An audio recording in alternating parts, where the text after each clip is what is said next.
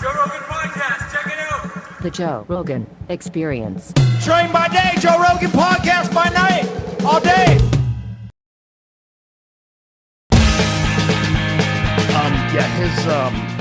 His unwillingness to make money off of it too. Unbelievable. Is interesting. Yeah. Signal is whenever someone new signs up at Signal, you get like this notification. I've noticed that. Yeah, and so it's like flooding with all these people that I know that are now on Signal. I'm like, wow. It's gotten me to reevaluate privacy and everything. You know, like what is on my phone? What are these? When you go to that thing on the iPhone, it says you can use my location always or while using. It's crazy how many apps are just using your location. Oh yeah. Well, what's going to change? By the way, this is Michael Kosta, ladies and gentlemen. We're already rolling. Great. Michael Kosta, you might know him from The Daily Show. He's also a fabulous stand-up comedian. I know him from the Comedy Store. Please welcome Michael Kosta. Hey, thank you for having me, man. My pleasure, brother. This has been a exciting highlight for me to be sitting here with you and be on your podcast. I can't believe what this thing has become, man. Bizarre. It must be crazier for you. Well, this is what's bizarre about it. It seems like it's just you and me talking. Yeah. Well, it is just me and you talking. Yeah. But I mean, how many years have you been doing? 11 years. Yeah, Okay. 11. Started in 2009. It's as a younger than you comic, you know, you look to the comics older than you and you say, who is doing what I want or creating something special that's unique to them? And that's what I always tried to do. And then to see what you've made, this is nuts. Oh, well, thank you. It's nuts. So it's just dumb luck and persistence. That's it. That's a lot of it. Legitimately. Yeah. I tell everybody, dumb luck and persistence, and just working at it. You know, it's just conversations. There's a skill to it. It just doesn't seem like there's a skill to it, but there's a skill to it. You realize after you do a lot of podcasts too, how bad a lot of people are, just regular folks are at having conversations. So you see people just talking over each other. You're like, Jesus, will you let him finish and then you let her finish? Like fucking, you guys just talk. You just collide. Some of the worst conversations I've ever had in my life are at that front bar at the Comedy Store because it's always like the weirdest comics talking at you, never listening to your thing. Right. And I would get so frustrated. Growing up, my mom would do this game called the tennis ball game where we were very young and she would ask us a question. She would say, hey, Michael, how was school today? And she would hand me the ball or toss me the ball. And then you had to answer and you couldn't give her the ball back until you asked her a question. And this is like, you know, we're like 6. So I would say, today was good. And then I would try to hand the ball back and she'd say, you can't hand me the ball back. You didn't ask me anything. And I'd say, do you like the weather today? And I'd hand it to her. And she would like train us like zoo animals to do this. Wow. But it is funny because so much of my life now, what you mentioned earlier, no one knows how to talk. No, I have a very good friend and she's very smart. But her and her husband just talk louder over each other and they don't listen. And then one of them will walk off into the kitchen. You're like, what in the fuck? And if I try to have a conversation with them, if I'm in the middle of saying, well, I wonder if what it is, blah, blah, blah, blah, blah, they just start talking. Blah, blah, blah, blah. Like they don't let anybody talk. They just talk at you. Was your home like a long form conversation home? I don't know. Like, why do you feel comfortable? Marijuana, for sure. Okay. It's definitely marijuana. That probably long helps. stoner conversations. I don't know, man. I used to do morning radio, and I used to look forward to it in some markets. You know, I think morning radio is like 8 out of 10. Or they're just cool people that happen to be on the morning radio. But then there's like the 2 out of 10 are people that wish they were comics. Oh my God. You know those. And they crush you when you do morning radio. If you're not like killing, they're like, I'm better than that guy. Yeah, they get dicky and they get weird with you.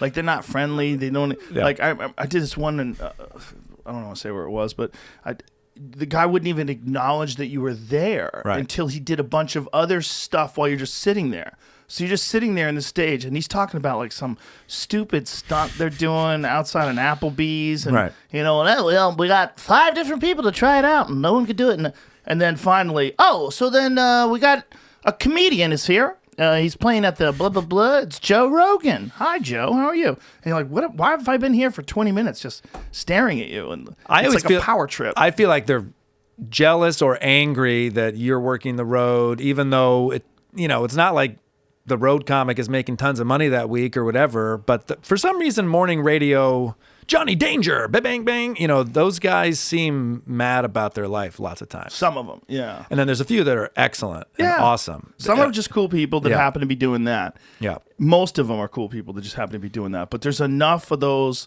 Well, it's just like when someone is in that sort of a position where they're the one who's promoting your show, you need them to promote your show. So you get up, you go there, and they're the star, and everybody's like getting them the pieces of paper, the stuff they have to say, and you know, it's like there's always some super young person, at least for me, when I walk in the studio that has just Googled me, right? Like I'm on air now, but they're literally like, okay, say that, you know, they don't even. Right. And also people forget, normally you woke up at 5 a.m. the day before for the flight.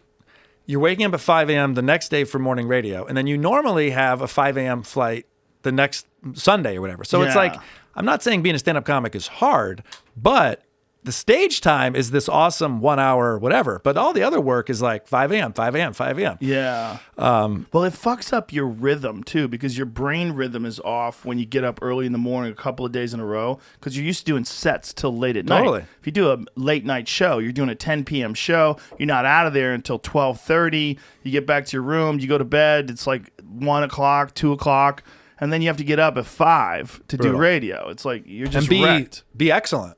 And then wake up and try to get some sleep, and usually drink coffee to do radio, and then you try to get some sleep. Your rhythm's all fucked up. The moment I had to stop doing radio, the road became infinitely better. And that was a direct result of doing podcasts. Because once I started doing podcasts, I was selling out without going there, without having to do that. I'm like, oh, yeah. But then they would try to get you to do it anyway. They would say, we have a relationship with the radio station. We would love it if you came in. Like, because you would promote the data on your podcast, so you would do what they were supposed to do for you. You would do. Right. So then the club would ask me to do radio anyway. Right. They really would like you to come in. Yeah. And I'm like, I'm not getting up at 5 in the morning when I don't have to on a day where I have to do shows. With a host that probably is a little pissed off at you for some reason. Yeah. Only the ones, well, there were some I had relationships with that I still did for a while just because they were nice. I just wanted to come in and say hi, you know. And there's some I miss. I miss you. I'm just not getting up for you. Do some shit in the afternoon. You know, I would, yeah, exactly. I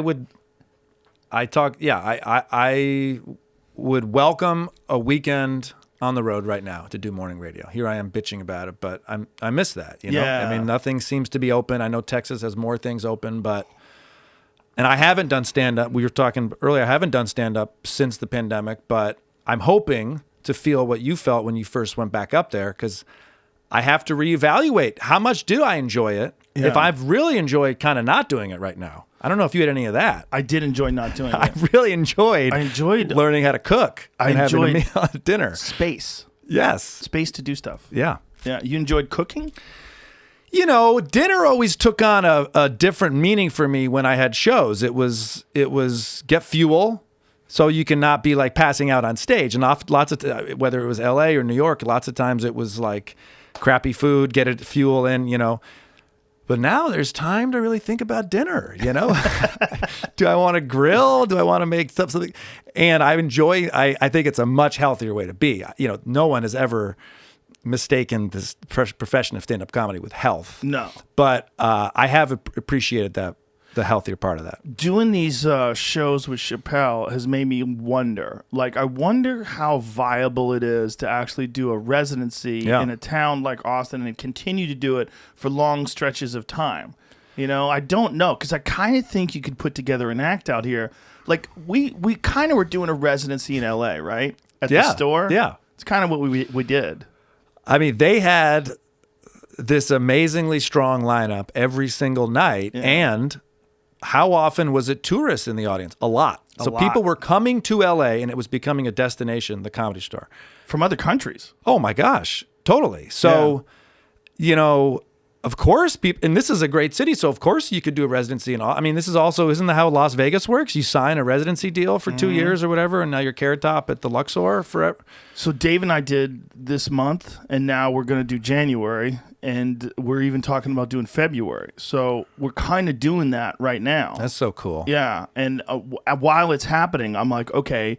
And I was talking to Donnell about this, and we were like, we need a workout club. And I'm like, we need a workout club. So now I'm looking at small clubs, and then I'm going to look at larger clubs too. And the idea is get everything in a row, and then once the vaccines roll out and once treatments improve and they get to the point where it's not irresponsible to do an indoor show on a regular basis.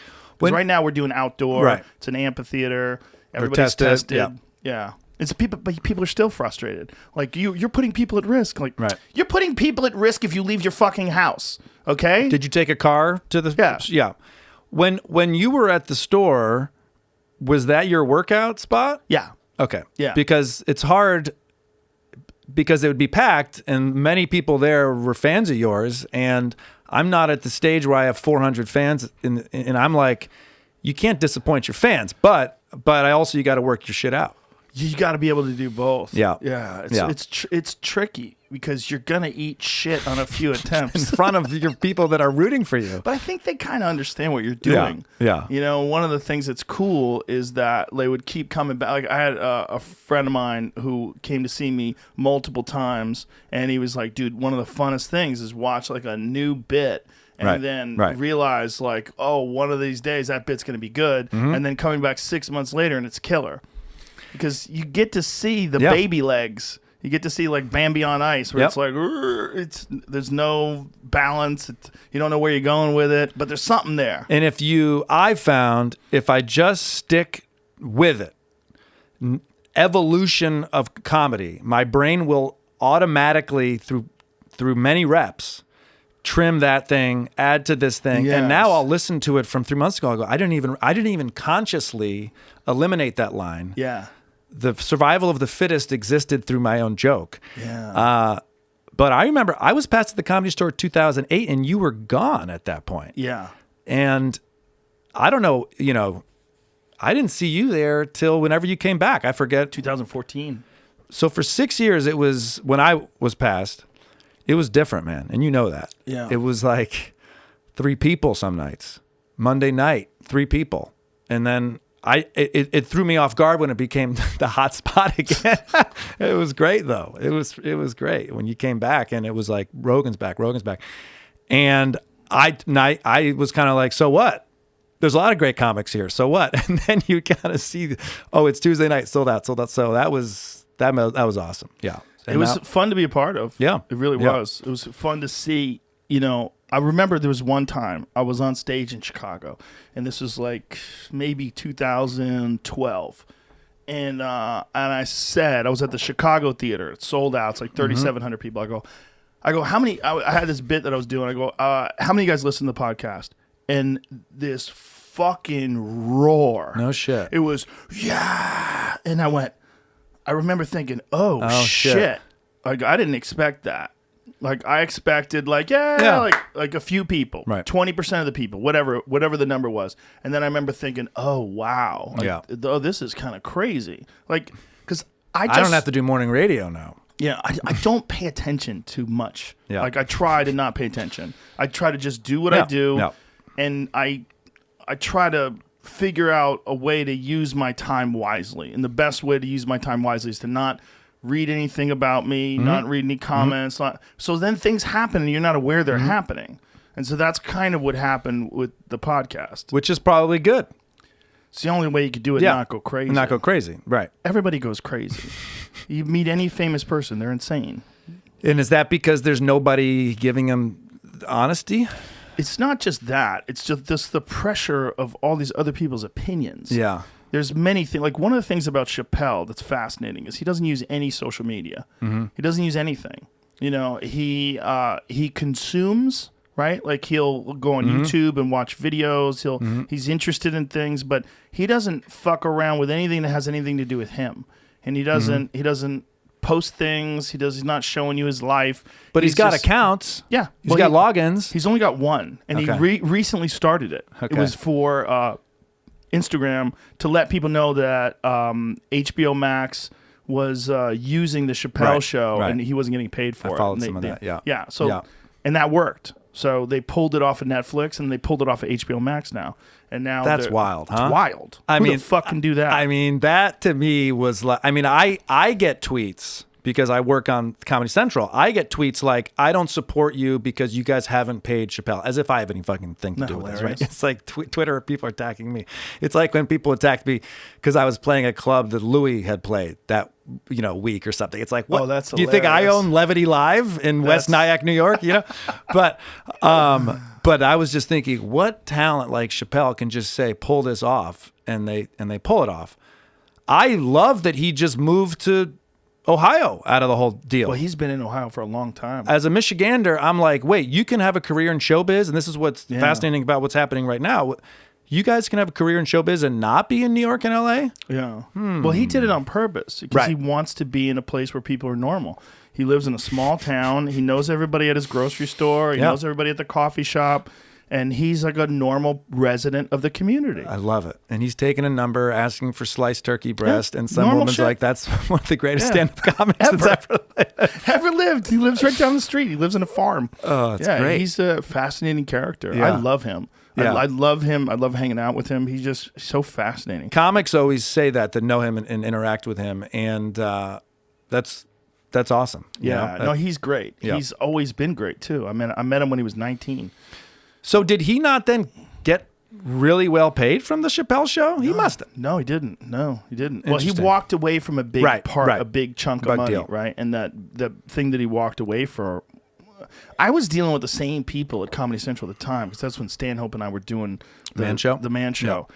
And it was rough. Like there was a bunch of people that were not comedians and they were not creative, but they wanted to put all this creative input into the show, particularly because they had the chance to put their greasy little fingers all over it because Adam and Jimmy had left, and then they're like, okay, now we're gonna mold this into what we want. Right. And they gave us. It was the bait and switch. They told us, do whatever you want, swear, we'll beep it out, Right. show nudity, Right. we'll blur it out, go wild. We want to get in trouble.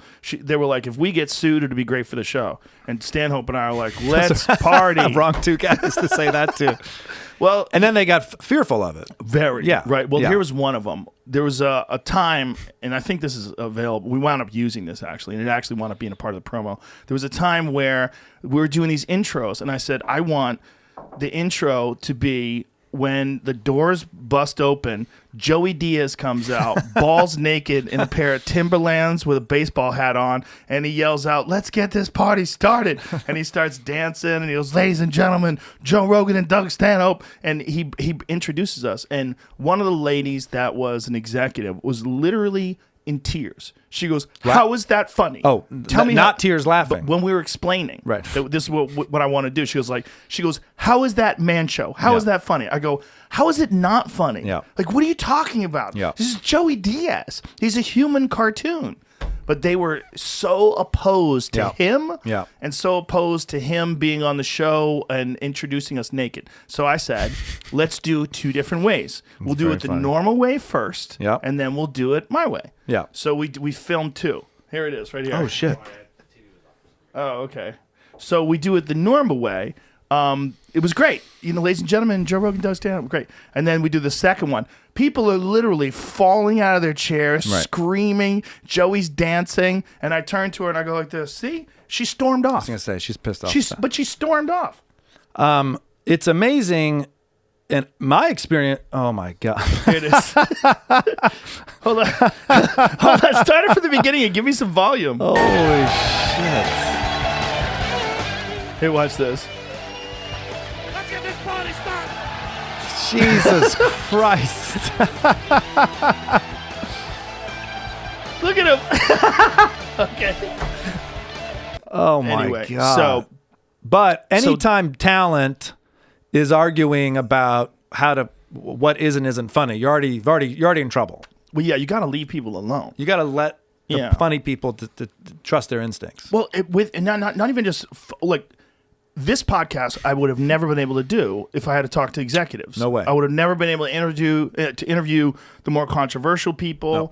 Would have never been able to do 60% of it stoned out of my mind, not knowing what I'm saying while I'm saying it. Right. They would have never allowed it. But that's what made it work because it was so unproduced. Everybody always told me everything has to be under 3 minutes when the internet came out, right? It was like, you better do under 3 minutes. It was like, and then if you've listened to all that, that's what's so funny about this I look at some of your episodes, like 3.5 hours, and I'm like, this is fun. And then Hamilton was talking about it when he was on too, like the long form. Now people are gravitating towards these long conversations. Yeah. There's nuance, there's subtlety, because we're getting so angry at everything just being 40 words, headline, click, click, click. So what do we take from that? To just trust our own instincts and follow what we want to do? Yeah, you have to trust your own instincts. Like, also, there was no idea of this being profitable when I started doing it. Right. Like, when I first started doing it, I just did it because it was fun.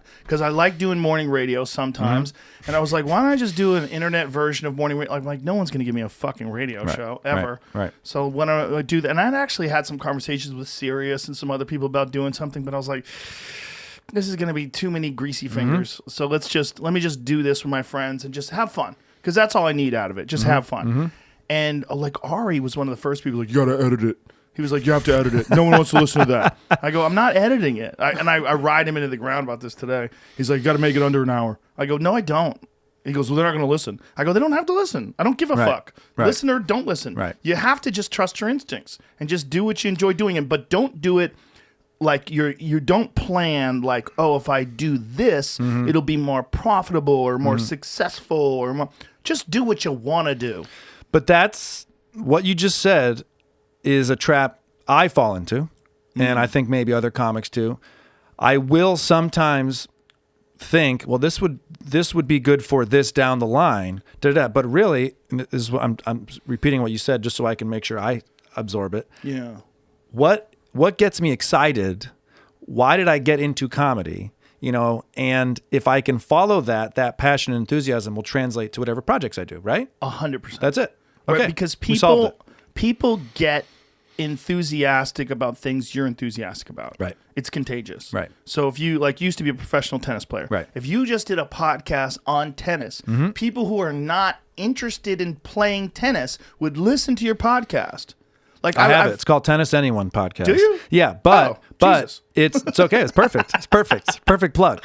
Half the time we go tennis, half the time it's other stuff. But people chime in. This is proving your point all the time. Like, I don't even know what tennis is. I don't even know how to keep score. I'm enjoying listening to this because I'm like fucking amped about it. Right. So, but I have to constantly learn the hard way. Just, Michael, follow your passion and trust your instincts.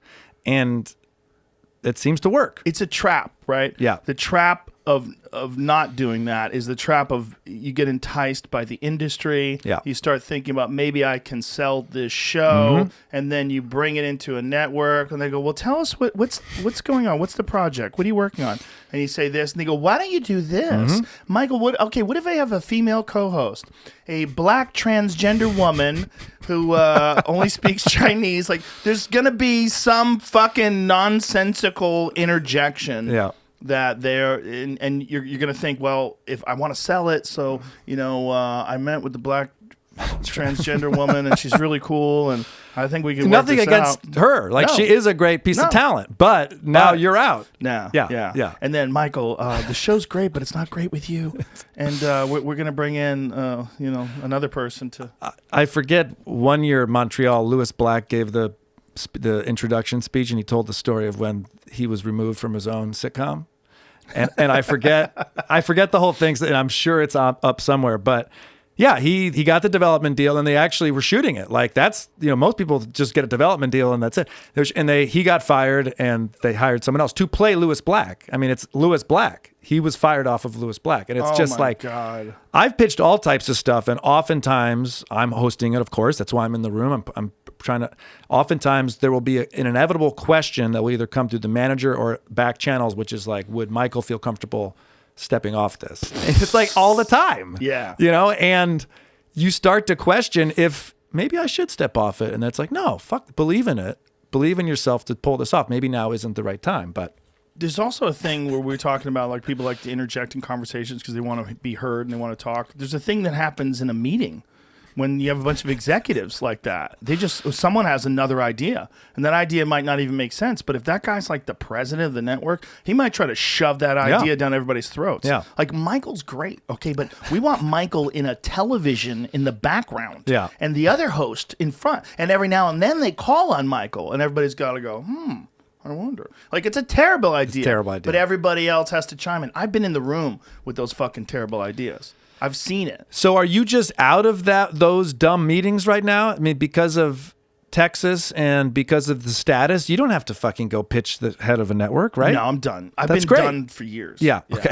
Yeah, I've been done for years. So what happened with this then? So who won the argument here? You did? That made it on TV. Okay, so Yeah. you won, but then Yeah. you won the battle. It was one of those things where we were doing this all the time. Like, Yeah. we had a game show called Make Me Hard. Okay, this was the game show. We had a box that I'm you hard put already. over you put over a guy's genitals, and it Yeah. had a red light on it, and the light would go off whenever you got a boner, right? So we would have stuff like, like we had like midgets eating bananas and all kinds of crazy stuff. A light would go off if they got a boner. Okay, and It who's was it was fake. It's fake. We just pressed Okay, a well, button you to know, make the light go off. So here's but this there's is what a I'm going boner to get checker to. or something.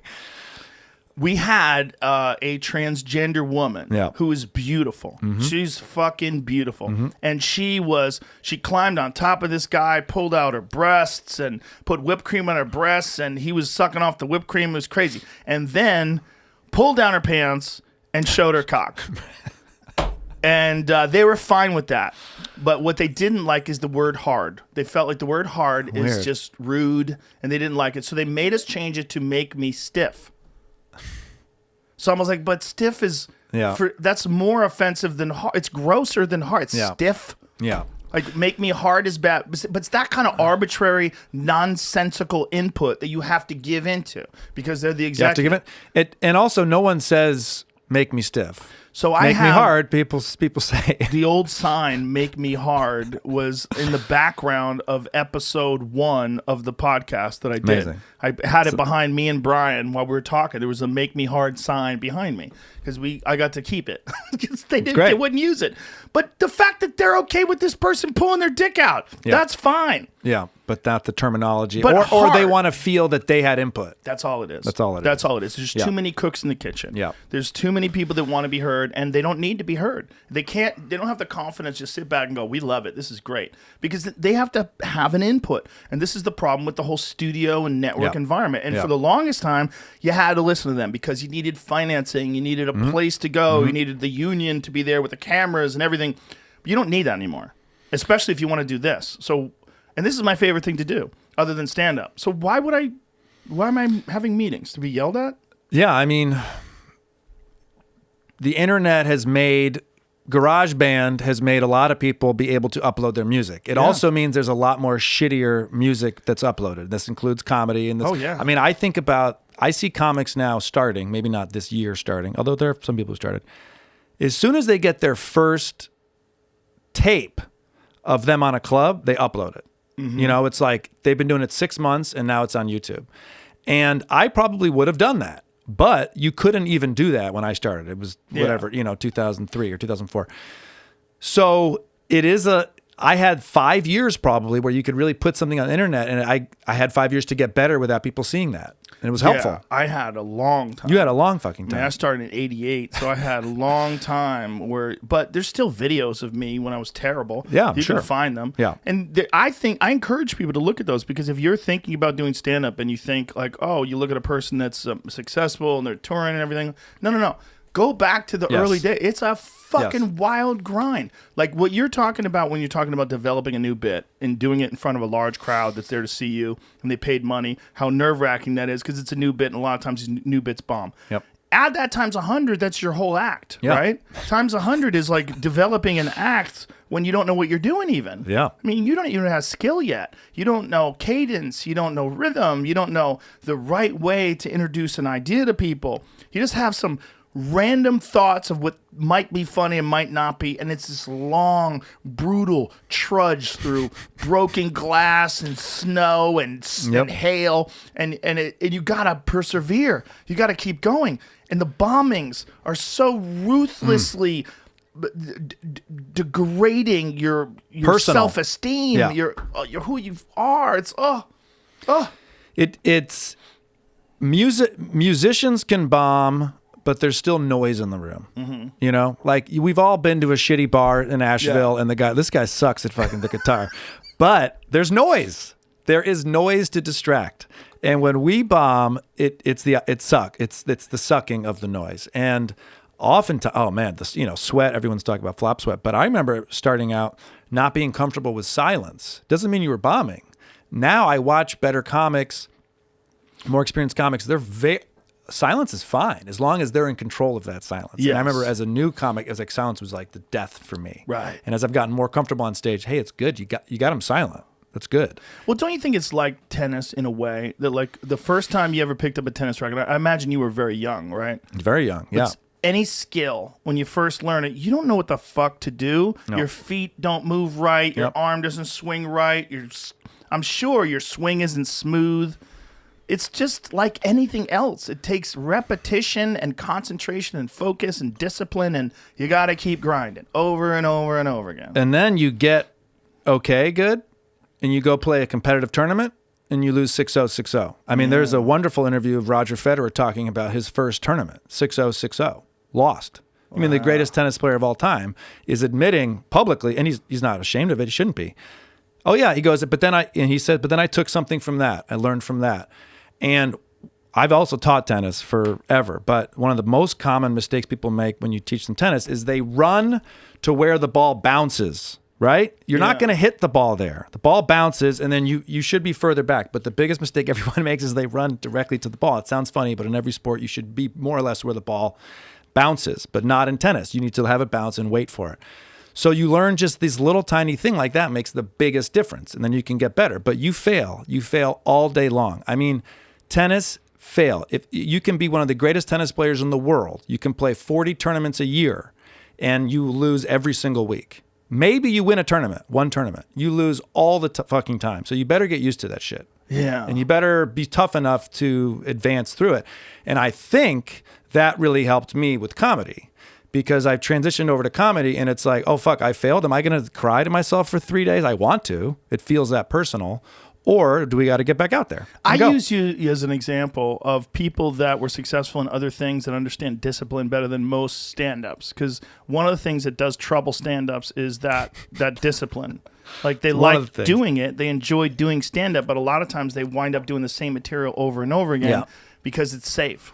And because they don't have the discipline to like, oh, no, today we're doing 10 minutes of new shit. Get up there, do it, right, grind, keep going. Yep. And people that have a work ethic and an understanding of discipline from something else. Yeah. Like it transfers better into stand-up. Yeah, it does. But the ego is strong. And sometimes I'll have 10 minutes I want to do that's new, and you get up there and it's like, oh shit, this sucks. And you find yourself doing a bit that's 4 years old and I know does well. Yeah. I just don't see the negative of teaching kids a sport. Now, if the kid doesn't like the sport, or you're pushing them into something they don't like, but I just had so much value came from, for me, it was tennis, because my family was a tennis family. So that's the sport that I was thrown into. And we lived in Michigan where like there was courts, you know, it's not like, now I live in Brooklyn, there's like one court for 8 million people, but you just learn so much. Problem solving, disappointment, that's a big thing. Yeah. How to handle it. It's not the end of the world. It feels like it is.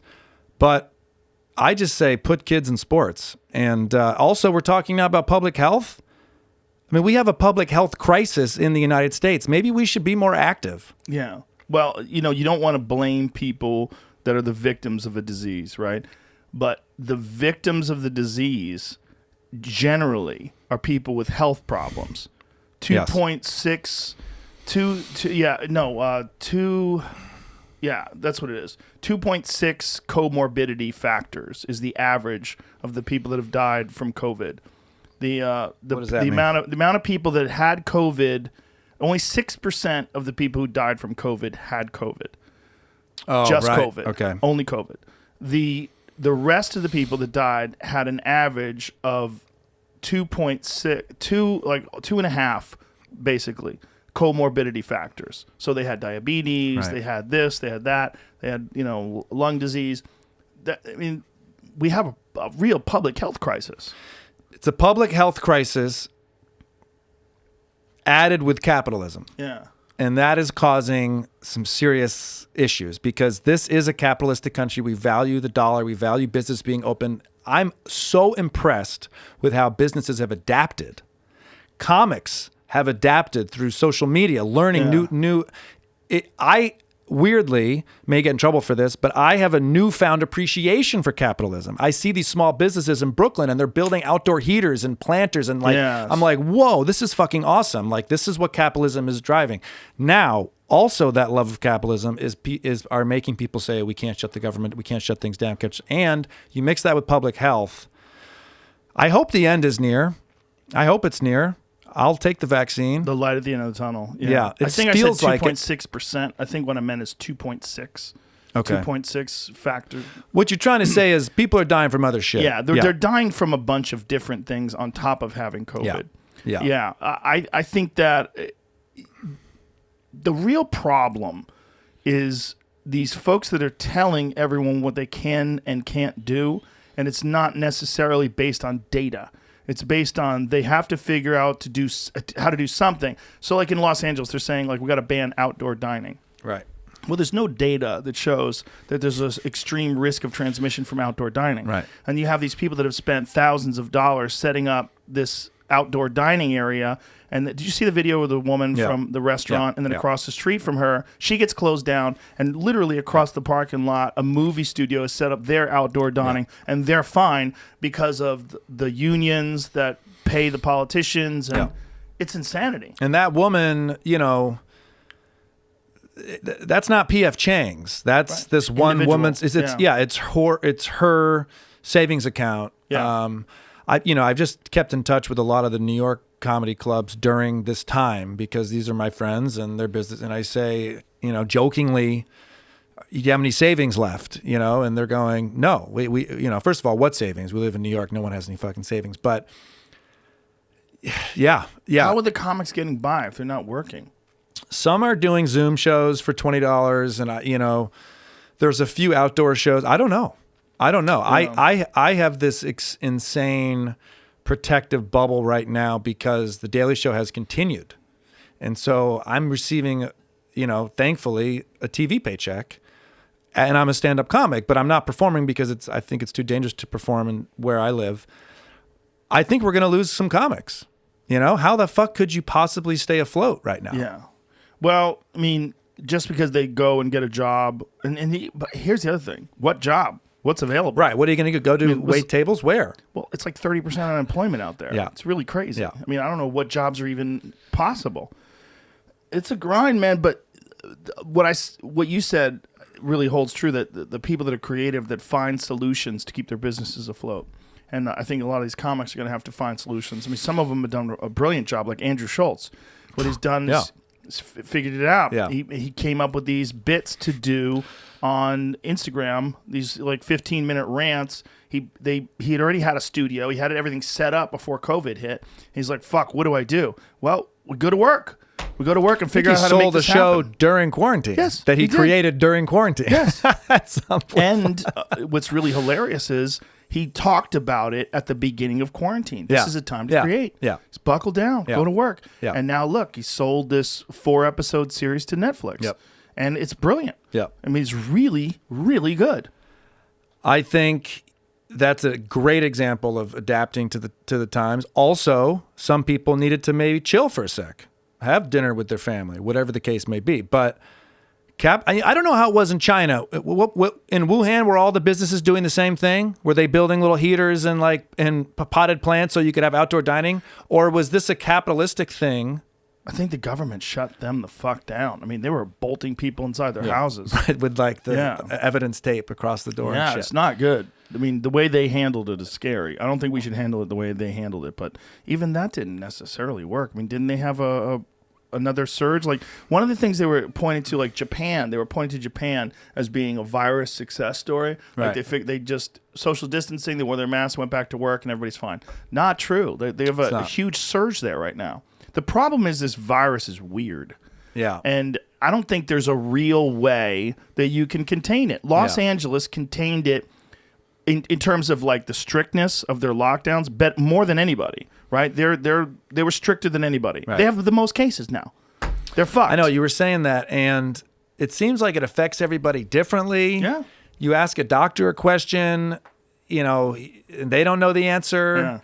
And isn't our human brain trying to find patterns so we can go, okay, that's what this sickness is, but this thing seems to be all over the place? Yeah, it doesn't have good patterns, and it affects people very differently in terms of like what it does to them. Some people, it's like a sinus infection. Some people, it really knocks them for a loop. Yeah. Some people don't recover and they die. I mean, there's no pattern that makes sense. Yeah. Like the flu, we understand the flu is dangerous, kills people, really does. But we also understand what to do. Get a flu shot, boost your immune system. Here's some medication you can take. With this, this is so new and so scary that no one knows what to do. I tried to find comfort in reading about the pandemic of 1918 the Spanish flu, because that was supposedly 2 years, and I was like, okay, well, how did we get through that? Did the economy recover? I was trying to use history as a way to predict the future. But when you read about it, at least the Wikipedia page of the pandemic of 1918, we never really fixed it, or it possibly is still around, that virus. And I thought, maybe a vaccine fixed it. No, it didn't. I don't know what the fuck happened to the Spanish flu. Was it herd immunity? I don't know. Probably. Yeah. But Jamie will find it. It's estimated that's killed 50 million people. Yeah. So I hope 100 years later, we're better at this stuff. Never really ended. After infecting millions of people worldwide, the 1918 flu strain shifted and then stuck around. Oh, great. Well, there's a new version. That's December 11th. It's a software update. There's a new version of COVID that's hit London now. It's 70% more transmittable.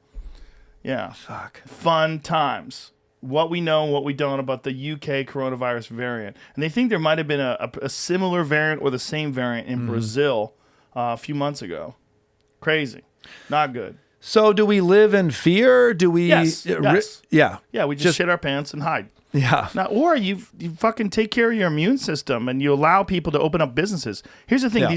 These people that are making these decisions for us, like the mayor of LA and the governor of California, right, which is the worst examples. They are not experts in the right thing to do or the wrong thing to do, because what they've done has worked terribly. Right. It's been the worst response. And I don't think you can do something and not have a consideration for the consequences, the negative consequences of what you're doing, like telling people they can't work and shut down their businesses. When the economy collapses because all these things are shut down, and yet you still don't have a significant decrease in the cases. Right. Like what you're showing is you have this one idea, you're sticking with it, and there's no indication that you have any respect for the negative consequences. Not only that, you don't have a plan. Like, how are you going to bring everybody back up? How are you going to bring back these restaurants? What are you going to do about these comedy clubs that are dead? What are you going to do about these bars that are going under? What are you going to do about these mom and pop shops that are never going to be around anymore? I don't know how it is in your life, but in my life, numerous friends of mine in what appeared to be healthy, strong relationships are fucking toast. Yeah. Like, pandemic has divorced a lot of people. Yeah. Domestic violence is up. Suicides up. Suicides are up. So there is a different consequence to all this. Now, I also find it entertaining that we elect these officials and then now they have to be in charge of a health crisis. I would much rather we elect them off of popularity or whatever it is. And then when a health crisis strikes, we have a health minister who kind of comes in and just drops the heat on us. The and what's supposed to problem happen. with these health ministers is that in a situation like this, they don't even take into account the economic consequences. And that the economic consequences are also going to bring with them suicide, drug addiction, domestic violence, child abuse. All those things are going to happen, and they don't take into account that. They take into account the health consequences. And here's the other thing. These governors and these mayors that shut everything down still get paid. Right. That's a real problem. They are not incentivized to keep businesses open. If their pay was in direct, like if they were like the CEO of a company, where the more money the company makes, the more money they make, they would be incentivized to make sure these businesses stay open and these people can keep paying taxes. These fucks keep getting paid no matter what happens. But they have a term limit. They do. But yeah. But so what? Look, by the time Newsom gets out, he will have destroyed that state. Right. And also destroyed people's faith in government because people are so frustrated with him. And then you see him at that French Laundry place sitting around Right. maskless Fuck, that right didn't next help. to people indoors. Oh, it was outdoor dining. Bitch, there's a chandelier above your fucking head, not Right. stars. There's not stars above your head. There's walls. Yeah, They there's put- yeah, walls. I know. That's I know. indoors. I don't want to hear your bullshit. Yeah. You are a hypocrite. And Yeah. this is nonsense. You should not be getting paid. Yeah. If you let your economy collapse due to these decisions that are not based on science, like particularly outdoor dining, that's not based on science. There's no data. They can't show. We have overwhelming data that 50% of the transmissions are due to people eating outside. Right. That's not the case. So we are fortunate in LA that you have very good weather. So keep the fucking restaurants open that can Yeah. open outside. Yeah. Help them, accommodate them, Yeah. give them some sort of a bridge to let them get through this so that on the other side, after the vaccines and after herd immunity or whatever happens, these people will still have businesses. What in LA were they letting people set up out on the streets? Yes. Okay, that's Yeah, good. They did it in a lot of places. Okay, I noticed. Venice was really good at it. Okay, I noticed that here, but I feel like that here is always the case. The outdoor. Here you could go inside. Right. They don't give a fuck. In New York, I mean, you were able to go on the street, but the problem is everybody's such a dumbass there. I was afraid to eat on the street because the cars driving by, everybody's texting and drunk. They're gonna plow into people, dude. For sure. I mean, I'm like terrified. I'm like eating like, is that a car? Is that a motorcycle? Yeah. I How mean, about when the snow comes and then people start sliding sideways and plow into a fucking Exactly. cafe? yeah, and there's Yeah. no heaters. You Right. know, there was an example of a restaurant owner who said, "I'm now more of a outdoor general contractor than a restaurant owner because all I spend my time doing is finding propane for the heaters, asking someone to build potted plants. We need more reflective lights on the out." And this is like general contractor shit. Yeah. This, meanwhile, not like, is the shrimp cooked or whatever? Do we have shrimp? And I was like, ugh, you got to adapt so hard in New York so quickly. So anyways, Yeah, it's not good. it's not good. It's not good. But But some will adapt and hopefully. I just don't understand how businesses bounce back because they've never had to before. And so many of these businesses are 30 years old. Their parents opened this restaurant. Now the sons are running it.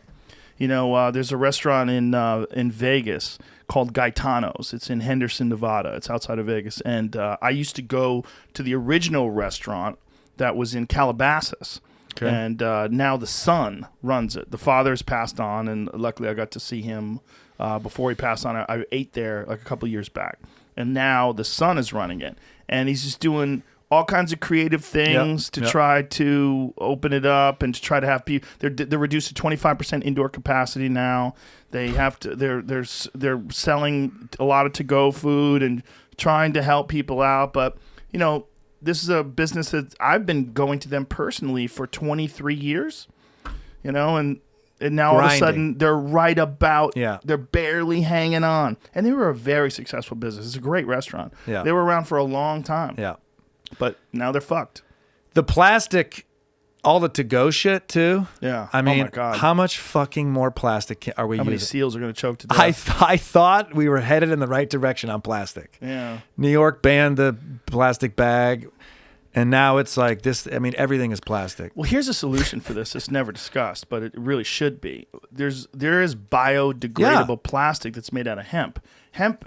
I you feel can like you've make had somebody plastic. like this on the show, Yeah. probably, for Well, sure. I have, and also I've had Boyan Slot, who is a gentleman that is, when he was 19, created a device for removing plastic from the ocean. Is this that fucking floaty thing? Yes. This I was Yes. like, Amazing. all of humanity is hoping this works, and I think he tried it in the San Francisco Bay. Maybe I don't know. Well, he's doing it now. Okay. He actually just sent me a message that he wants to send me a pair of sunglasses that are made out of the plastic Sick. that they pulled out of the ocean. So they're not just taking I this thought it was a pair of plastic. sunglasses he found in one of the ocean.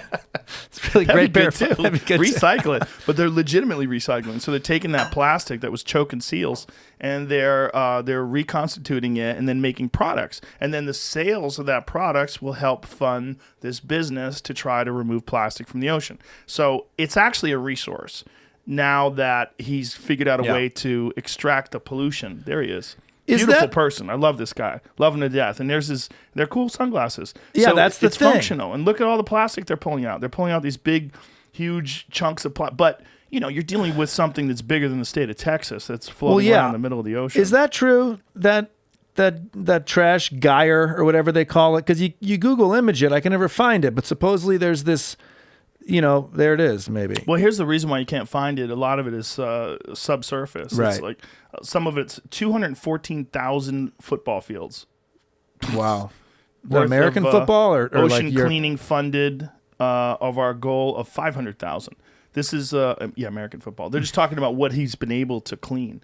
So 214,000 football fields worth of cleaning, but it's the largest cleanup in history of the ocean, and the ocean, this garbage patch itself has been really well documented, but you're not really going to find it with Google Earth very well. Because it's a lot of it breaks down and it gets very small, and some of it's floating above the surface or just below the surface. But where is this trash originating from? All over the world. Okay, and people are just dumping trash in the ocean? Yes, a lot of people do, and then a lot of it just accidentally gets there in the ocean. Like here's a perfect example: when it rains in L.A., everything comes down the L.A. River, and the L.A. River is filled with trash, and it just goes right into the ocean. And the fucking L.A. River is the biggest, saddest story of humanity. So disgusting. I mean, they fucking concreted it, the whole thing, in like 19 whenever it was. I don't know. Somebody died in a flood, and it is strange to me, the L.A. River. It symbolizes how fucked up L.A. is. Yes. That's the river. The river is this concrete, shitty structure. That's their solution. You go to the river here, and there's like paths and people biking, and I'm like, oh, this is like an act, and it's like those bats. It's like, this is an active, nature-drawn river. Yeah. And then the L.A. River, it's like, we loved concrete, huh? When concrete was invented, we just went ham on concrete, especially in L.A. But this is unbelievable, and this is a solution, but obviously initially, let's not throw this shit in the ocean in the first place. Well, it's not just let's not throw it. It's things get washed in the ocean with the rain, and things like assholes that throw their cigarettes out the window. They still do that. They still do, as if it's not littering either. I have friends that I love to death that smoke. Yeah. And they smoke, and they'll throw the cigarette on the ground and step on it. Yeah. As if it's gone now. As if it's gone. It's gone. It's right there. Well, why? It's like the one thing that people don't have any problem littering with. Yeah, it doesn't count as littering. Are those things biodegradable, the filters? No. So why can't they make that biodegradable? Well, they probably can, but it'll cost more money. Yeah. The thing about hemp is that it's like large-scale production of hemp is totally possible, but it hasn't really been implemented in terms of like creating plastic in this country yet. But you can make plastic water bottles out of hemp that'll degrade in the ground. That'd be amazing. Yeah, I mean, they can do it. Like this, we have this idea like every time you drink a water bottle, you're fucking up the world. And, well, you kind of sort of are, but it doesn't have to be. There's a way to get around this. It's totally possible to do. As we sit here with all this water bottles, we need to do something about this. We have a machine too, the filter. From now on, let's stop using water bottles. Let's use that filter thing. Get some glasses. Get some glasses that are made out of plastic, so I don't break them. It seems like the company makes the product before the regulation can exist. Yeah. So we get so far down the line with profit and success and Dasani and whoever, and then you have to. It's like Uber. Now they're trying to regulate it, but it's just the business is too big now. Yeah. And plastic water. Fuck. Well, we just do a really bad job of garbage disposal. Yeah.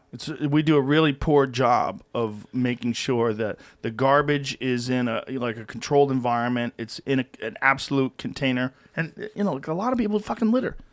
And all it takes is a few. That fucking drives me insane. Drives me nuts. When you drive down the highway and see someone throw something out the window. In LA, you would see these motherfuckers. I'd drive my motorcycle down Sunset sometimes, and you'd go in between the cars at a red light, and people would just throw their stuff out the window, not knowing I'm standing there, or on my bike, and it would hit you, and it's like, beautiful street. I've seen people throw full bags of their fast food bag, full bag Terrible. out the window. Yeah, people You should be allowed to do something to them physically, but some people are gross. Yeah. It just says their punishment is they have to be them. What is this? 157,000 shipping containers of U.S. plastic waste exported to countries with poor waste management in 2018. What? Well, wasn't China supposedly? Shit, yeah, wasn't China supposedly taking our recyclables, but then they stopped Because I'm fully convinced that recycle bin in New York City just goes in the same fucking bin as the trash. I mean, I don't know.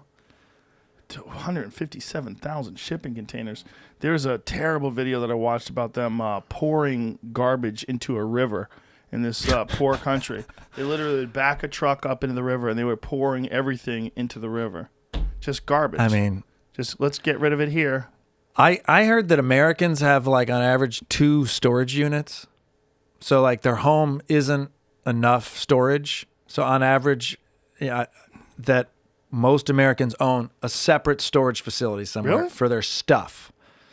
Maybe New York City people do. Maybe. Well, Texas certainly doesn't. Yeah. New York City people kind of have to, right? You kind of have to. A lot of folks in New York have a storage unit where they take stuff that they don't use that often. Bring the winter stuff in. Yeah. Because yes. But we have stuff. We have too much stuff. Yeah. If you ever go camping and you got to take your trash out with you, that's a good lesson in learning how to like minimize your trash. Yeah. It's disgusting how much trash we have. Yeah. There's just a lot of what we have is just we're not living efficiently. No. It's not renewable and efficient. But I mean, right now in particular, people are thinking, well, that's the least of our problems. Our problems are, we're good at thinking about one thing at a time. Yeah, it is kind of frustrating that, I mean, aren't we seeing global warming reversing a little bit right now, or like more birds are migrating and because there's less industry happening? I don't know. Well, they think air quality is improving, but the problem with global warming is the human imprint on global warming. We're accelerating it, right, with the carbon in the atmosphere, but it's only one factor. There's a lot of factors. Yeah. There's so much debate on that stuff. It's really interesting. There's no debate whether or not human beings are having a negative influence. They're definitely having a negative influence.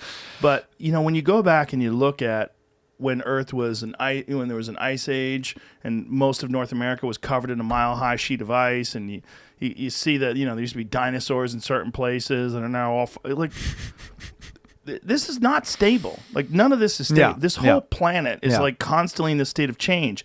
And these assholes that make houses and put them right next to the ocean are silly. Right. You're silly. Right. Like that fucking shoreline varies wildly over into the next 100 years.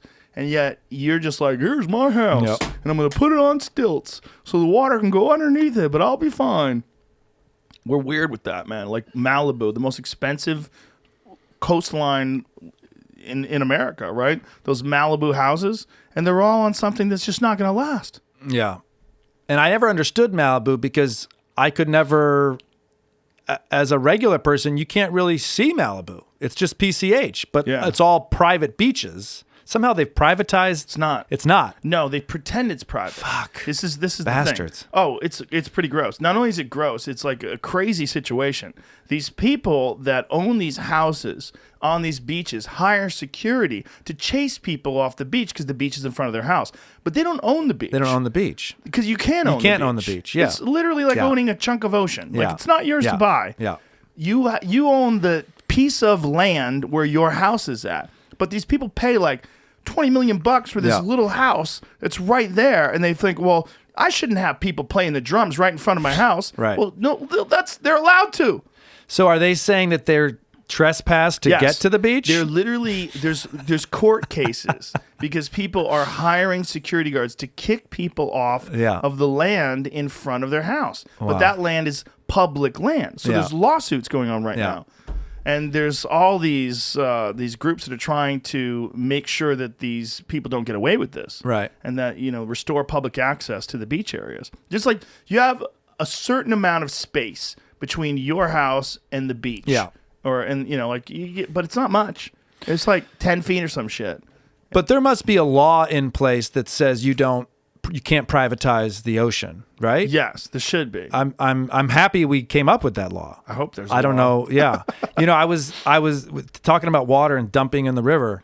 I did this piece on the Daily Show. There's a company that gave Lake Erie a Bill of Rights. They declared Lake Erie to be a person, to be a human being, legally. So now they can defend it by pollution because I guess all these Defend it against pollution? Excuse me. Yes. So all these agricultural companies been dumping in Lake Erie forever. They own all this land. It's privatized. They dump. But they've actually, because Lake Erie is all fucked up. I mean, it's like caught on fire in the 70s. It's like a lake that's like Caught burning. on fire? Yes, 1974 or 78. The lake caught on fire. It was so polluted. Yes. Jesus Christ. So it's had this long history of, I know, like fire. It has a long history of just being totally the worst Great Lake and totally fucked over. But they declared Lake Erie a person. So now they can defend it. And it's still tied up in legal land. But that'd be interesting. You know, what if a river is a person? What if a mountain range is a person? Does it now have those rights? And if we harm it, can we defend it? So why do we have to make it a person? Right. That's what's bizarre. Exactly. But that's how fucked up it's gotten, that Yeah. they can't get any attention to this issue. So, Well, waste. You know, whenever people make things, there's going to be waste. You know, and whenever people don't have consequences for getting rid of that waste in a detrimental way, they do it. Yeah. If they can make more profit by just dumping it off somewhere, they just dump it off somewhere. There it is. The Cleveland River Fire. Oh my Cuyahoga River God! right. So is this the Cuyahoga River maybe? Fire. Cuyahoga, yeah. Cuyahoga Oh River. my and this, God! This goes into Lake Erie and, Bro, look how dark that is. oh, dude. That's 1969.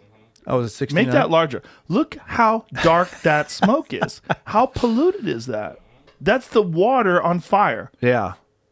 Who would have ever imagined that it would make that much smoke? That is fucking insane. The picture is crazy. And I don't know, I don't know the pollution. I think it's agricultural, but yeah, it's, and Midwesterners have a long history of like taking the Great Lakes for granted and just kind of like dumping all their shit in there. But it's like, this is 1/5 of the world's fresh water. Those are glaciers. They just melted. that what- Yeah, that's what they are. Glaciers that melted. There's a bunch of areas that was post Ice Age too. That was one of the things that there's a time called the Younger Dryas. The Younger Dryas impact theory is that during this time period, the Earth was hit. And it was during the Ice Age. The Earth was hit with asteroidal impacts, which caused a rapid melting of the glaciers. And there's all sorts of evidence that points to it that this guy, Randall Carlson, can point out. And he's kind of spent his life. It's really a crazy story. Whoa. He was on acid once, and he was overlooking this area. And he had this vision. He realized, like, he was looking at this incredible terrain, these canyons, and then he had this vision like, oh my God, this is from water. Like all this erosion came from water. What would cause this much water and this much erosion?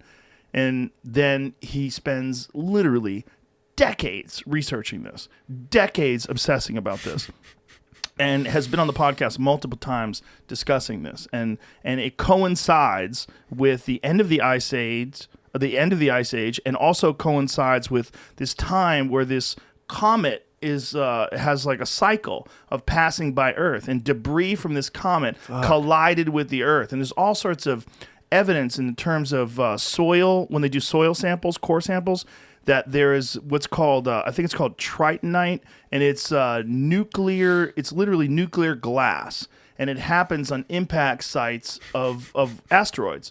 So when particles hit the Earth, literally, it's the same glass that's created when they did the Trinity test. When they did the Trinity test and they detonated a nuke. So this stuff all exists in this time period that coincides with the end of the Ice Age. And that is also coincides with these rapid melting of these glaciers. And then they pushed across, the Earth and like did this crazy shit to the surface of the Earth. Dude, when I Google it, there's a video from NASA that pops up first now. Wow. That's like almost confirming his theory. Yeah, There see with, those like NASA satellites.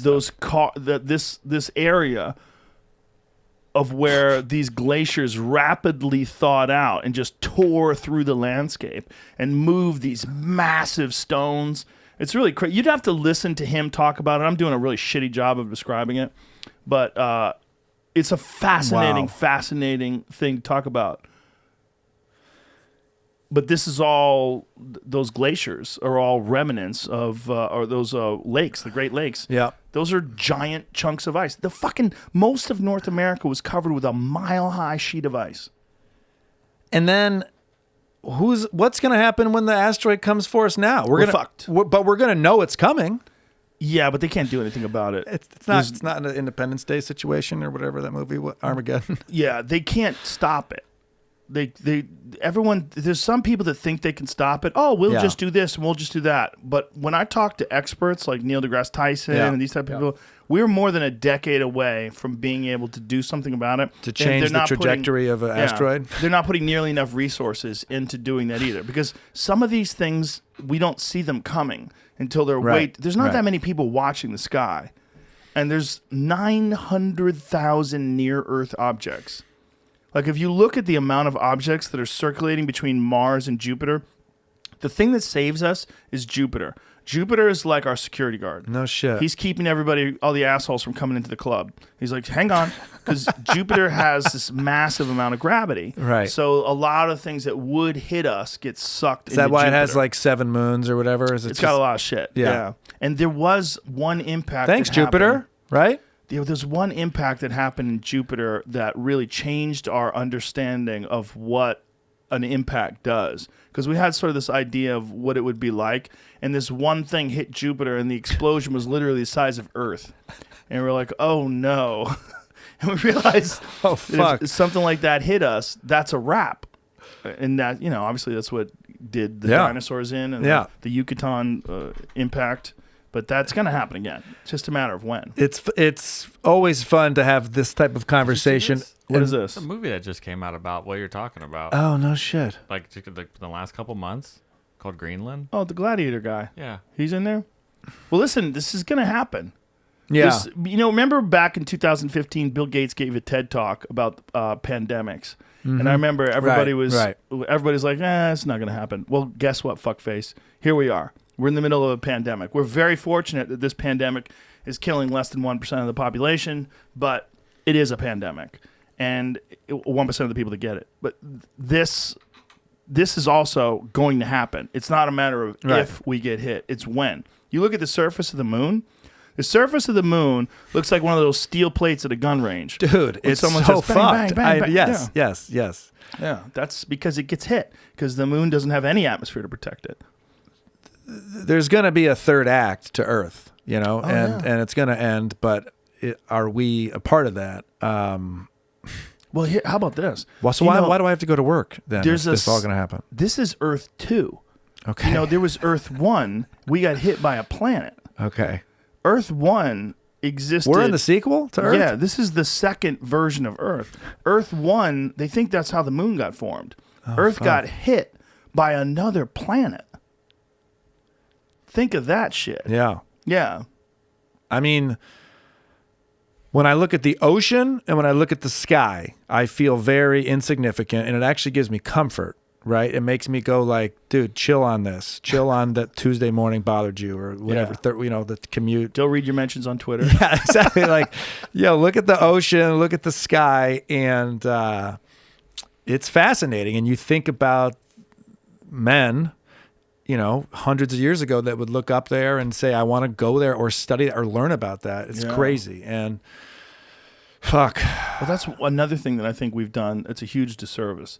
Unfortunately, a consequence of civilization is light and light pollution. Dude. Yes. It's ruined our view of the most amazing thing in the world, which is the universe. It's ruined our view of the heavens. I can sometimes see one star from my roof in New York. I mean, it is just a giant glow. Yeah. And when you go camping or in LA, I used to love to go camping and you just get out and it was just like, whoa, what is all that? Yeah. Amazing. And then noise pollution is the other one. Noise pollution's bad too, but at least that kind of dies down at night. True. The light pollution never dies down. I went to the Keck Observatory once in Hawaii, and it changed my life. Like, legitimately changed my life. Because you go up to the top, And I remember as we were driving up there, I thought we fucked up because there were so many clouds. I was like, damn, we picked it on a cloudy day. But you actually drive through the clouds. Whoa. And you get above the clouds, and the view is insanity. It's so amazing. It's on the Big Island. The Big Island, the peak of the Big Island is very high. And you get up there, and you see everything. You see the full Milky Way with all the stars, and it's so overwhelming that it makes you feel so insignificant. You're like, holy shit. It's the most amazing view. And then you realize, oh my God, this is how humans used to see the sky. Always. Until like 100 years ago. And then we started ruining it. And now we literally have the most beautiful thing ever there. And instead, we look down at this fucking thing.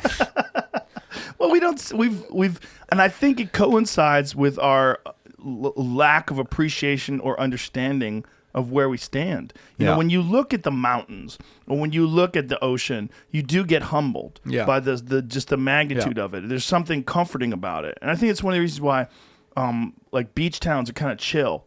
Totally. And people that live in mountain towns are pretty friendly. They're kind of cool. I think they're humbled by nature. Yeah. Well, that's my biggest appreciation of LA. There's a lot of fake motherfuckers there, but in general, people are interacting with nature on a daily basis. Yeah. That is not happening in New York. But I forgot what I was going to say about being humbled. Oh, I also find, look at wars, and it's always cold people. You know, like at the military, it's always people that are freezing. Like Caribbean countries and stuff, they're always like, we're not going to waste our time with that shit, isn't it? Yeah. It's just being Soviet, cold. Yeah, Germans. It's Soviet Germany. America, it's always like, there's no way, it's not like some vast military history for like Trinidad, or, you know, it's like, they're just like, why would we go through all that trouble? Yeah, we're chilling. We're drinking coconuts, eating fish. Yeah, being humbled by nature, I think, is important to understand your perspective. And most civilizations in history modeled their cities, like the great civilizations like Egypt and the Mayans. The structures that still baffle us today when we look at the Mayan structures. They modeled them after the cosmos. I mean, they were in alignment with these constellations. I mean, that was a huge part of the way they viewed the world. They looked at the sky like this. And it must have been amazing back then. Like, every night you just saw all these stars. And they didn't understand. I mean, maybe, did they know what it was? Well, they knew enough to know that it shifted and changed. Yeah.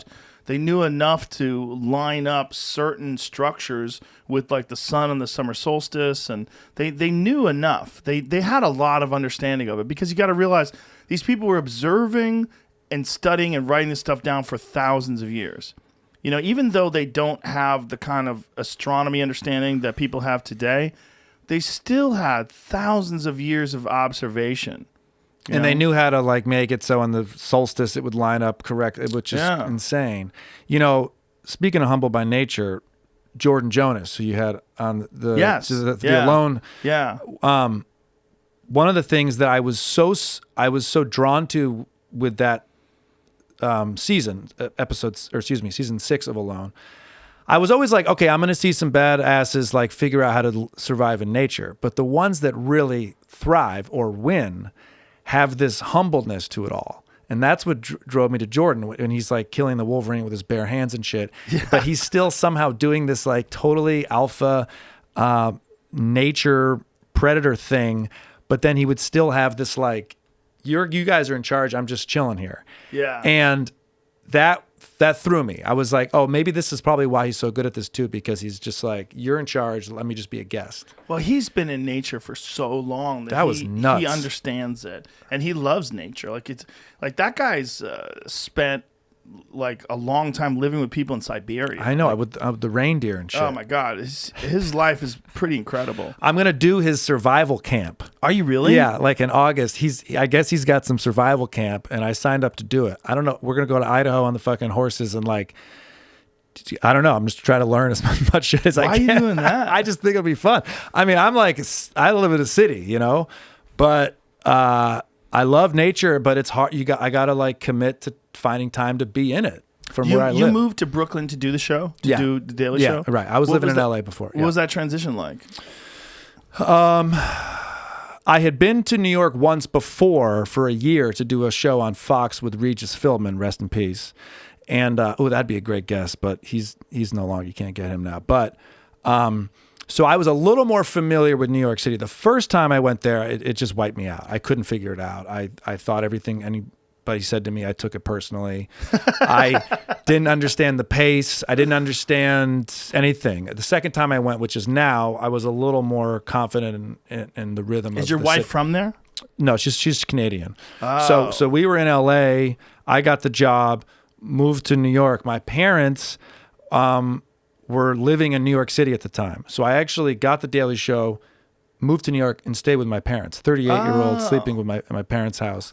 My mom would lightly knock on the door and wake me up and ask me, honey, time to go to work. Yeah, when I come to work, do you want coffee? I go, yeah, I'll take coffee. That's hilarious. And then transitioned, moved everybody to Brooklyn. But have you spent time in New York? Like, you never lived there, right? I lived in New Rochelle, which is outside of New York City. I lived there for a few years. That was like ground zero for COVID. Did you see that? Yeah, that was, I heard. Like, Westchester. Yes, that was crazy. They got crushed.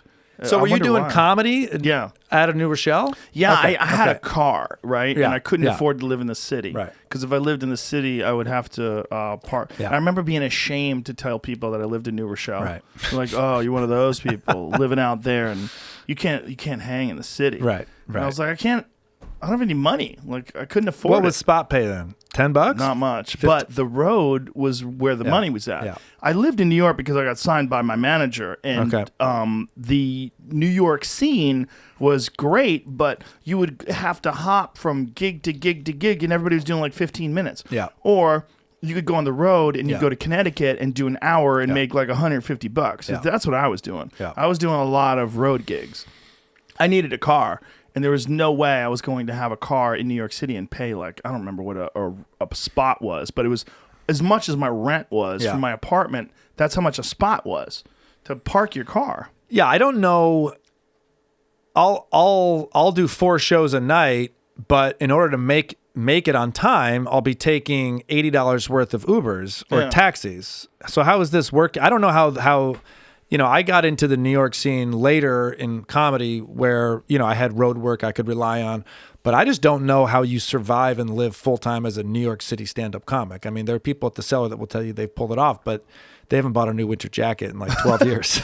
It's fucking brutal. There's almost an embracing of poverty. Like they not just embracing, but there's a badge of honor to the poverty that you get from choosing that path. Like I don't embrace that. Yeah. Mark Norman drives a scooter. He rides a fucking moped around New York City. I go, is it dangerous? Like, yeah, but I feel alive. I'm out there driving, risking my life. Yeah, you could. I mean, I love biking through New York City. Do you really? I love biking New York City. It is fun. It's similar to what Mark is saying, but I also fall back on the fact that I'm getting exercise when I do that. He's riding a scooter, but many a times I've changed in a green room at a comedy club with like the helmet and I'm like sweating and Jesus. But New York, Louis C.K. used to ride a motorcycle and he told me he got hit by a car. Oh fuck. Yeah. And when you get hit by a car, he's like, okay, that's it. Yeah. And I was like, you were riding a motorcycle around New York City? I got my car hit once by a guy. I got out to talk to the cab driver who hit me. He's like, hey, fuck you. And he drove off. Yeah. No, that's like, there was no consequences. And I go, give me your license and registration. He goes, no. And he just drove away. That's New York. I was like, fuck. It's a pinball game. Yeah. Manhattan's a pinball game, and when you're on a bike, you feel like the ball sometimes, but you get to where you're going. It's fast, it's fun, and it's the best way to commute quickly in New York City, but you're sweaty, you're gross. Nothing was as simple and as easy as popping in the car, 10 minutes, go to the Comedy Store, get a great spot, maybe do another spot up at the Belly Room, 2 shows a night, through osmosis, absorb other great comedy. That was the LA world. If you were in at the Comedy Store, was perfect for me. But now that I'm in New York, it's just it's a fight. Everything's a fight in New York. Do you do road gigs like in Jersey? See, that to me made more sense. Yeah, because I need time to air my act out. Yeah, because I'm not like one of the things that I found is that in New York City, some of the best joke writers, great crowd work guys, but there's a consequence of the environment of those clubs. The environment is you're very close to the audience. The stage is very small. And because of that, there's a lot of interaction with the crowd. and there's a lot of jokes, and you For sure. and you have short sets, so you don't have a chance to expand, right? So I need time, Yeah. because some of my bits, I want to talk about something that's fucked up, and I have to get you to trust me first. Yep. So I have to talk to you about kind of normal shit that you can agree with, and then go, let me ask you about this. Why are we doing this really? I need a half hour. I need 45 minutes. I need time to get to the real. I can't open up with a bit about old people fucking and dying. I can't. Right. I need time. I have to do bits about living with my parents up top. Oh, we Yes. like this guy. He's Yes. humbled, whatever. Now Yes. we can talk about Me Too. Yes. But in New York, it's like, hey, you got 14 minutes. So then I would run up on stage, start my first joke on Me Too, and everyone hates me. And I'm Right. going, oh, wait, of course, I know the rule. Why didn't I? Because, yeah, but you're right. So look, some like comedy purists make fun of the road. To me, it's an awesome way to get good at comedy. Those were comedy purists that don't exist anymore. Yeah, though. yeah. The ones who are successful don't make fun of the road. Those comedy, that was a thing that was going on back in the day. Okay. Whereas like the people that lived in the city and they existed and survived in the city, they would mock everybody who went on the road. Yeah. But those people are dead. They don't they don't exist anymore. Yeah.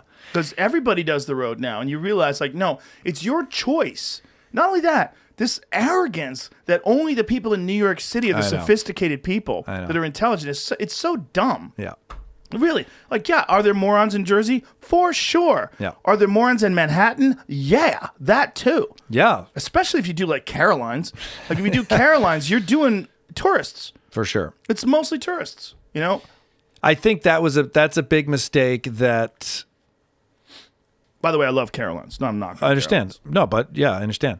I'm from Ann Arbor, Michigan. Ann Arbor is this very educated, very, I will use the word pretentious, Michigan town. And people in New York hear I'm from Michigan, and they always are like, oh, it's all like, Michigan militia or Trump or whatever. And I'm like, I don't know about you, but all of my friends' parents were like PhD doctors.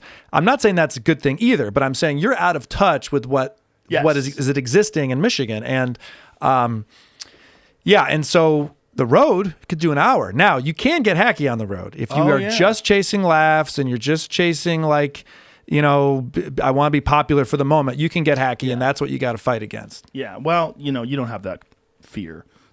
You're never going to be that anyway. But there's Try some not to. people that do give into that. Yeah. But as an argument against that, I would always use Hicks. Like, Yeah. do you understand that Perfect example. Yeah. Hicks cut his teeth in the South on the road?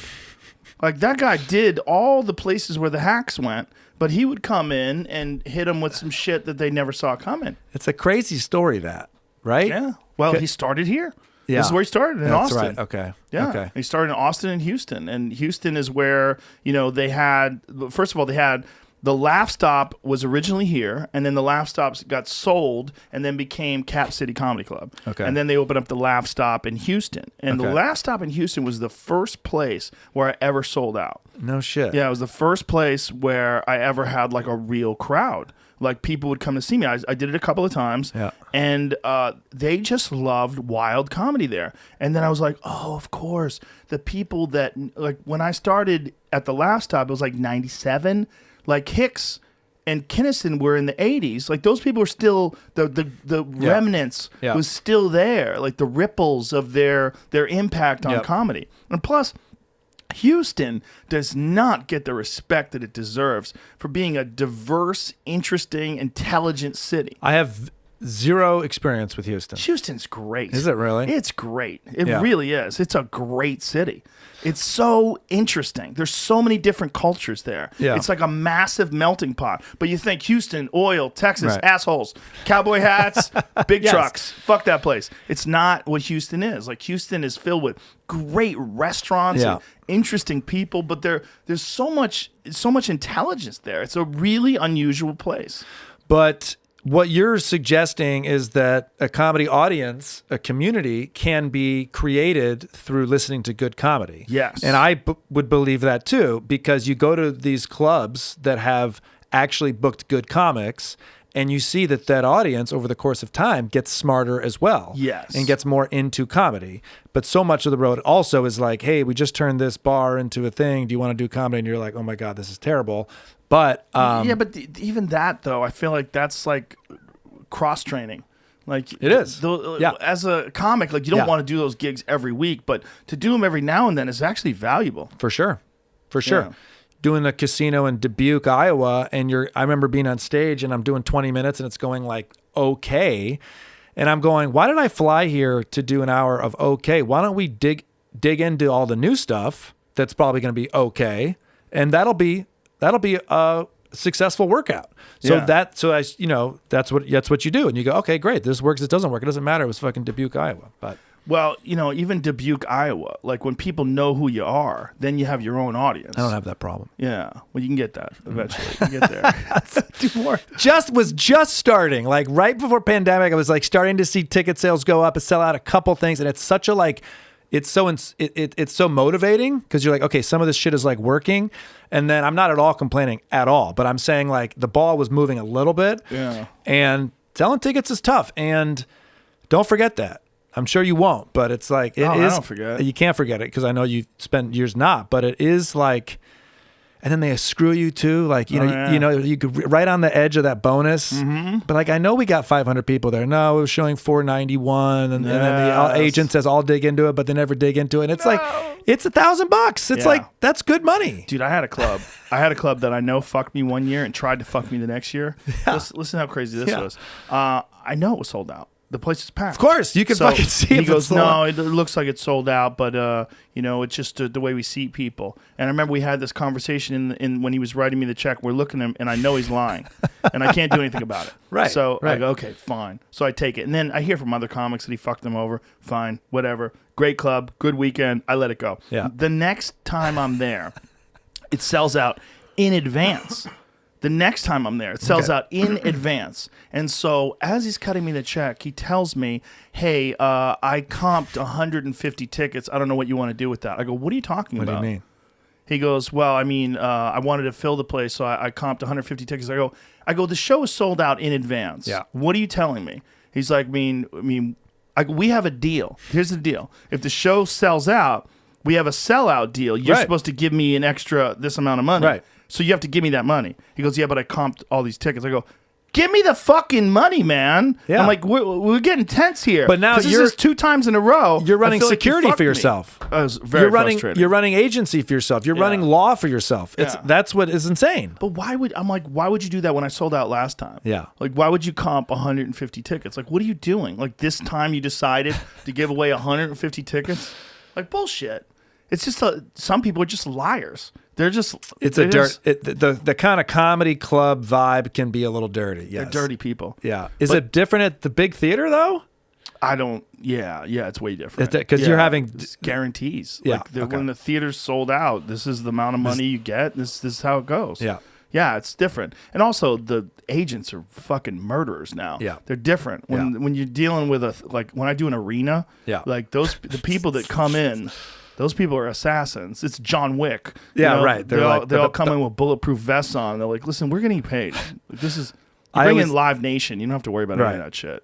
I handle everything. Used to love when I would start out. There would always be like this successful road comic that will go unnamed, but he would always bring a buddy with him that has like the clicker. Oh, He'd like have to pay his buddy to like count the heads, and I was always like, "What is all this? Why do you have to do that?" You have to. You have to. Yeah. I don't know how legal the clicker is in a court of law, but I know a guy who got fucked over by 200 tickets, and he found that out by clicking.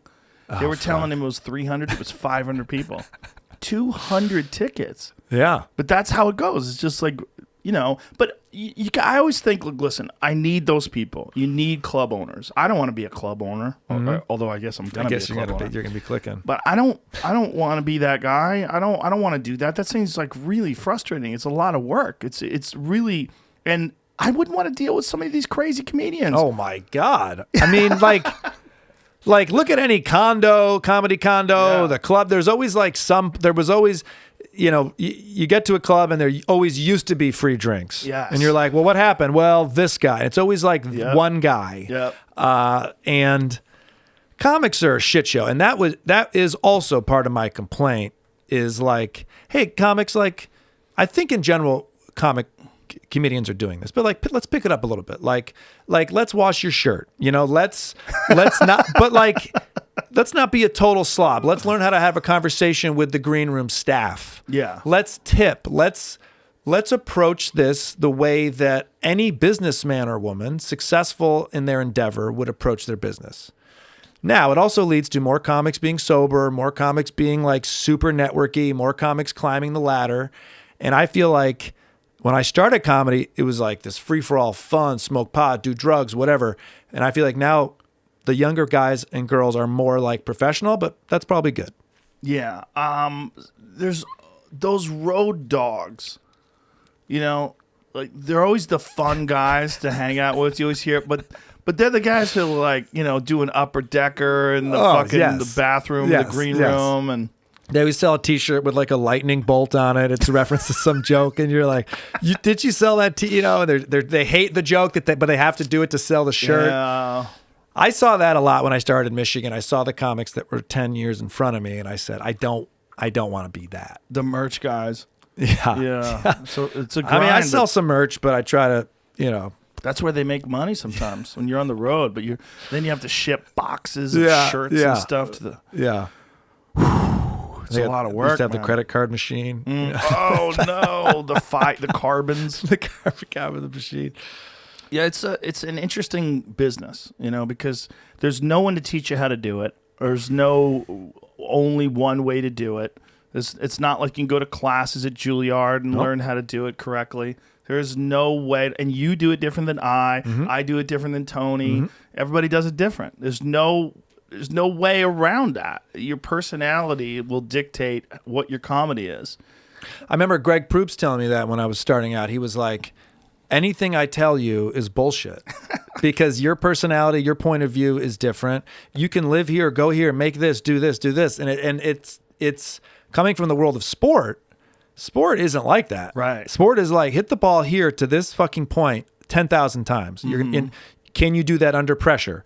That's like the big question that you have to answer. And in comedy or arts, it's wide open. Yeah. It's wide open. Yeah, I came from the world of martial arts, which is very technical. Like there's ways to do it that you're going to get hurt.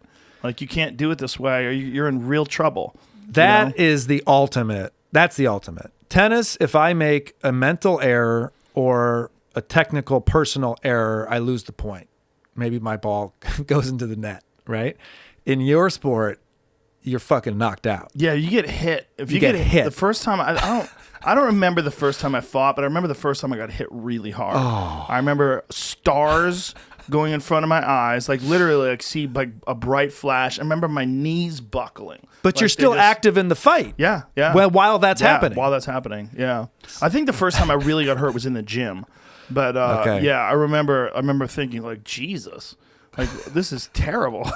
Like I've been hit in the body before, and body shots hurt a lot too. Yeah. But there's something about getting hit in the head where things shut off for a second. Yeah. They flash out, like your legs start going rubber on you, and then you try to like rebound from it. So do you or any fighter, when the flash hits or the knees buckle, is there some default of protection? Yes. Because, okay, I saw the flash. I've got a split second before I'm dead. Well, fortunately, I'd been hit a bunch of times and not hurt really bad before that, so I knew how to protect myself, sort of. Yeah.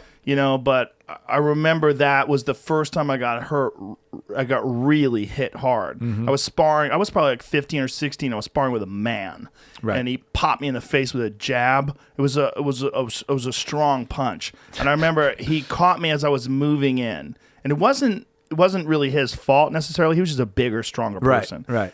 But when he hit me, my legs buckled. I saw the sparks, and I was like, "Oh shit!" Yeah. And I was probably like 15. Yeah. And I remember thinking like, "Don't do that a lot." Right. Like, whatever the fuck that is. Learn like, from we that. need to figure out how to avoid that shit. And lucky it was in training the first time I got hit really hard. So it was like he didn't try to kill me. Were you wearing the head? No, we weren't wearing shit. Okay. I had a mouthpiece. That's it. I don't want to do the equivalent of, oh, you're a comedian, tell me a joke. But I'm such a non-fighter. I don't have any experience fighting. But what is something I could take with me if I find myself in a first fight? What is like a must? It's nothing. It's nothing. It's nothing. It's like protect my face, like It'd be hit like- first, like what? this is the equivalent of me taking someone who's never even done anything on stage and saying, they say to me, "Hey, I'm gonna go do Right. stand up Okay. tonight. What Right. can I do?" Like, Right. I would say move You're the mic fucked. stand out of your way. I wouldn't even say that. You wouldn't say that. You I would just say you're fucked. You have to You're just fucked. experience it. Yeah. Well, it's like a language. Yeah. Like fighting is like Yeah. a language, and most people can't string two words together. They Right. literally don't know Me. how.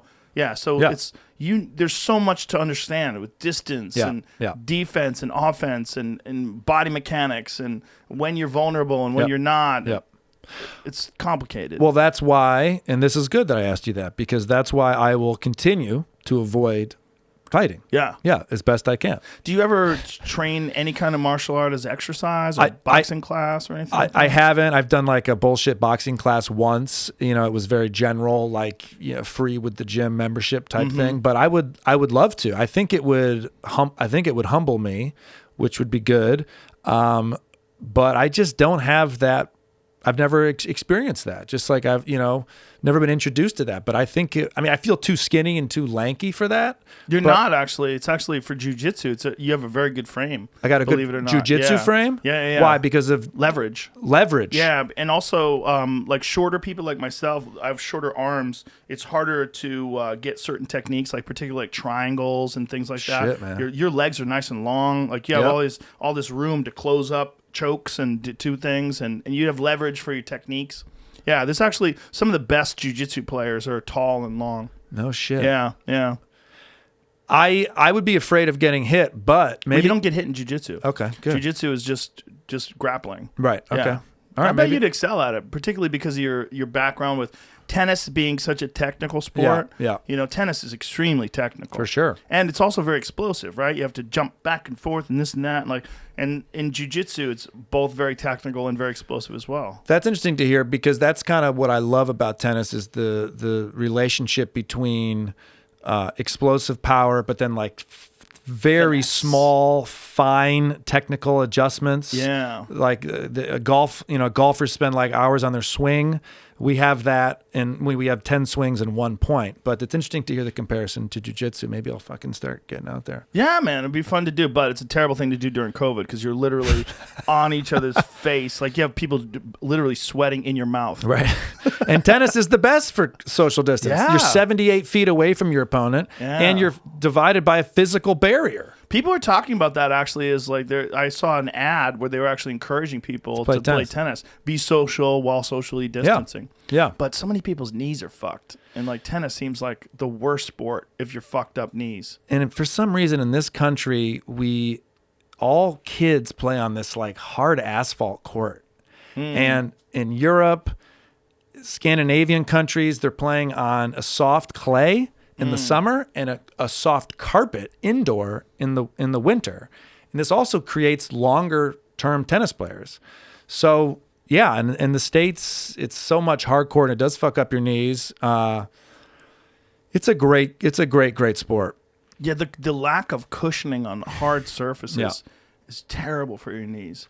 Like playing anything outside on concrete, like we have a little basketball net in my backyard, and my knees are fucked. And just playing with my kids, just But what are your knees moving fucked around. from? Jiu-jitsu, Jiu-jitsu. kickboxing, Okay, everything. okay. Everything. Impact on the floor or being hit? Mostly being twisted. Yeah. Yeah.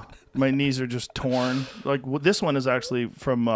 I hurt this one fairly recently in a kicking competition with a friend of mine. Jesus Christ. Yeah, I had this machine at the old studio, and it registered like how hard many you fucking hit. yeah. And this friend of mine who's a world champion kickboxer came in, and he wanted to do like this kicking competition with me. I'm like, okay.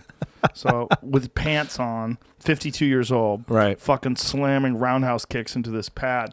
And I tore one of my part of my meniscus. Oh fuck. Yeah, it's functional. Like I still kick really hard with it, but it's afterwards it hurts a little bit. It's not the worst thing in the world, but it's one of those things where meniscus is like they're really close to being able to figure out how to regenerate that tissue. Ooh. They're real close. And some people bite the bullet and get knee replacements. Yeah. And you can do that now, and you actually can do sports. Like it used to be, you get your knees resurfaced, you're done. Right. But now you get your knees resurfaced, and there's guys that are running, they're exercise. This one guy that won the Highland Games. Jamie, I'm going to send you this guy because it's kind of fucking crazy. He won the Highland Games, and apparently he was competing without an ACL for a long time, and really fucked up his knee. And because he fucked up his knee, he got to a point where there was no fixing it. So he isn't the hip replacement like super easy now? The hip replacement is doable. Go to his name is Matthew Vincent. It is here. I'll send it to you. Highland Games. Yeah, see if you can find it. Here, hold on a second, Jamie. I'll send you his. I always forget how to do this on Instagram. Share profile. Here it goes. Hold on a second. Yeah, Instagram I've been very lucky with knees and ankles and shoulders, but I'm also a comic now. You can sleep all day. You didn't fuck up your knees at all? No, knees not at all. That's amazing. Yeah. You got him? Oh yeah, that's him. Okay, so this gentleman, he's a gorilla. Look at the size of this motherfucker. And he won the Highland Games, and he had his knee replaced. So go back to his profile. Zoom in on his dick. Zoom in on his cock. Go down, and you can see him after he had his knee replaced. Go down. There's some funny pictures. Looking at somebody's grid is funny. So that's after he got his knee replaced. Whoa. So what they do is they open up your knee, and then they change the surface. So where your cartilage is all torn up, they put this intensely dense plastic on the top of your femur and on the top of your tibia. And they put those together, and then you heal up. And then afterwards, this guy's he's doing this, but go back to his profile pics because I want to show some of the shit that he can do now. Go scroll up a little bit. So this is after he's right there. Look at the movement this guy can do. Whoa. He's got an artificial, so he's That's practicing. a fake knee. Yeah, he's got a fake, but it's not a fake knee. It's just the surface is no longer cartilage. Now the surface is this insanely dense plastic. But go back to that again, please. Look at how this man moves. He's a fucking gorilla. But that right knee is what he's pivoting on. That right knee is totally resurfaced. Yeah. It used to be you thought, well, you get your knee fixed. I've seen people with artificial knees, they move like a robot. Like you're real stiff, you can't do anything. But he has all the original ligaments and tendons. I'm sure those have been repaired as well because his ACL was blown out, which was one of the reasons why he had to do it in the first place. But he can move now like an athlete. Wow. It didn't used to be the case. The body, it's amazing, isn't it? Yeah, but this they're not tool we have. We're real close to like being able to do it with biologics or being able to do it with surgery. What was that? You just... Okay. Is he moving around in that too? Go back to that. Because I think he was running. Oh, okay. So he's doing all kinds of different Highland Games shit with like kettlebells and clubs and stuff. And you can do things now with these resurfaced joints that you really couldn't do before. So they're every year they're getting better and better at repairing and replacing. But the thing that's interesting to me is being able to biologically regenerate tissue. So they've done a lot of that with stem cells, and they've been able to do a lot of like I had a really fucked up shoulder at one point in time, and I had a full-length rotator cuff tear, completely healed from stem cells, completely. Whoa. Where the doctor freaked out. When we did a second MRI, he was like, do you understand how crazy this is? Like, you had a full-length rotator cuff tear. Now you don't have any tear. Like, it's gone.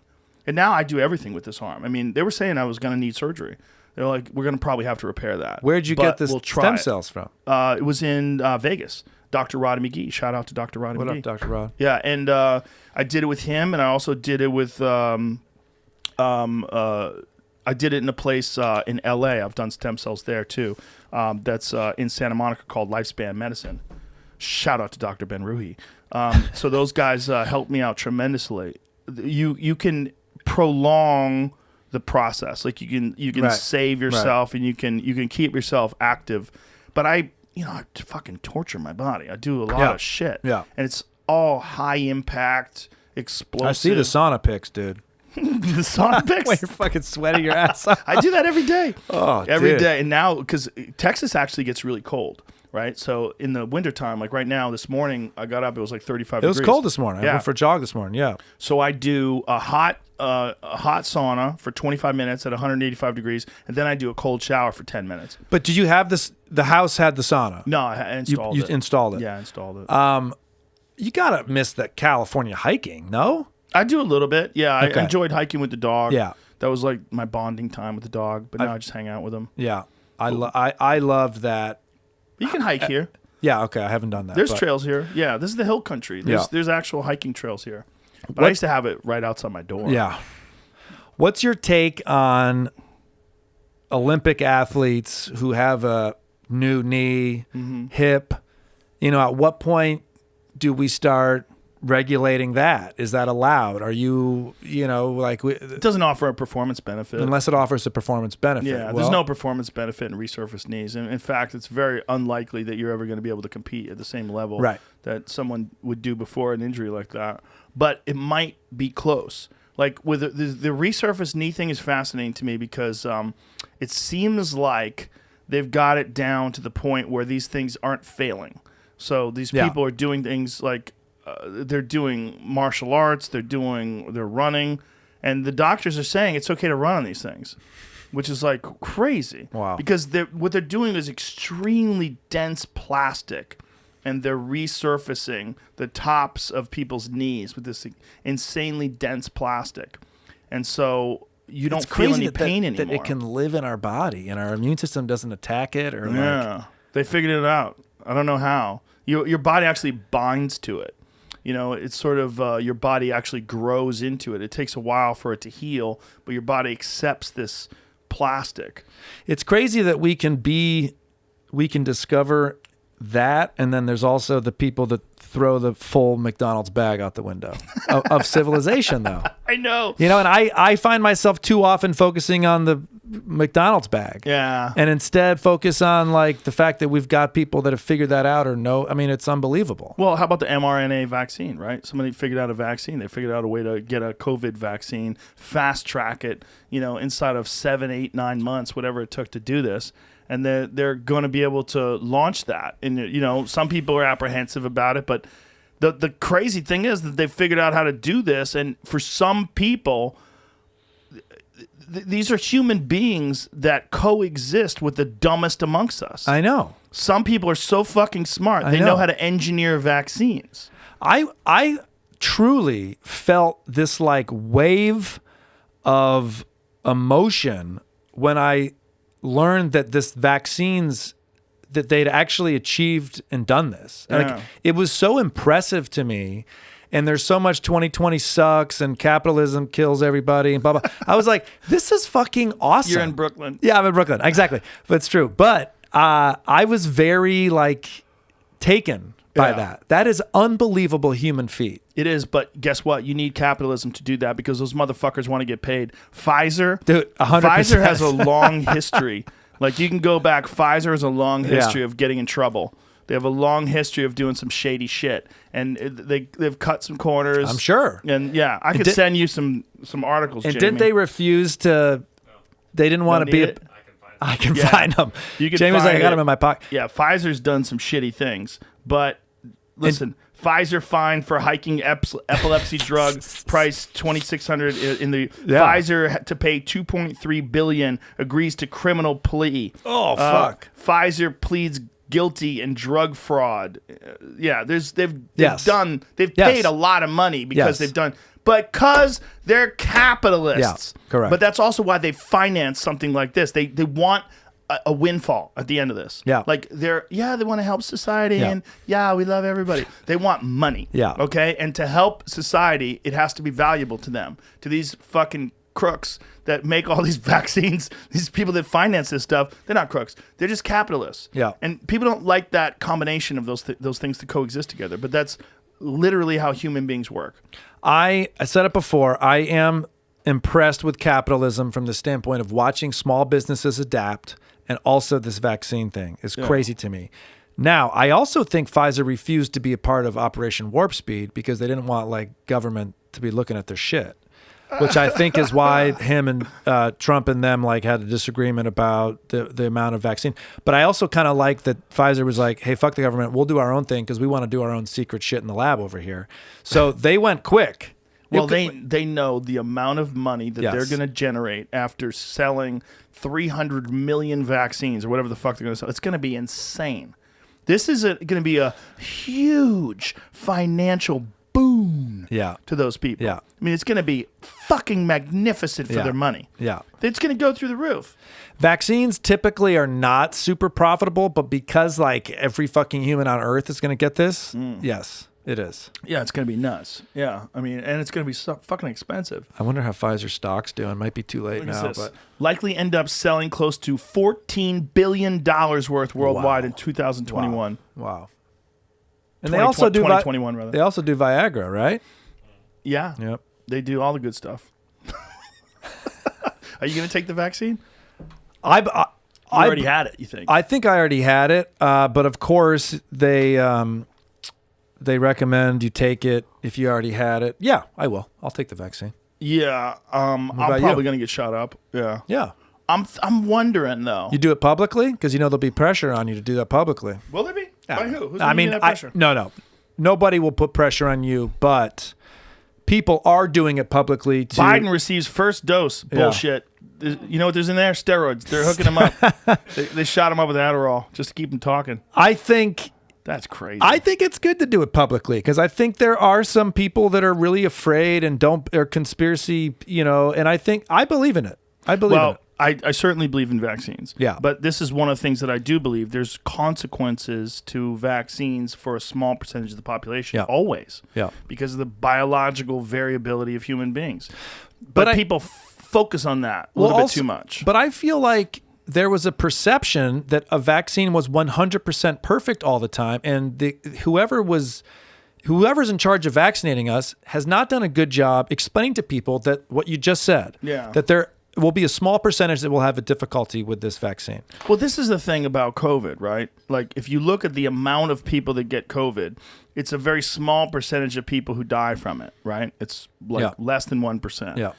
If you look at the amount of people who get vaccinated, it's a very small percentage of people that are going to have a...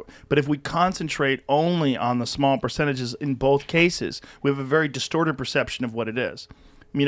One of the things that's happened during this pandemic is the amount of people that have died from heart disease is fucking astronomical. Is that right? It's more than 500,000 people. Or, no, excuse me. I think it's in the 600,000 range. It's normally the leading cause of American death, It still right? is. Yeah, It still is. Okay. But there's no concern with stopping heart disease. I was trying to turn this into a joke. The outrage over COVID, and I'm like, because I think it just passed heart disease this year or something. I think it's heart disease at 600 plus, and then cancer at 500 plus. I had that fucked up in my head. Okay. I think it's heart disease 6, cancer 500, and then COVID. But it's also COVID plus 2.6 comorbidity factors. Yes. The actual COVID is only 6%. I know. So the actual COVID is like 60,000 people from COVID itself, which is still significant. Still sucks. Yeah. But it's not just COVID. It's poor health.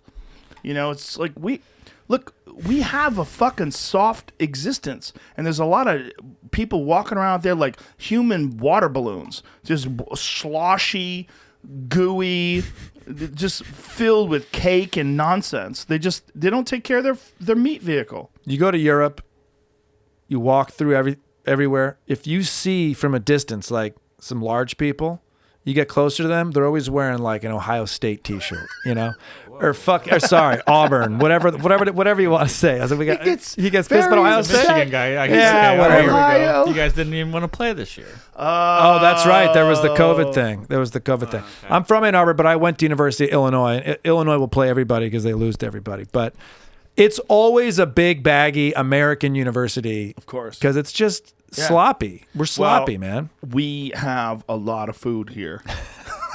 And the food, a lot of it is really bad for you. I mean, we're in Texas.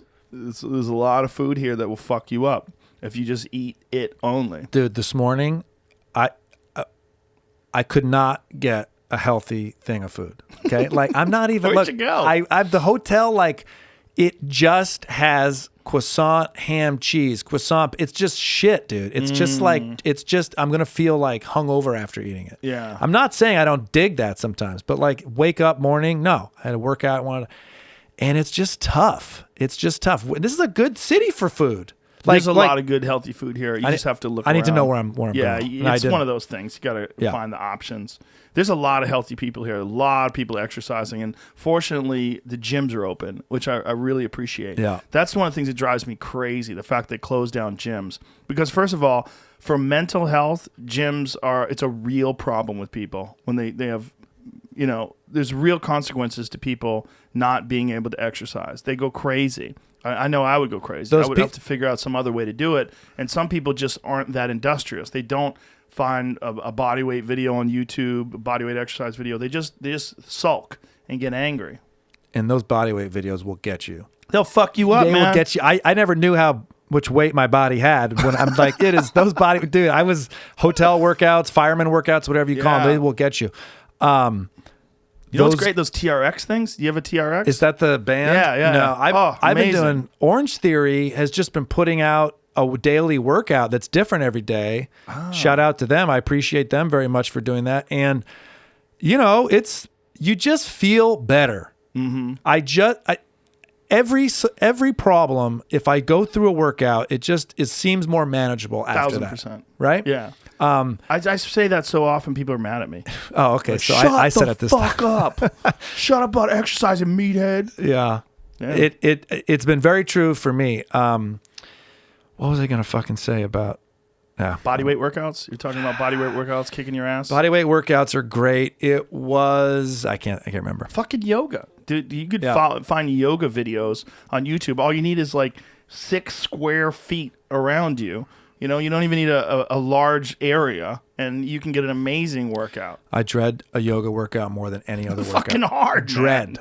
Man. All day I'll go. Yeah. I told myself I promised I would do it, but it is so beneficial. I find as I get older, everything needs to be unwound, untangled, and yoga does that.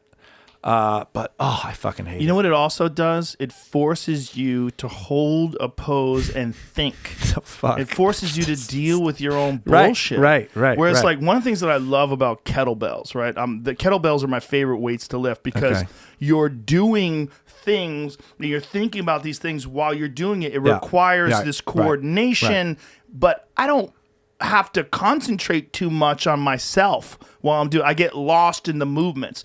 Clean, press, squat, clean, press, squat. I'm doing these things, but with yoga, when you're holding these poses, you're like, I really do need to clean my fucking office. Or I need to get my shit together. Why did I react that way to that person? Totally. Yes, all those things. It forces you. There's a mental cleansing. It's an introspective dousing. Like you're forced to like think about yourself when you're alone with your thoughts during these poses. Maybe that's why I hate it. Yeah. Also, I find my willingness to quit disturbing. When I'm holding a pose and like I know I can hold it for another 10 seconds, but I'm thinking about not. Right. I'm thinking about quitting. I'm like, hey, pussy, fucking, you got 10 more seconds. But you can't hang in there for 10 more seconds? Aren't you approaching it like the kettlebell guy? Because wouldn't a yogi say, like, let your mind stop doing it? I'm like this. Like, I'm going to hold this fucking thing. I said I'm going to do it. But it's like, isn't it supposed to be like... I don't know. I like Bikrams, right? Which is I know Bikram's a scumbag, but the There type was that of documentary on that guy. there's I a know. few There's a stories. few? Oh, fuck. He seems like a That's very the sketchy super human. super hot one. Yeah, but it's not him, all right? Even the idea of doing it in heat, he might have brought it to America, but those poses have existed for thousands of years, right? Yeah. The poses are what's amazing. And what I like about the heat is there's another element that forces your body to produce heat shock proteins, right? Right. So, and there's actually a study that's being done right now at Harvard showing the positive health benefits of yoga in the heat, and they think that it mimics the positive health benefits of sauna. So they've done this this study in Norway that showed a 40% decrease in all-cause mortality from sauna use. I saw that. Incredible. Like if you go over 20 minutes, Yeah, and 20 over minutes, I 4 saw days that. a week, 40% decrease in stroke, heart attack, yeah, cancer, yeah. everything. So I am all about that. I know it's doing something. I fucking feel great after I get out of there. When I do 25 minutes in the sauna and then 10 minutes of a cold shower afterwards, I just feel like a new human. Yeah. Like if you could give someone that in a pill, they would take it all day long. It's amazing. But they think there's a mimicking of that with hot yoga, and they think that also with hot yoga, you get the exercise benefit as well. And look, these people, I've seen people that are in these classes that are like in their 60s and 70s, and they look great. Look great. And they're addicted to it. They're in there every day and fit and strong. And I just think there's a real benefit to that, not just physically, but psychologically. I remember I was doing yoga like a lot, and some guy rear-ended my car while he was on his phone. And I wasn't even angry. I got out. I was Right. like so peaceful. Right. I was like, "What are you doing, man?" He's like, "I'm sorry, I didn't see." And I'm like, "Fuck." He didn't even have a driver's license. God He's damn from it. Mexico. It's illegal. And I was like, "Dude." And I was like, "Okay, listen, the cops are coming. Get the fuck out of here." I just told him to get out of there. I just took off. Right. I was like, "Let's get out of here." He's a young guy. I go, "Why are you driving? You don't have a license?" He goes, "I got to work." But I was like, "Okay, I get it." Hey, here Yeah. I am, this Yeah. guy who Yeah. has this fucking nice car, Yeah. and this guy plowed into me. His car was more fucked than mine. I drove to the store. My rear end of my car was caved in when I got to the store. I even made it to my set. But I was so calm, and I think it had to be because of yoga. I was like, okay. I shook his hand. I was like, "I'll see you later." He was fucked. I mean, that's nice of you. Obviously, what are you gonna do? Like, Well, listen, yeah. I'm in a position where Yes. it's just money. Yeah. My health was okay. Yeah. He was okay. Yeah. Nobody really got. It was I've fucked up before. Everybody's fucked up. If you drive, you fuck up. Yep. But it was one of those things where I'm like, God, I was driving. And I was like, that's got to be yoga. Like it has to be because I'm so not concerned. I was so relaxed about it. It was like a different feeling of. If people can catch you at the wrong time in your life when you're all stressed out, and the same exact situation can cause like a really bad reaction. And I guess what I was thinking at the time is I got to strive to be the person I was when that guy rear-ended me as much as possible. Yeah. You were in a state, almost a hypnotic state that you can probably put yourself in all the time with yoga. I sometimes wonder if my workouts are too explosive is the wrong word. This don't picture. Aggro? Yeah, exactly. Like, if and then I get done and I do feel this jolt. feel like, "Come but like, on, I world." want the guy to hit me so I can beat his ass or something. Even though I don't know how to fight. So. Would it benefit me to be in a more chill state? Yeah, and maybe that's why I dread yoga so much. Maybe, but some people think that keep you from like getting things done during the day, Yeah. right? Because there's a certain amount, just like you need capitalism for Pfizer to be able to make a vaccine. Sometimes you need a little aggression to get shit done, to be Yes. competitive. Yes. People don't like to hear that, but there's a reason why there's this stereotype of the asshole businessman, right? Yeah. But those asshole businessmen get shit done. I want that guy to start to work with me on my business. Yeah, that's a we'll get fucking it done. guy who's going crazy and getting cancer. Yeah. Because he's up till 2 o'clock in the morning. He calls you up, Yeah. "Mike, we fucking got him. We're going to bury these cunts." He's like, "That's Yeah. my guy." Yeah. That's the guy you want to be in business with. When I played tennis, if I was in super chill state mind, I always played okay, seemed happy, and lost. Right? yeah. And when I was a little bit like edgy and like, here we go, like feet were moving, things were, I could Well, win. when I would fight, if I was really confident, I didn't fight well. I had to be scared. You had to be a little bit scared. I would be nervous. I remember fighting once in this tournament, Interesting. and I was winning a lot of tournaments, so I was like real relaxed. And I You wasn't were a nervous. Taekwondo, right? Yeah. Okay. And when I went into this tournament, I didn't fight well, and I was like in the middle of it. I was like, God, I gotta shake out of this. I gotta shake. I was in the middle of a fight. I was like, my reactions are slow because I Interesting. wasn't nervous. Like, you can't be too calm about it. I was fighting like shit. Right. Whereas like when I'm scared, like you're on an edge, like, Yep. and so much of that is fast twitch reaction. Yeah. You have to be at a hyper alertness. You have to be nervous, but no one wants to be nervous. It's a shitty feeling. That feeling of like before I couldn't sleep and those like, and you can't eat. You're all fucking weirded out. But that's the only way you perform at your best. You have to be pressured. I used to hate that with tennis. If you couldn't eat, it was so detrimental because you had nerves, but you need that fuel. Yeah. In comedy, I like a little bit of nerves as well. I think we all like a little bit of nerves. But if I have to skip dinner, I can perform fine. I don't eat before I perform. I can't eat I right can't before. eat. But I remember with tennis, it was extra detrimental because if you're like, Yeah. and I always think about this with these guys before they're playing Wimbledon finals or whatever, and I'm like, if they're anything like me, I was playing like a shitty minor league tournament and I couldn't sleep well because I'd be nervous about the match. They're getting ready to play for like 2 million euros Wimbledon final. Are they just waking up and like crushing French toast? Like, no, they're probably nervous. Oh, they have to be. Everything relies on. I just can't imagine making a living off of my tissue. Right. Like hoping all this stuff stays together. Yeah. Yeah. And then some of them are doing wild shit on top of that, like fucking skiing and all kinds of other stuff. Yeah. Like, God, you're putting yourself at I risk know. all the time. And then they'll like hurt their shoulder moving their suitcase. Yeah, and it's yeah. like you just wasted fucking $15 million worth. Did you used to eat a specific amount of time before you would play? I would try to be on a little bit of a schedule, but where I was playing like minor league pro tournaments.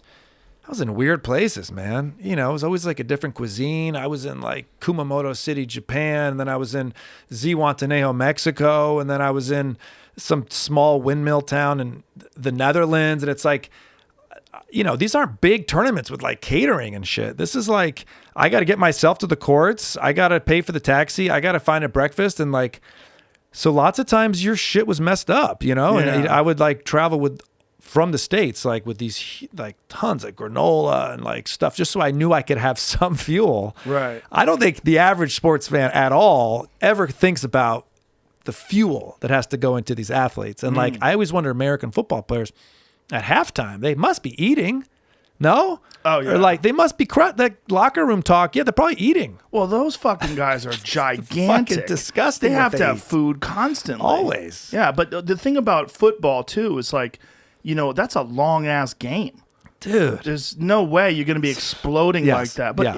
can you get by on just electrolyte drinks and some protein drinks and stuff like that? And more and more He's now. the fastest guy in the league. He goes caught. They're saying, but drinking a shot of pickle juice on the sideline, like in a little liquor bottle. Is pickle juice bad?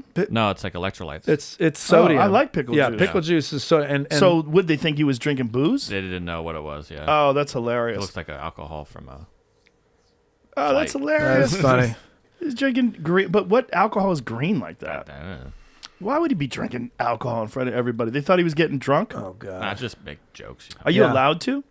What? Are you allowed to have like a shot of whiskey while you're on the sidelines? That's an interesting question. That's It's a not good question. certainly not performance enhancing. No, not at all. Weightlifters do it, right? Yeah, a lot of weightlifters do. Isn't Oh, that do weird? they? Yeah, they drink. Yeah. Why? I don't know. I don't know. I've never done it. I mean, if you can do breathing with smelling salts to get Yeah. a little excitement. Well, I think those There's a smelling line, but- salts, though, they crack those salts like power lifters do, and they breathe that shit in, and they just, "Wah!" and they fucking go lift ham. weights. But that's a lot of gay dudes like to do those before they Really? get after it. Smelling Yeah. salts? Yeah, amyl nitrate. Yeah, but I think that's Are different. those poppers? Yeah, it's poppers. Okay. I think that's different than smelling salts. What if I just knew all about them right now? Yeah, oh yeah, I Hell got yeah, some Bob. right here. Are they like these? This is what I used to butt fuck. These amyl nitrate is apparently like that stuff is terrible. It gives you like almost instant brain damage. It's really bad. I was for the just about brain. to say that I would actually try one of those just to see because Yeah, but a friend of mine who's a doctor was telling me it was a significant issue in the gay community because not only is it really bad for your brain, it also devastates your immune system. Oh, it's fuck. really bad. Like apparently that stuff is like they enjoy it. Some folks enjoy it because it makes them like wild and loose. Right. But it just your body's like fuck you. What did you just do to us? It loosens up doesn't it loosen up their asshole Allegedly. or something? Okay. Allegedly. Is this homophobic? I'm not sure. We love gay people. It's not about that. Yeah. We're just talking about bodies and chemicals. I know that rugby players like to booze a little, but during the game. Do they? Yeah, and with tennis, there's no clock in tennis, so some of these matches, pro matches, can be 4 or 5 hours. So they definitely have refueling strategies during the match. 100%. Do you do like bananas? Bananas are like a safe bet. Yeah, right? bananas a safe bet, but I think now it's like these gels, these like high fructose, like bikers use. Yes, right? correct. Yeah, because you got to, man. Yeah, you start making mental errors and body breaks down. And I do a lot of fasted workouts, but one thing I never did fasted was jujitsu because you just get fucking strangled. So what would you eat? Oh, I'd eat fruit, mostly fruit. Yeah. In the morning, like say if I took like a 10 a.m. class and I'm up at 8, I'm eating like a lot of fruit. Okay. It has to be something like that. Something that where your body, like I can eat fruit and then work out hard right afterwards. Like apples or something like that. Yeah. Your body's not working too hard to break it down. You're not doing like chicken parm before your jiu-jitsu workout? No, but I've done it. It's the worst. Worst is, for whatever reason, pasta is the worst. Yeah. Pasta with cheese and sauce. It's like you ate a brick.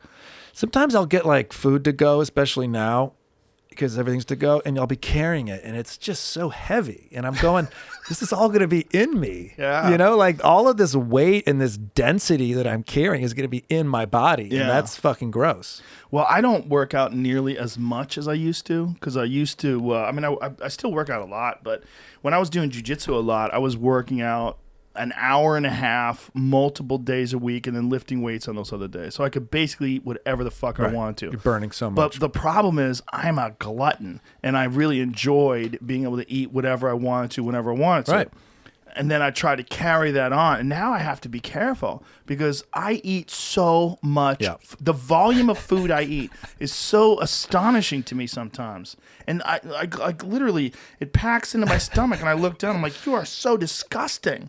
Like it just, are you eating too fast, or you just love the taste? Just a fucking glutton. It's the right state for you, dude, man. I am done eating. I'm not hungry anymore, and I'm still eating. That's a really gross thing about Americans. We eat until we are full. Yes. I mean, we use this term full. Yes. Other cultures eat until they're no longer hungry. I have to run out of the kitchen because if I don't, I'll like start eating. Like someone gave us a tin of this caramel popcorn. Dude, don't even fucking start me on Holy that shit! I know, is it you can good. just go like this. I'm eating fistfuls of this. I'm like, how many calories is this? I'm looking at the volume of the popcorn I eat. I'm like, how much sugar is in that? How much? That's so much food. Yeah. And I'm eating that after I ate dinner. Because Right. like after you ate, if someone gives you something salty or sweet, you can keep going. Forever. That's like the trick that those competitive eaters do. Like as long as you have like fries, you can keep eating. Like you eat Because the sodium like just doesn't send the signals or something? It's like your body's like, yeah, pour Right. more of that shit in here. Right.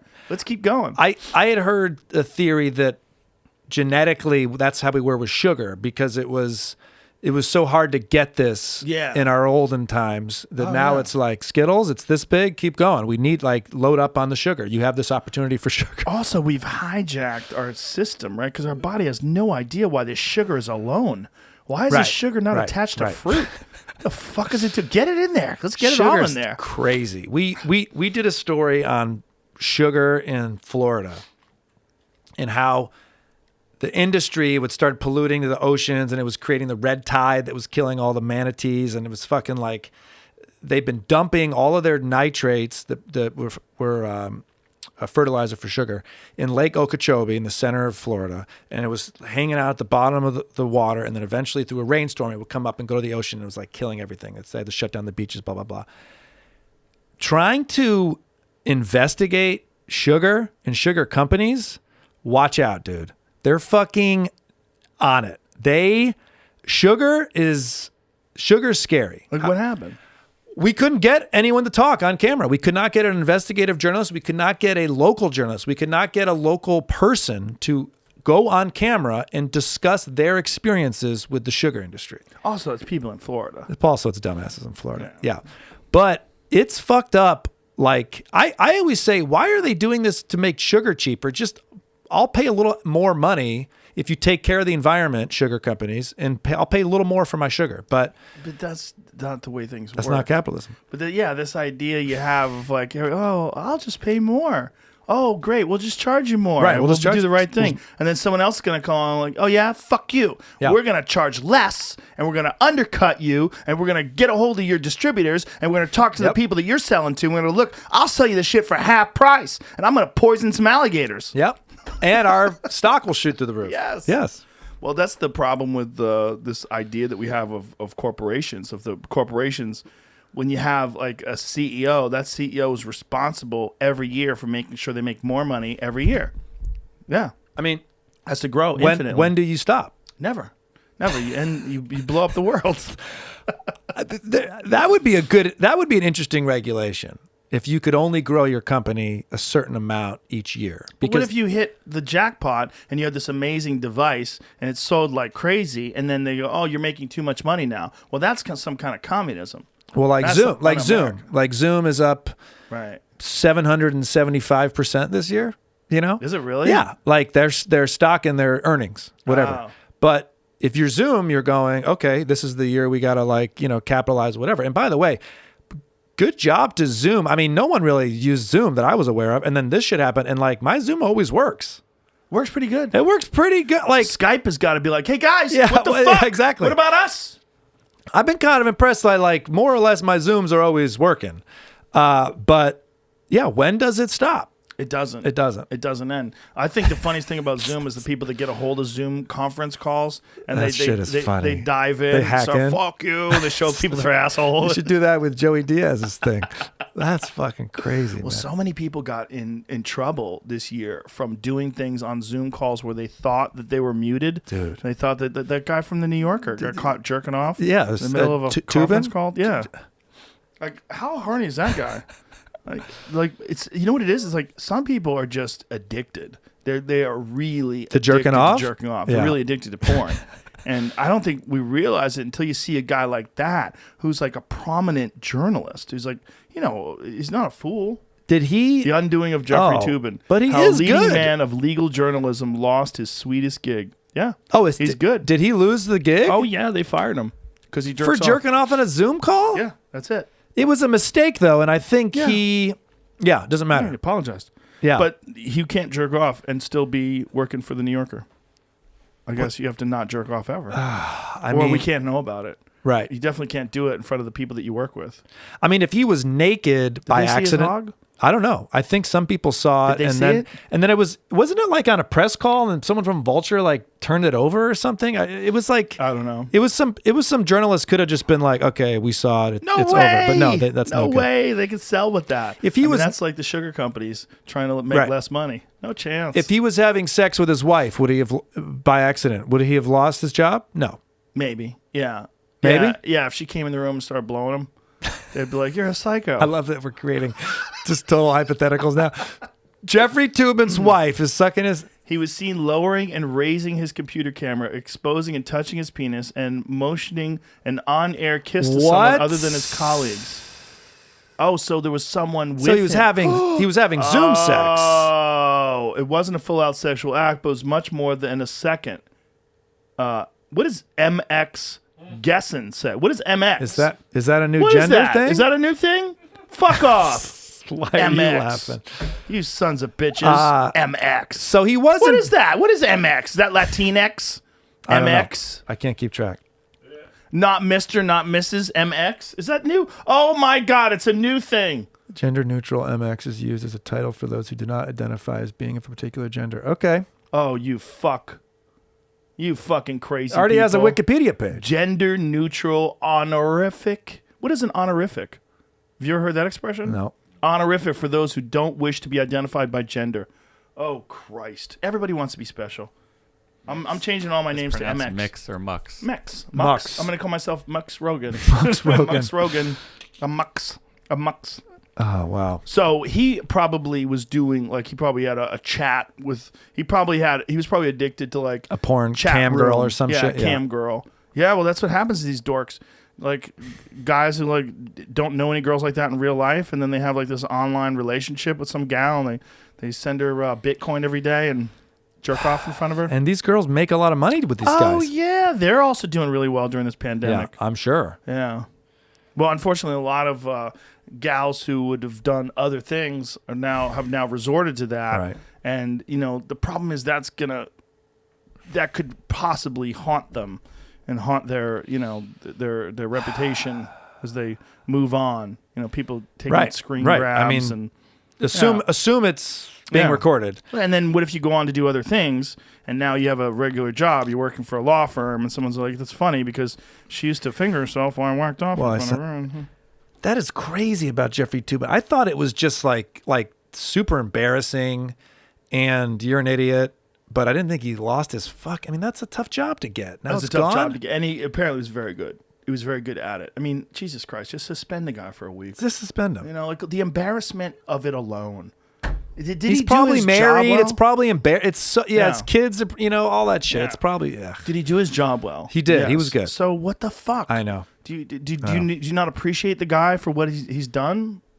And an immediate apology. I think it was like an Yes, hour later. Like, oh my immediately. God, I'm so sorry. Yeah. He didn't do it on purpose. He legitimately made a mistake. Yeah. It's not like he's just being a Yeah. creep. Like you shouldn't get fired for a mistake like that. I agree. Like everything he did was legal. Yeah. He just didn't know. Yeah. He was probably bored as fuck during these calls. And he's like, I know what I'll do. I'm going to mute my camera and beat one off real quick. It probably was much better. Like if he had done it and got away with it, he probably did it many times before and gotten away with it. Yes. Yeah, probably. And he probably was like way better on the calls. Like, yeah. Yeah. I'm amicable with this. That This is a great. good idea. I'm so relaxed. We're up like 25% more meetings now. People in the workplace are reportedly having 25% more meetings now. Why? Because of fucking Zoom. Everyone is just like feeling like, let's connect, let's do it. So he's probably like, this is the best way to get off these dumb meetings. It's a good idea. Yeah. But people do get addicted to those kind of chat gals. They get Well, they're they have, probably like, these- enticing, Oh, right? yeah, you They're like, gotta- it's like a stripper. You but you have a one-on-one relationship with this person Oh my through the God. camera. This is crazy. Yeah, it's wild. But you pay them. Well, this is just the beginning. Wait till you get these augmented reality headsets, Right. And and then you're in the room with them, and then you put this harness on your old cock and balls. Yeah. And next thing you know, you're in some suit, some fucking wetsuit, haptic feedback suit, and you literally can Haptic feel feedback everything, and you're suit. having sex with this person. You think you're having sex with them.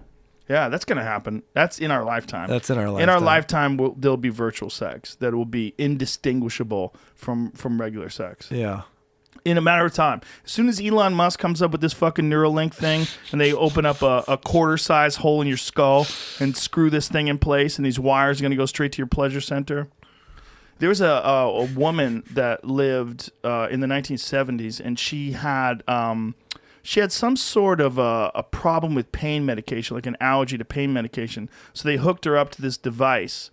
And it was literally put a wire into her pleasure centers, and it gave her a button. And when she was feeling pain, she would hit this button. But this button was also causing her to orgasm. So she was just hammering that Right. button. They said that she developed a blister on the finger that she used to hit the button. Whoa. And she also was constantly begging them to take it out, and then fighting Interesting. with them when they tried to take it out. And she also was trying to adjust the amplitude of the thing to jack it up to make it higher. So she was trying to hack into this device that they gave I mean, her. isn't this like the rat and cocaine thing where they'll stop eating and Yeah. just go for, even though they know it's killing them? Well, even more so, rat and orgasms. They've actually done experiments on rats and gave them the ability to have orgasms. Like it's sort of the same thing. They've adjusted these rats' pleasure centers, and they stopped eating, and they just were coming all the time. These rats just fucking zap. That's really sad that she's asking for it to take it out. Oh yeah, she was begging them to take it out, and Oh. then fighting them when they tried to take it out. Right. Is this the thing? Oh, It's called the fuck. Orgasmatron. Is that it? The orgasmic. Is that hers? I don't know if that's the exact one she had, but there's a couple articles about this device. Oh. That could be attached directly to your spinal cord. Jesus Christ. Whoa. Yeah. It's just a matter. I had a bit about it for a while, but I couldn't really figure out a way to make it work right. Well, this is just a matter of time before The that's an app on your Orgasmatron. phone. 25 grand. Yeah. It's just a matter of time. Hey, what happens if I got to run to the restroom? Can I do that? Good. You guys pause it or what? Yeah, we're good. We'll be right back, ladies and gentlemen, with more Michael Kosta and coming.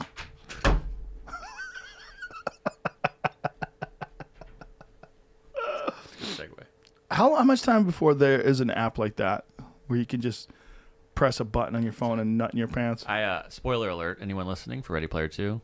I don't want to give away too much of the plot, but that is sort of where that they take that. Oh, in And, the movie, there was a scene where they were like making out, right? Like she was touching him, and Yes, he could but they feel wouldn't it. have been able to feel that. They could experience it, but not feel it. Oh. And the new book, the next generation, it's all feeling everything with no consequences in your real life. Drugs, everything. Oh, that's gonna happen. Sounds like, I'm not gonna ruin the story, but like it sounds awesome because it just takes over everything that was going on in the Oasis, and now everyone's just living these experiences. You know, that's one of the things that McKenna predicted in terms of like worldwide or widespread psychedelic use is that they were going to figure out a way to recreate the DMT experience in some sort of augmented or virtual reality. Mm-hmm.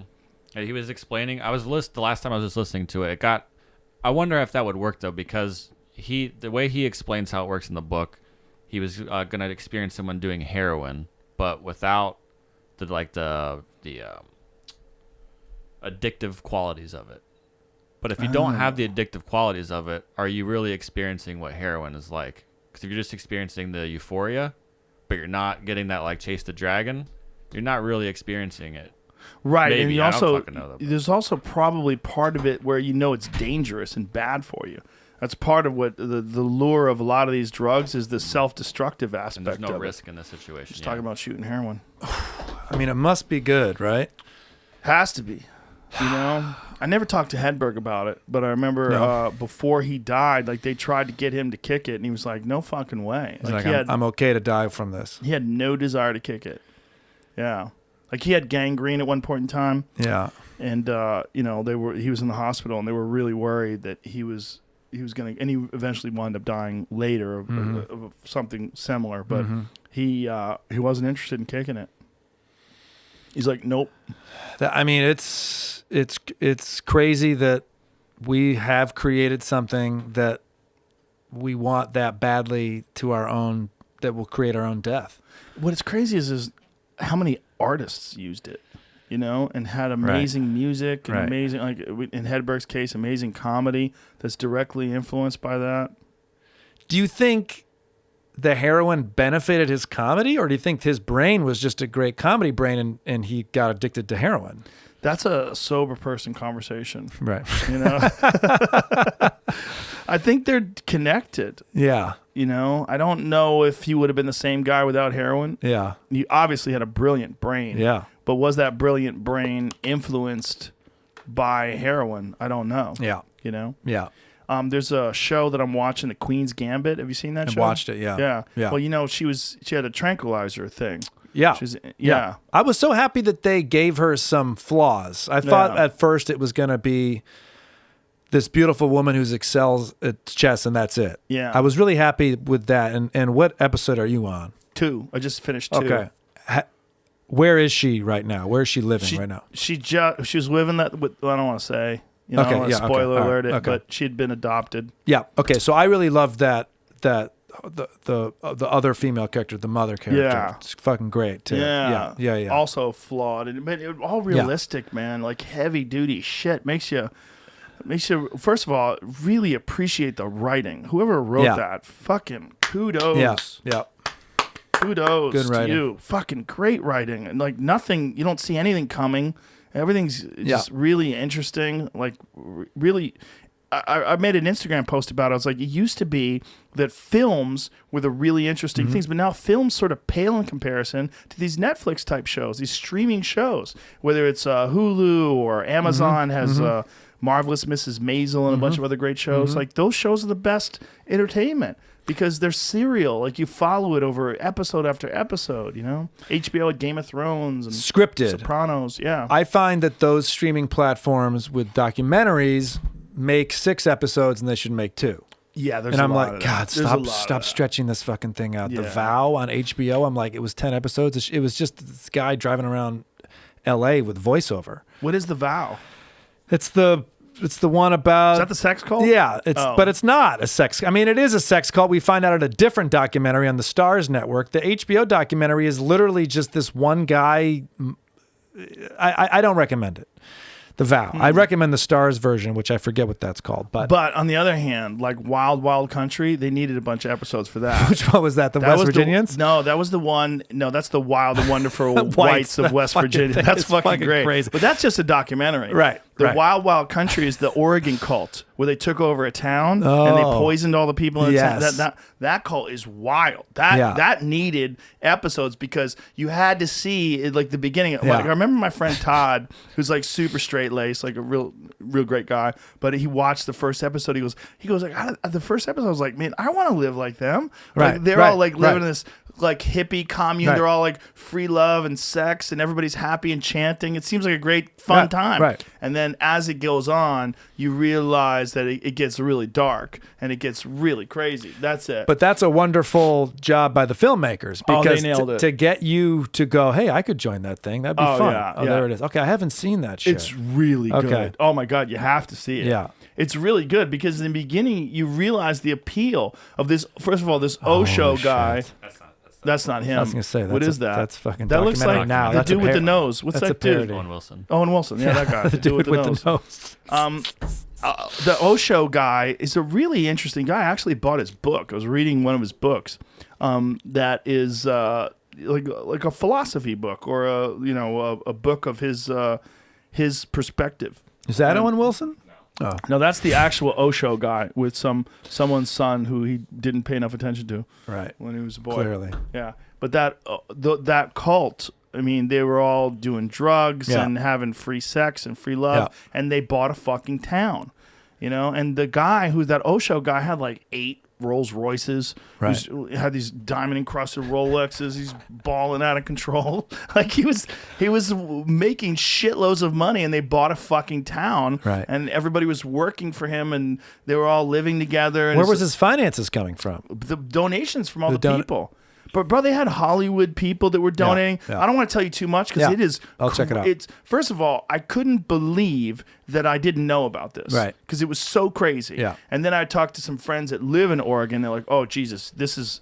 Yeah, we knew about this. This is nuts." Like they bought a fucking town. That's amazing. Yeah, they bought a town, and then in order to take over the town, they bust in homeless people. So they took in all these homeless people, brought them into the community, and then used these homeless people so they could vote. As you say, I don't even know if you can you create a jurisdiction for yourself? Well, what they did was they brought these homeless people in so that they overwhelmed the population. They Right, had so right, many people right. that they can control the voting. But then they eventually got rid of all the homeless people, and the homeless people felt like really abandoned. But it was kind of sad. It was very sad because, I mean, I'm giving a lot of this away, but it doesn't matter. It's still amazing. Yeah. The homeless people, a lot of them just, like many homeless people, they're missing community and love, and they find themselves alone. Now, all of a sudden, they got brought into this cult, and they felt like they finally had something. Right. Like, I'm here, and I will live my life here. These are my people. These are my family. I'll do anything for them. And they were willing to do anything for them. And then they just used them for voting. And then, get the fuck out of here. It was terrible. That would and the suck. lady Sheila who ran the show was the most ruthless bitch, and she's still alive. She's still alive. She's in another country now. She got extradited because she got tried with attempted murder, and she tried to poison people. And this is how long is this one? This is one movie. Worth. Yeah. Okay. Well, it's several hours. It's like Okay. 4 episodes. and it's worth it. Yes. Yeah, okay. I want to watch it again. Yeah. I might watch it again tomorrow. Yeah. Now I might watch it tonight Might after watch I'm it tonight. talking to you. I'm all excited Yeah. about it. Queen's Gambit is excellent. Costume designing is excellent. Yeah, I mean it's her really good. outfits. I Yeah. was like, I felt like I was like into female fashion. I'm like, oh, I like how the purse is going with the.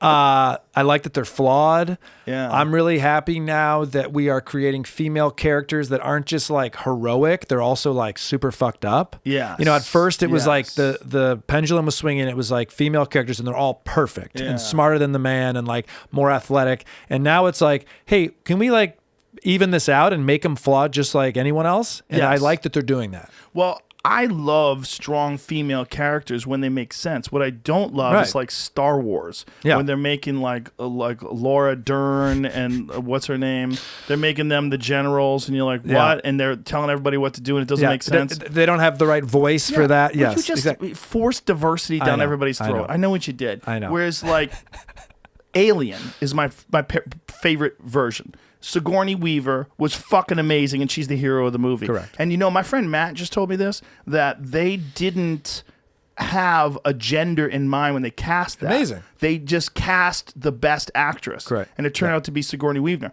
They tried men, they tried everybody. Yeah. Like that character, Ripley, could have been anybody. Could have been a boy, a girl, didn't matter. But she was perfect for it. It didn't matter whether or not she was a woman. But she was so good, they cast her, and no one gave a fuck that she was a woman. Right. Because it was just awesome. Yeah. That's what I like. I agree with you on that. I went down a pathway with Queen's Gambit where I was like, is this a true story? Because if this is true that there was this beautiful, young, flawed woman, that's very interesting to me. It's not a true story. There's a lot of people on the internet who think that it is a true story. It's based off a book, but chess sales are through the roof.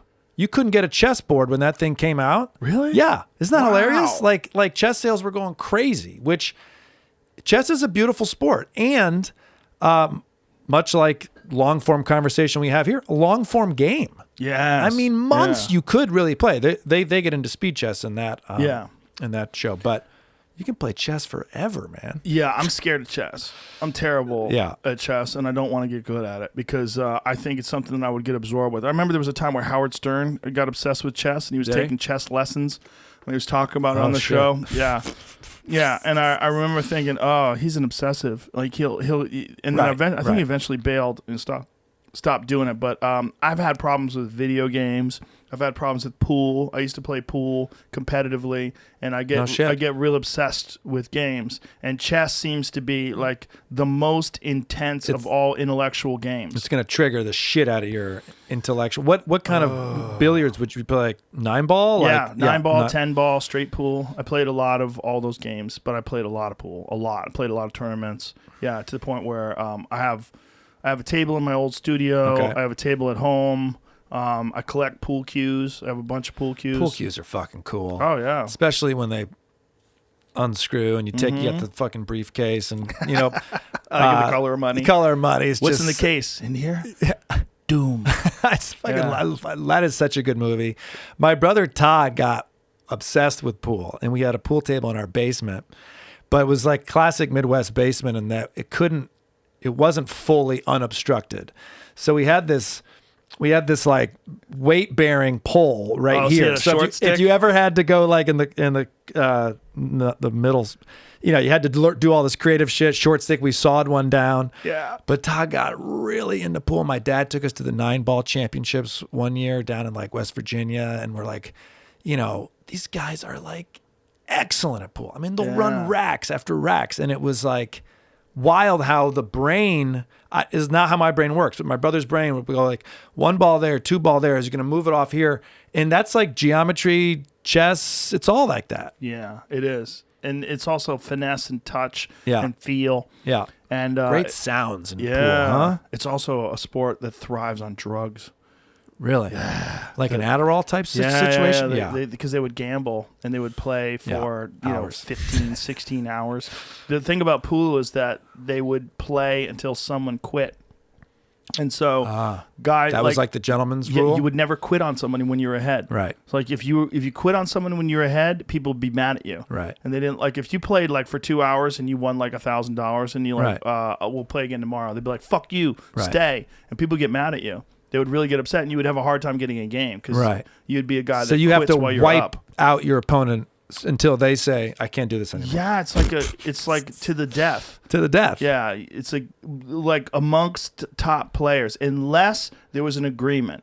Like you could make an agreement. Yeah. And you could make an agreement. We will play 2 sets. I'll play you 2 Right, sets, right. race to 20. Right. for X amount of dollars per set, but we're going to make an agreement right now of 2 sets. Right. That's rare, though. Right. Most of the time, they would post up and they would play until guys went broke, like The Hustler. Yep. The Hustler with Jackie Gleason and Paul Newman, that was the theme of the movie, is that Paul Newman's winning for like 15, 16 hours. Right. And then Jackie Gleason has character, and Paul Newman is self-destructive, and eventually Jackie Gleason overcomes him. And I don't wins know if in I've the ever end. seen The Hustler, but obviously that great. has helped Paul Newman get cast in Color of Money. Oh, That well, was like for sure. I mean, that was that based was the original. on Color of Money. Yeah, okay, that's what I wasn't sure. The Color of Money was the sequel. Okay. It was I didn't realize that. Yeah, they were both written by, I think Walter Tevis is the guy who wrote it. But I've read the books too. They're pretty similar. The character in the second movie is different. Like there's a lot of things in the in the Color of Money that are different. They made for Tom Cruise, but in The Hustler, Paul Newman retires because like he makes a deal with this mob guy. Okay. And at the end of it, he quits playing. And Okay. so he's retired from pool, and then he meets Tom Cruise many decades later. I see. So The Okay. Hustler takes place, I think, in I want to say 63, Okay. somewhere around then. That's when that movie came out. And so Color of Money's like 1984 or I something fucking like that. loved Color of Money when Great. it came out. That made pool go through the roof. People started playing pool like crazy, and people in the pool world have always said they need a movie like The Right. Color of Money. Right. And they like pool hall junkies, some people liked, but Yeah. it never really had the same impact. It wasn't that good. It was okay. Like some people liked it, but they couldn't really play. Right. Like you could, if a person who plays pool, like I watched it, it would be very frustrating for me. Because like if you were watching someone play tennis, Dude, it fucking infuriates me. Any commercial with tennis, they're holding the racket wrong. Yes. It's like, Yes. just get anyone that plays tennis to Yeah. quickly advise you on the right grip. And now I'm like, but all I can focus on is that.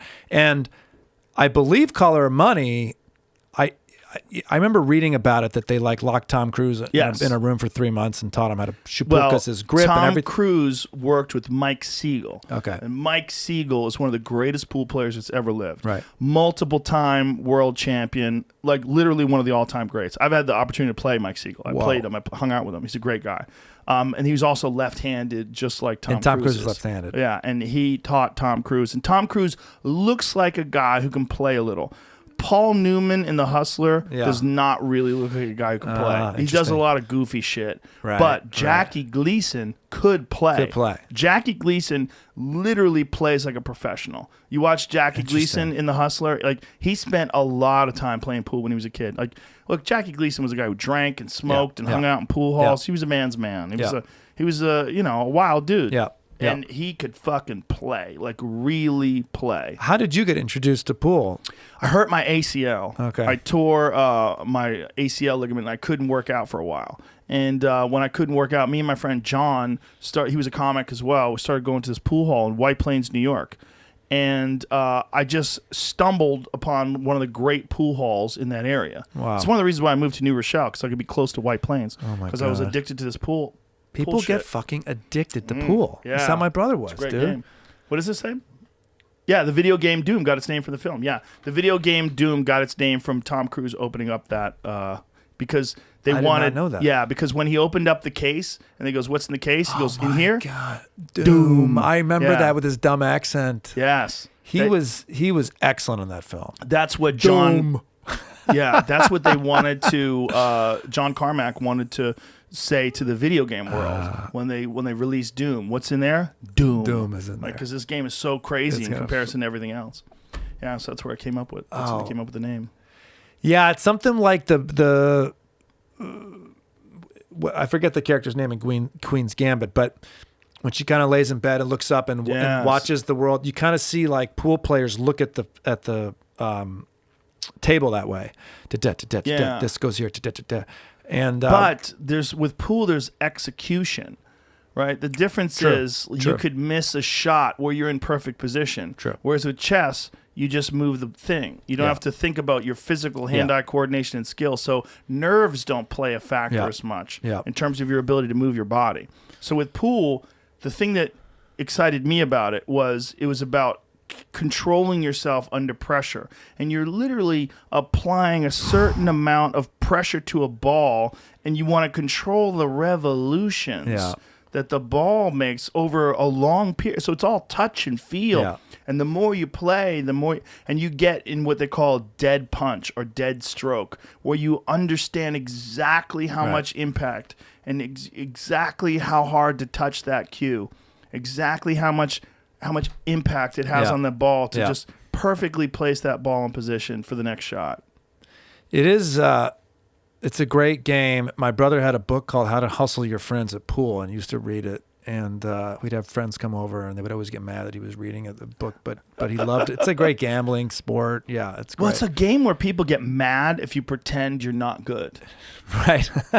And it turns out you are good. Yeah. It's But isn't that also, what the hustle is? Yes. Yeah, right. But what's interesting about it is it's also a game where people lie about how good they are. Right. Like, men always want to pretend they're really good at pool.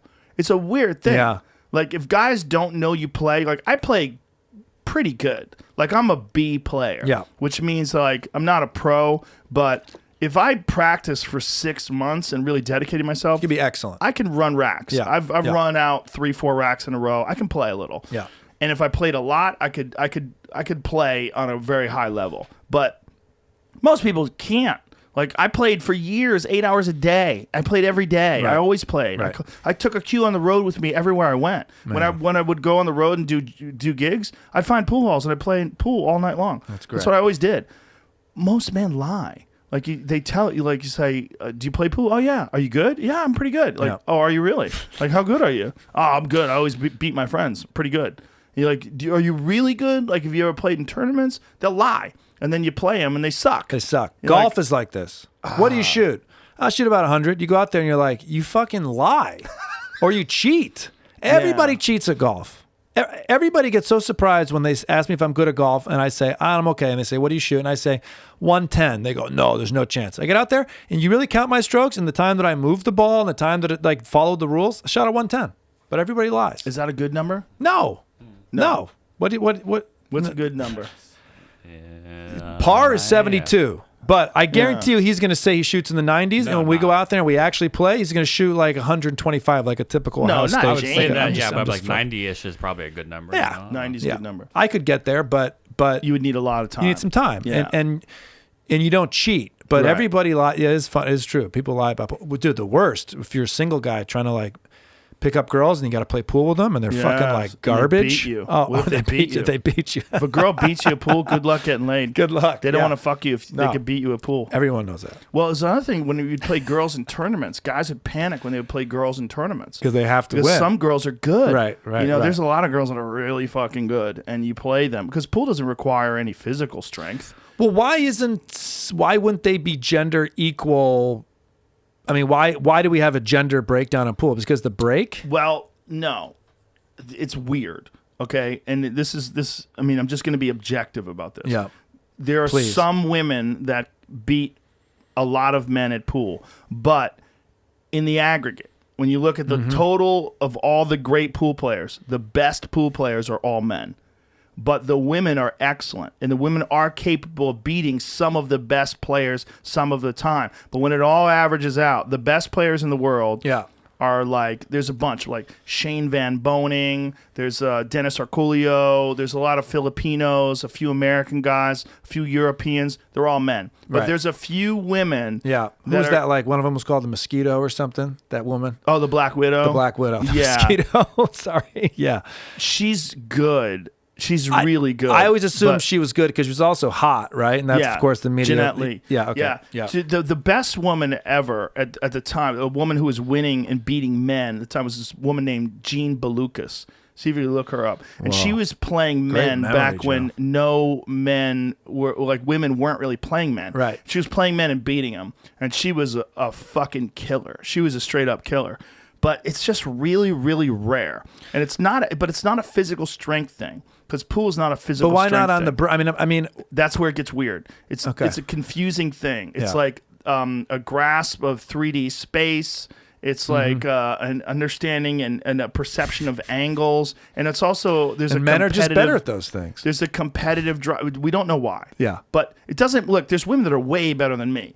It's not saying that all men are better than all women. There's women that play way better than me, but when it comes to the best players in the world, for whatever reason that we don't totally understand, it's men by a long shot. She plays fifth when she was 9 years old. Oh, she was a killer. Jean Belucas. Yeah, but see if you got any video of her when she was playing. Wow. When Jean was when she was at the top of her game, I mean, she was literally as good as any man alive. She was. This is her right here. She was. Well, anybody can make that, Joe. She was. No, it wasn't just that. It was she never. Oh, that's not Jean Belucas. That's God damn it, That's Eva Mataya. Eva Mataya. Oh, that's Jean Belucas versus Eva Mataya. Now, Eva Mataya is another one. She was another killer, but she was fucking hot, and she became pretty famous because of the fact that she was hot. Stop, fast forward. What are you doing? The Billiard Network? That's Jean Belucas. Yeah, there was a Billiard Network at one point in time, but I think it's just an online thing. But Jean was in her day when she was when she was competing and beating everybody, she was formidable. Like people were nervous playing her. What's that English version with the huge table and the small balls? Excuse me, I say snooker. They say snooker. Snooker. That thing is snooker. I've never understood that one. That's a very difficult sport. And English snooker players who come over and play pool, they excel at it. They must think pool's easy as shit. Yeah, because the balls are huge. smaller, the holes are smaller, and the table's bigger, and also the mechanics are so precise. Like you have to have absolute precise mechanics to play snooker. Yeah, and it's a really valuable game. Like the guys who do it really well, they make a lot of money, or they did at one point in time. Right. I think its popularity has kind of dwindled a little bit. Yeah. But I remember when I was in England, I was doing a gig over there, and I was in my hotel room, and I just turned on the TV, and I was watching snooker on TV. I was like, this is crazy. Dude, they love their parlor games. Yeah. Darts. Darts, Fucking darts is the best. 520! so good. They love that pub shit. They love the pub shit. I mean, their creation of tennis, it's like this court that's super tall. You can hit off the walls. What do you mean you can hit off the walls? There's like the different origins of the sport of tennis. One of them is called this I forget what it's called, but it's a mix of racquetball and tennis, and you could hit off the back ceiling, and each court would be different, but there'd be a net, and you'd use this racket and a pressureless ball. And eventually tennis evolved out of that. But these courts still exist in the deep of in English country. What's it called? What do they call it over there? I'll find out. Jamie will find it. And this was how long ago did tennis get invented? I would say 500 years ago, but Jamie can also find that out as well. I mean, initially, the scoring is complicated, right? That's what everyone always says. I don't get the scoring. The elites created tennis scoring to be difficult so the poor communities wouldn't learn it. I mean, how fucking dirty is that, right? And it still works. Like to this day, people are like, I don't want to do tennis. The scoring is too complicated. And yeah, it was like French and English royalty kind of took the game, and they both went their separate ways with it in different ways. It might start with a S. It's not squash, is it? It's not No. It's like shit. I could find it, but something rack. If you Google like old fucking English tennis, origin, it's strange. Well, pool originated on a table with no holes. Yeah, well, isn't that snooker? No, that's billiards. 3-cushion billiards. Stick? Yes. Weird E on the end. Yes. Sticky? Or yes. Let's see what that shit looks like. That's what that's called. It's really fucking strange. See if we can find a video of that shit. I think you can find current day videos. They still play it? Look at this shit, dude.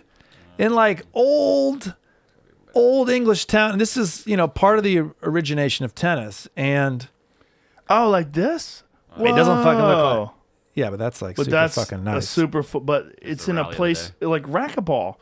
Oh shit! But this is wild. Depending on the farmhouse that you live in, this would be a different dimension. Like a baseball stadium has a different field, or different dimension. So you can kind of do like a little racquetball deal. Oh, this is wild. It's like a bastardized racquetball versus tennis. Right. wow, this is wild. You ever seen High Lie? Yes. That's fucking crazy. But that's a corrupt game. Yeah, that super game is gambling full of yes, shit. yes. Those guys drop the ball all the time. Whoops. Yeah. That game is polluted by gambling. My dad used to take us to those games in Miami, and we'd bet. Yeah. And it was, it was like nobody there. And my dad was like, what are we doing here? And people would be smoking, and we're betting on highlight. But yeah, that's like the origination of tennis, which I found, I didn't know that. And I love the sport. Google 3-cushion billiards. So the original pocket billiards, I believe, was started in America. It was like a saloon We game, wanted to and eat the ball. It was thought, I don't know, maybe. Yeah. I think for whatever reason, they put holes in the table. But when they first started doing it, billiards was like a gentleman's sport. Yeah. And it was like a parlor game for like the aristocrats. And it was a game where it was all about making a ball, hit one ball, and then bounce off of three angles and hit the other ball. This shit is crazy to me. And my brother has played it. This is very difficult. It must be boring as fuck. Do you have to watch it. I've gotten into watching it lately quite a bit for whatever You reason. have to hit 2 balls and 3 rails or something? So no, it's 3 cushions. So you hit the first ball, and then you have to hit 1, 2, 3 cushions. 1, 2, 3 cushions, and then he collides with the other ball down there. But what has to hit the 3 cushions? The cue ball? The ball after striking. Okay. So once you hit the original ball, the cue ball has to hit 3 cushions before it hits the second ball. And there's a bunch of different versions of this too. There's like balk line, where you just have to collide the 2 balls together and try to stay within the certain parameters. So this guy's going to hit this, and then he's going to go all the way around the table. So he's going to collide this, and he's going to go up table 1, 2, 3, and then collide with that second ball. See that? But he's going to miss it. See, that's a very difficult game. It's very difficult because you have to have a real understanding of like angles and how hard. The harder you hit, the sharper the angle will be because you're digging into the cushion, so it's coming off shorter. And the reason that's this next guy's shot is because he missed the second ball? Exactly. Interesting. So he missed that ball. So now this guy is trying to figure out. So he's going to use this yellow ball, and he's going to do the same thing. You can fucking hit the yellow ball too? I think that's his ball. I don't know. I've never played this. I mean, I've banged around balls, but look, see how he does this? And Plus, then that was great. This guy's body type is perfect for pool, isn't it? All fat and lazy. Is that what you're saying? World record high run 40. So he did 40 in a row like this. Right. Wow. Oh, this is the world, and this is 2020. So in other countries, this game is still very popular. There was a place that I used to go to in Vegas. There was this Italian guy who ran this pool hall. And he had a pool hall, and it had the best fucking Italian food in Vegas. What? This guy came from Rome, and he was a cook. And he was also a guy who loved pool. But he also had Italian billiards. And Italian billiards was really weird. What the fuck? But he had a terrible business model. Like, nobody plays this fucking game.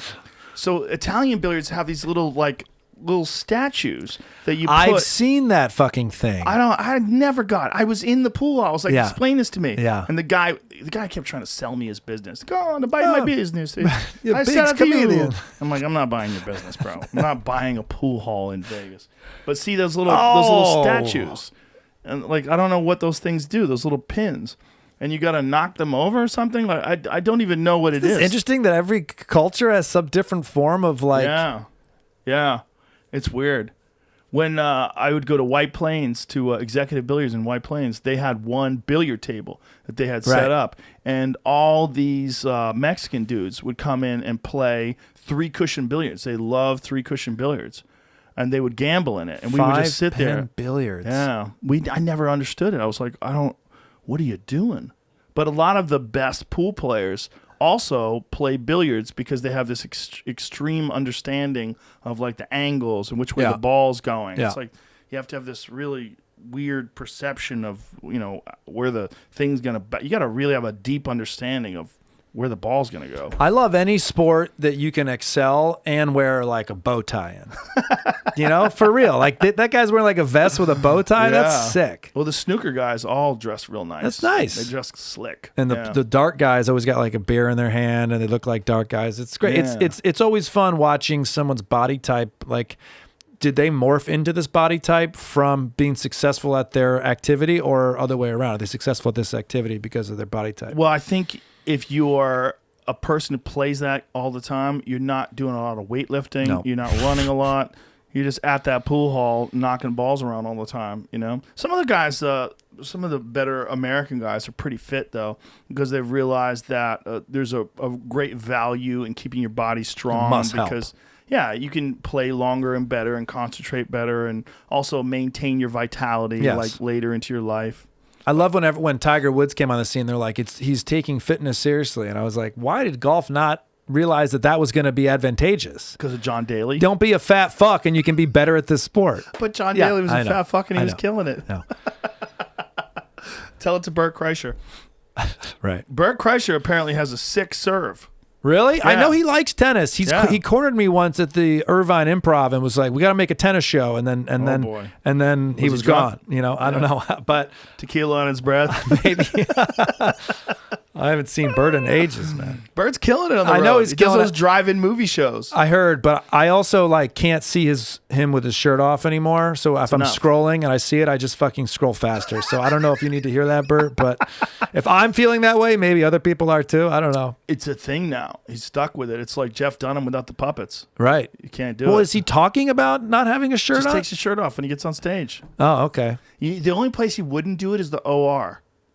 He felt weird doing it in the OR, but it was too intimate. Right. And also it felt like it was a workout room, just felt weird. Right. But he would do it in the main room.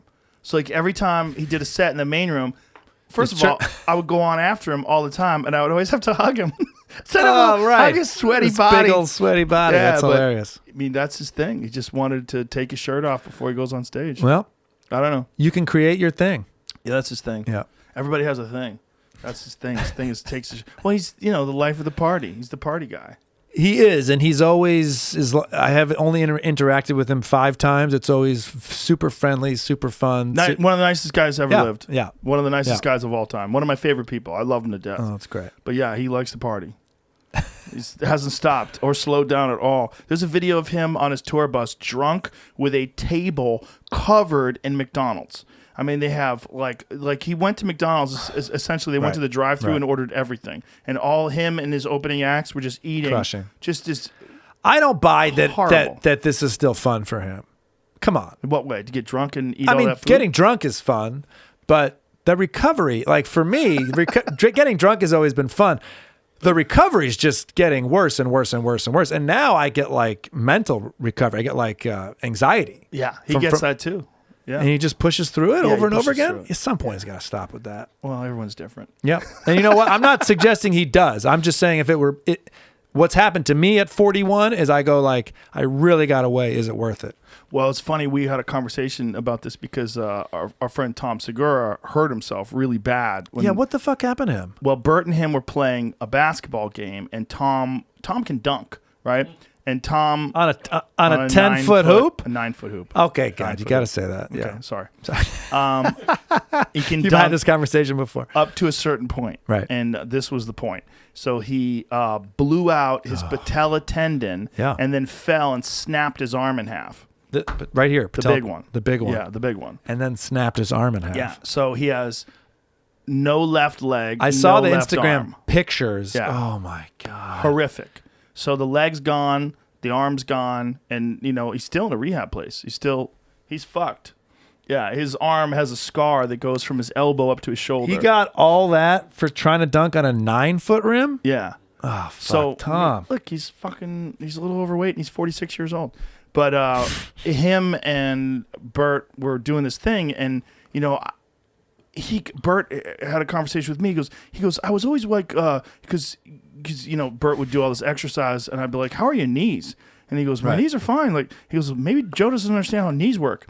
And he goes, then I realized after seeing Tommy blow his knee out, like, oh my God, that can happen at any moment. Right. I've had 3 knee surgeries. Yeah. I've had 2 ACL reconstructions. I've had my meniscus scoped. Right. Like, I've gone through a lot. Yeah. Like, I understand. You're familiar with vulnerability. with their vulnerability. They've never done that before. So like when someone thinks it's going to be okay to be 250 fucking pounds and try to dunk, and I might be generous by saying 250, and try to dunk and realize like, oh, you're risking everything.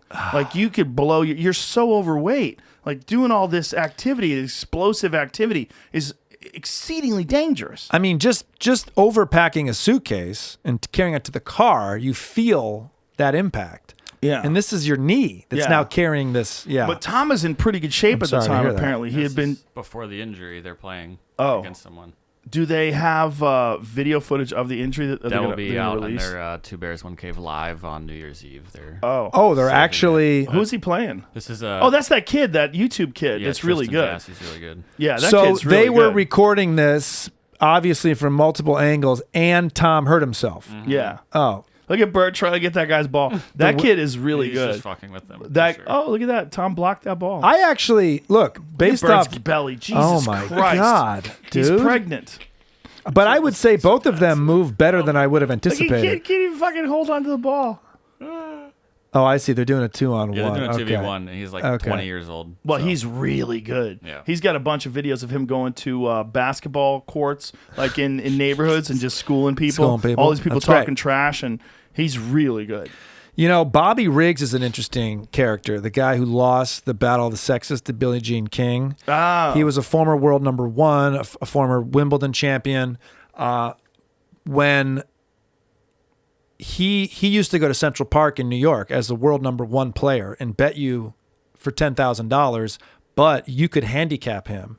And there's pictures of him holding 10 dogs on a leash, playing somebody at Central Park. Somebody would take 3 benches and put him on his side of the court, and he would have to Move around the those. benches? And, you know, he was like a gambling addict, and one of the sides that they don't always talk about with the Battle of the Sexes, with Billie Jean King beating him, was that did he throw the match? Like, was he gambling this thing away? Now, I would make the argument he did not throw the match. I would make the argument that Billie Jean King was a much better tennis player than him at that time in his life.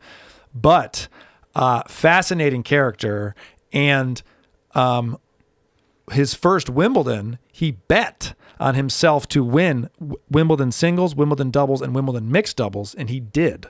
Whoa. And this was before it was a professional tournament, so like that was how he made his living. He bet on himself to win and it's amazing character. But anyways, watching Bert and Tom play hoops like backyard shit made me think of Bobby Riggs.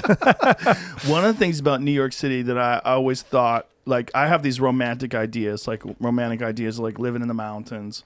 Well, Yeah. that's one of them. Another one is yeah. being a chess hustler in New York City. The Washington like, Square even though I Park. can't even play chess. Yeah. But like watching those guys play and just knowing that you could just show up there and get a game at any time. Yep. And these literal like grandmasters, like these people play so good. Like in Searching for Bobby Fischer. Yep.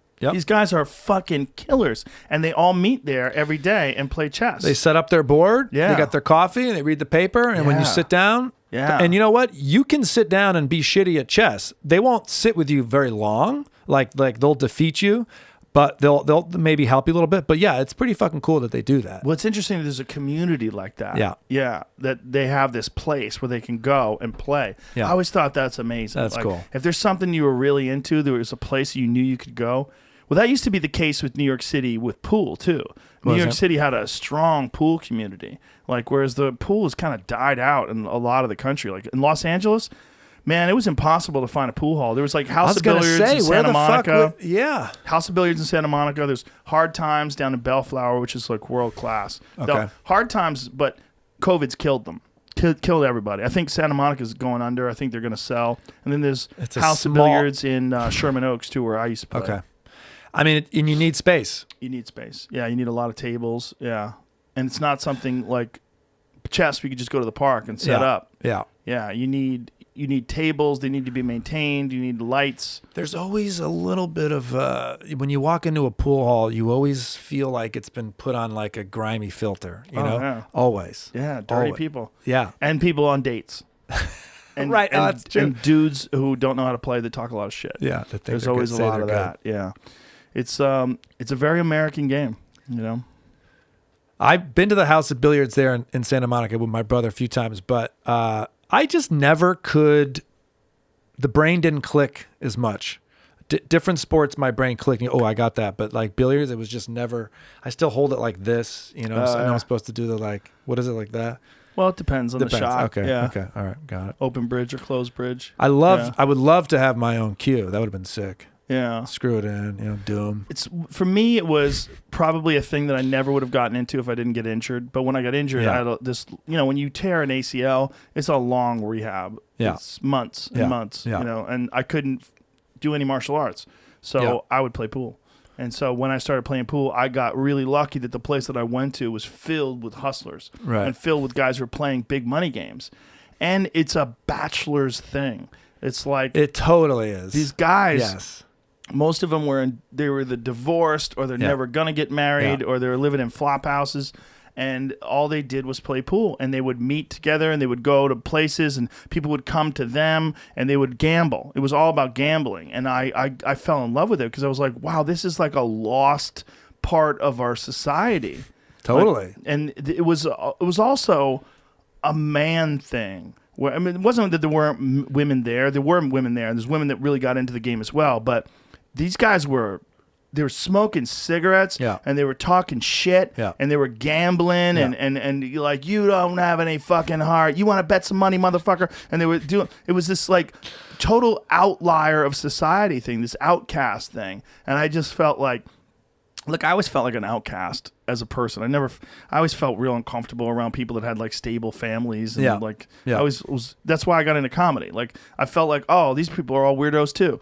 And then with pool, it's like, oh, these people are weirdos too. It's like, oh, this is like this weird segment of society that they just decided, you know what, fuck a job. I'm just going to like hustle pool. I'm going to play in tournaments. I'm going to travel on the road. I'm going to barely get by, but I'm going to be doing what I enjoy doing. It has, much like comedy, because when I entered the comedy community, I remember thinking like, oh, this is great. These people don't judge at all. At all. Except for your set. Then they're all fucking judging, going, that's not funny, that's not funny. They literally don't give a fuck what you do, who you are, what you look like. It's beautiful. Yeah. If you're a killer, you're a killer. If you're a killer, you're a killer. And I remember coming from, my family was very structured. Sports is very structured. And when I entered the comedy world, it was like, holy fuck, anything goes. Yeah. Anything goes. And it was very freeing.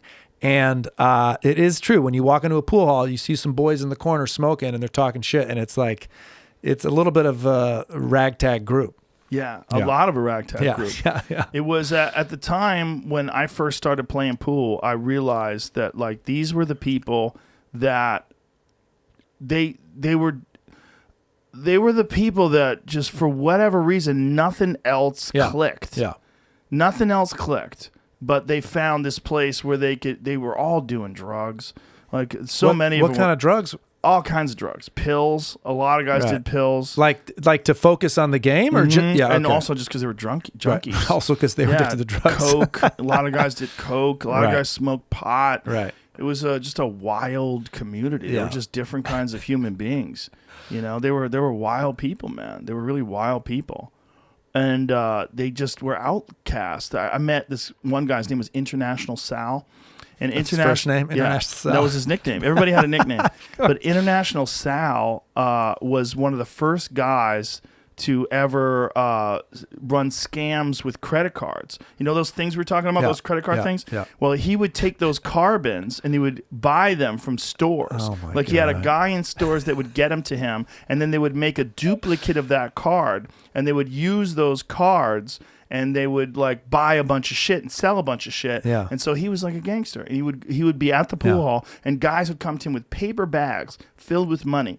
It's always some shady shit going on there. Oh yeah, and he would lose it all. He was a loser. Right. International Sal. Yeah, but he could play. He could play too, but he would always choke. Yeah, and that was the knock on International Sal, is that when it came down to the money ball, he would always fall apart, and he was always like he was addicted to gambling. Right. So he was always trying to gamble, and he would come down to the money ball and always fall apart. It was wild to see, like that these people, they lived in this way that was so outside the lines.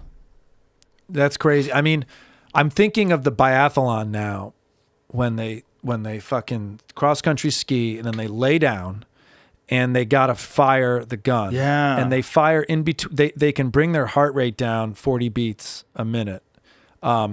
meaning if it's at 160, they can bring it to 120. And so they can fire in between their heartbeats so it doesn't affect their gun. And I'm also thinking about pool, and on the money ball, it's the pressure shot. Yeah. And it's a fine movement, like you were saying earlier. And you do have to figure out how to execute that under pressure with such tiny motor skills. You also have That's to crazy. You have to not think about missing.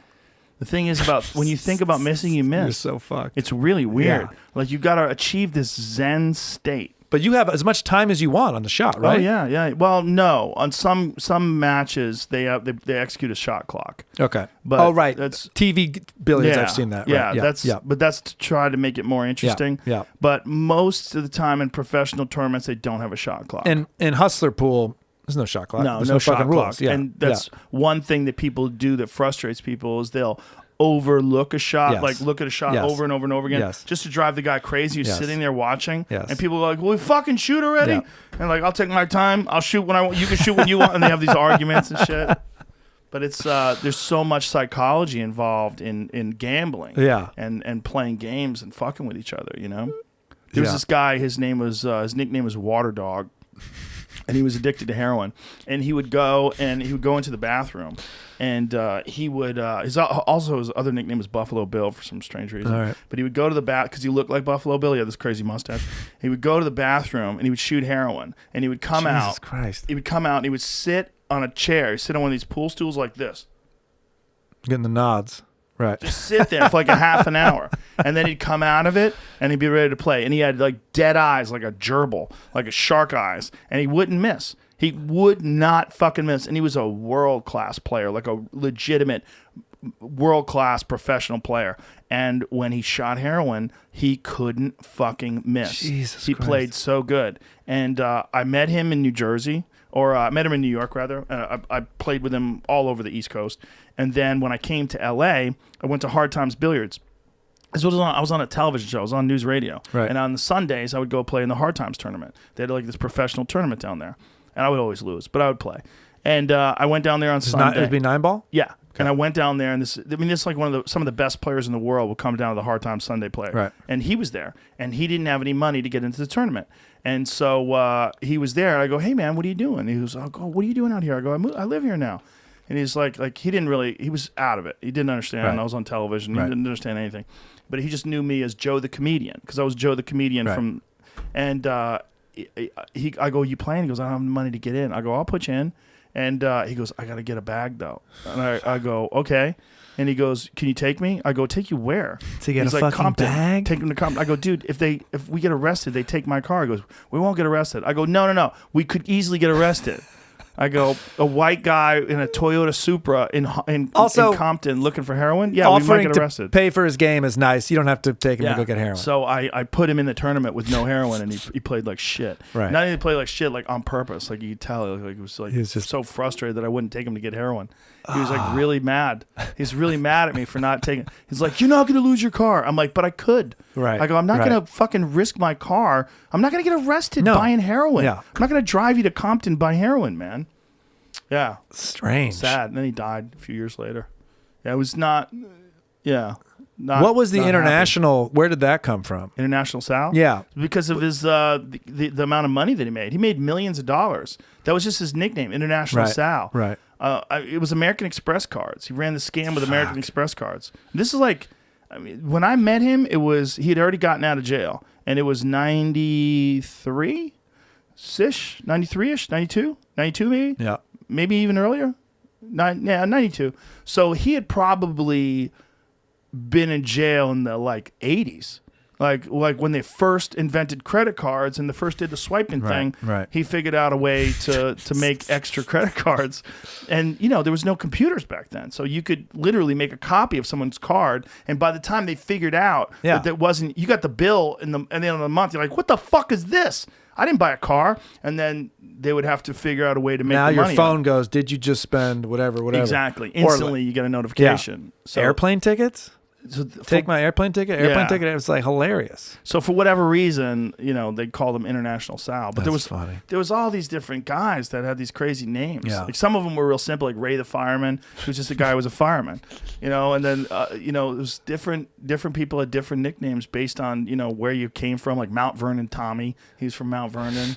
White Plains Charlie was this guy that I met. He was this old dude, who was really old and like really frail. Like he probably weighed about 90 pounds, but he was a killer pool player who just was addicted to gambling. He would play, he would horse bet all day. He'd bet the horses, like off track betting. He would do that all day, and they would come in and play pool, and he would always lose. He would like win occasionally, but most of the time lose. It's kind of a gambler's paradise as far as the sport's concerned, right? Because each shot could be a fresh gamble. Yeah. A fresh bet. I mean, maybe that's why it attracts this type. It was based on gambling. See, the game pool is not pool. Pool is a term for pooling money together to gamble. The game is pocket billiards. Its foundation is gambling. It's a bunch of dirtbags, a bunch of men at in the turn of the century in the 1900s in New York City. There was 1,000 pool halls. 1,000. Wow. That's how popular pool was. Wow. And it was a lot of men that didn't want to get married, and they didn't want to live this life that they had been sort of forced upon, and they had decided to just live like dirtbags. And through the Great Depression, these guys just made a living hustling. Wow. Yeah.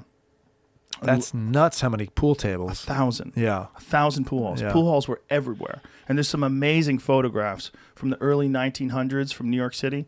So when The Hustler came out in 1963, pool was like probably on the downslide a little bit. Right. Like it probably wasn't what it used to be, but it was still way more popular than it was, today. It's not popular at all. I was going to say, man, it's really fallen off. And I haven't played in a long fucking time, but in LA it's non-existent, but in here in Texas there's still some pool halls. Yeah. There's some places you can go, but it's just one of those things. It takes a long time to learn, and video games are more exciting. Yeah. A lot of kids that would have gone and played pool, they became addicted to video games instead. It may have a resurgence after the Netflix series called The King's Pocket. Yeah. Well, if someone came up with a real Netflix series where they explained like it would have to be like the Queen's Gambit. It would have to be like one of those things where you would have to explain the love and the passion that these people have for the addiction. Yeah. Because there's a great book called McGurdy. It's about I forget the author, but it's about this famous pool hustler that lived during the Depression. It's really kind of a fucked up book, sad, like talking about like almost starving to death and just living this life trying to hustle people. But there's this thing where this guy was in a game and they were talking about Richard Nixon, and he looks up at the screen and he goes, "Look at that guy, president of the world, a president of the United States, and he can't make a ball." Like, they didn't have any respect for him because he couldn't play. Like, that's how pool players were. Yeah. They didn't give a fuck who you were. If you couldn't play pool, like, who are you? Yeah. Like, why are you alive? I always felt that handball was like this. Oh. But I don't know a first thing about handball. But, like, now that I live in New York, I see, like, the culture and the community of handball, and it seems almost like a similar vibe. I have no idea. That's a lot of people play that in prison. Like a lot of boxers would play handball. It's like definitely a blue collar vibe. Mm-hmm. I always, as a tennis player, I always felt like I probably am too like country club for handball, but it's like a small ball to hit with your hand, right? I don't know enough things about it, but it's definitely New York City. It's definitely got that vibe. Yeah, it doesn't really exist anymore anywhere else. Venice Beach has a couple. Do they? Yeah, I would sometimes go and watch these guys. Two hands. They usually got jeans on. You know what? When I was a kid, I worked at the Boston Athletic Club when I was 19. I was a fitness trainer, teach people how to lift weights and shit. Oh, cool. And they had racquetball courts there. And there was this kid, this fucking super handsome kid, who was really, like, girls loved him. And he was a racquetball champion, world champion. Wow. But he was fucked because no one gave a shit about racquetball. Racquetball is trash, man. He tried to transfer to tennis. No. I remember he was trying to transfer to tennis to try to figure out how to get good at tennis because he played racquetball, and it just never worked out. No chance. And so he was like teaching people, and I remember thinking very, very. This is one of the reasons why I stopped fighting, because I remember thinking, because I was doing something that you couldn't get paid for. There was no money in fighting. Right. I had 3 kickboxing matches, but they were amateur kickboxing matches, and I got offered a professional fight, but it was like for $500 or something ridiculous like that. I'm like, oh my God. I'm like, I'm in a dead end thing. I got really good at something you can't make any money at. That's what I realized. And I remember thinking about this kid when I was 19, realizing at the time that I was kind of on the same road. I was like, I'm fucked. Because you can't make any money off of Taekwondo, and this kid is not making any money. He was like this. He looked like a winner, man. Like, I was around this kid, I was like, he's a winner. He had this beautiful head of hair. All the girls loved him. It was like, hi, Matt. Oh hi, my Matt. God. He was so handsome. So like, and he was a winner. He was a world champion at racquetball. He became a world champion. It's something that's stupid. Yeah. And I remember thinking about that, going, oh, you could get fucked. You could get really good at something where there's no end game. There's no windfall. It's interesting that you made that observation at that age, but also it's interesting when you talk about this podcast, how when you started it, it was like, where is this going to go? I like doing this. I'm not going to think about the end game. And then it kind of... Well, I wasn't desperate when I started this podcast. Right. When I started the podcast, I was already doing UFC commentary and doing stand-up. I was making plenty of money. So this was a bonus fun project. It was just for fun. Yeah. And it was a good excuse to get together with my comedian friends and just have a good time. Yeah. But when I was 19, I was scared. Yeah. I didn't have any money. Yeah. I was trying to scratch by, make a living, and pay my rent and all that stuff. And I was like, I'm good at Taekwondo. I was like, this is not good. Like, I'm doing something that and then once I moved out of my parents' house, it was around the same time I moved out of my parents' house. I remember thinking like, fuck. Like, and I was teaching too. I was teaching at Boston University. I had my own school, and I was eking by. But it was like, this is I am in trouble. I'm gonna. And then when I found comedy, I was like, oh, okay. Now I'm gonna be really poor. But no, I was like, this I can make a living at. I knew guys in Boston that made a living. Yeah. It wasn't that I was going to be like Greg Fitzsimmons and I started out together, like literally 1 week apart from each other, and Chris McGuire. We all started out like in the same group. Yeah. And I remember thinking at the time, all we wanted to do was make a living. We looked at the local pros, like the Steve Sweeneys and the Don Gavins, who made a living, and that was the dream. Like one day, to be able to make a living doing stand-up. There was never a thought of, getting rich, but at least I thought I could make a living, because I remember that racquetball champion. That guy was fucked. I'm surprised that he was so good, because you normally play racquetball against an older man who looks completely out of shape, looks like he plays the billiards, and he'll fucking smoke you, because he knows the kill shot, which is that like front angle. And I would always play these guys because I'm fit, so I could run around, but I don't know how to play racquetball. Like I just hit it against the wall, and these fucking big fat guys would come in with their like goggles, and they just crush me. But there was a little bit of that too. Yeah, there's a little bit of that. I remember coaching tennis at University of Michigan, and I was making $27,000 a year. Okay, and I was gonna get a $3,000 bonus if I did camps, which camps were like 3 weeks in July, 16 hours a day. Sucked, but I did it. So I made like $30,000 coaching tennis, and I remember thinking, if I leave now, I can probably make $20,000 doing comedy. I was wrong. First year, you probably made like I paid like $4,000. But I remember, it motivated me that I was already poor. And I was like, I'm not like real poor, but $30,000 a year poor is not great. So I was saying, I can switch professions now and probably get close to this. How old were you when you started?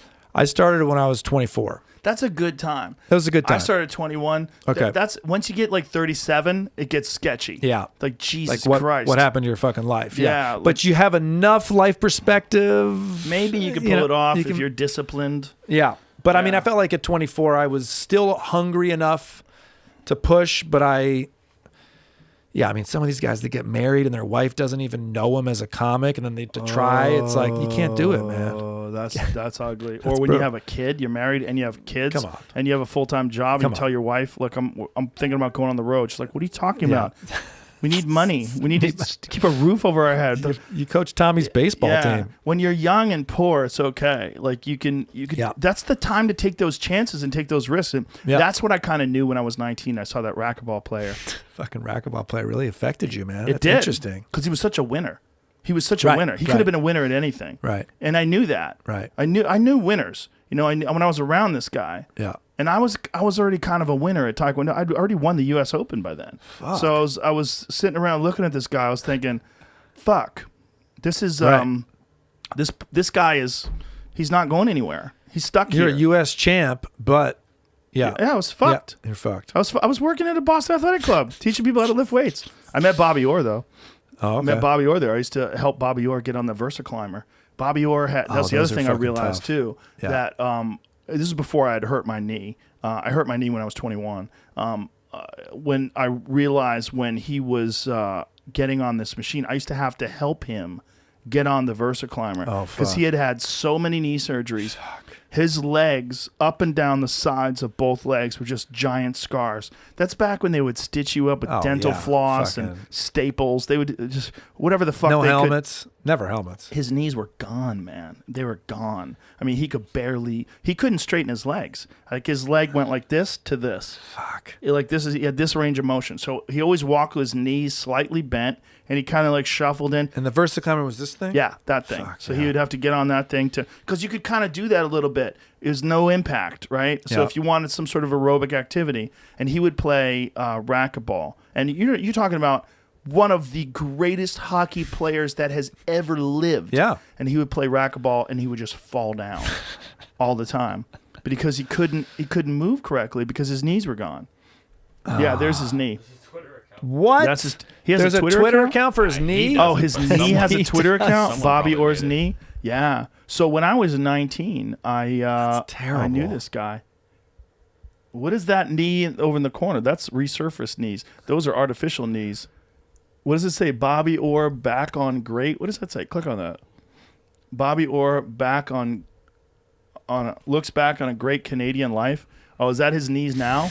So he's got artificial knees now. I'm sure he has artificial knees now. When I knew him, that's his knees. Look at his knees. When I knew him, his knees were like that. And that was 1986 when I was working at the Boston Athletic Club. That was also how I found out about Sam Kinison. It's a funny story too. Found out about that he's a comedian? I didn't know who Sam Kinison was. I hadn't even thought about doing stand-up yet.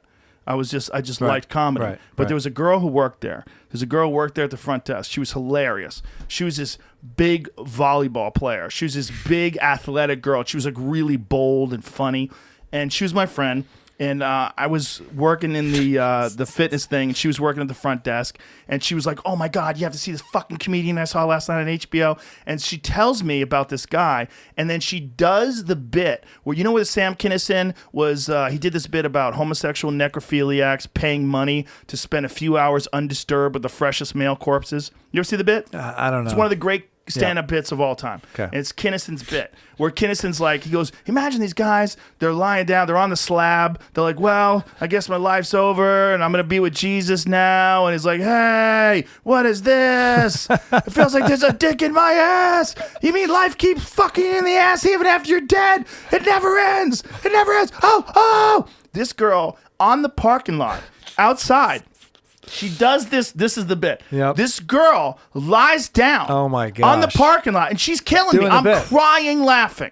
And I remember thinking while she's doing this, wow, I gotta see this. And then I got the videotape off of like Blockbuster Video or something. That's his bit. It's one of the greatest bits of all time. And you got to realize in the time. In 1986, there was nothing like this ever. Yeah. And so, how'd you even get the tape? I got it off of Blockbuster Video. It was like you could rent it, right, so it had gone on HBO, and then you get it on VHS. And then I remember watching it. I remember thinking, oh my God, like this is comedy too? Like I didn't know. I thought comedy was like Jerry Seinfeld. You roll the sleeves up, you talk about your socks. Like I didn't think it was. I thought it was something that I enjoyed. But my sense of humor was always very fucked up. Like I was a fighter. I dealt with a lot of psychopaths. That was my sense of humor was dark. And so when this girl, I wish I stayed in touch with her. She was so funny. She was just a funny girl. I forgot her fucking name. I think it was Kim.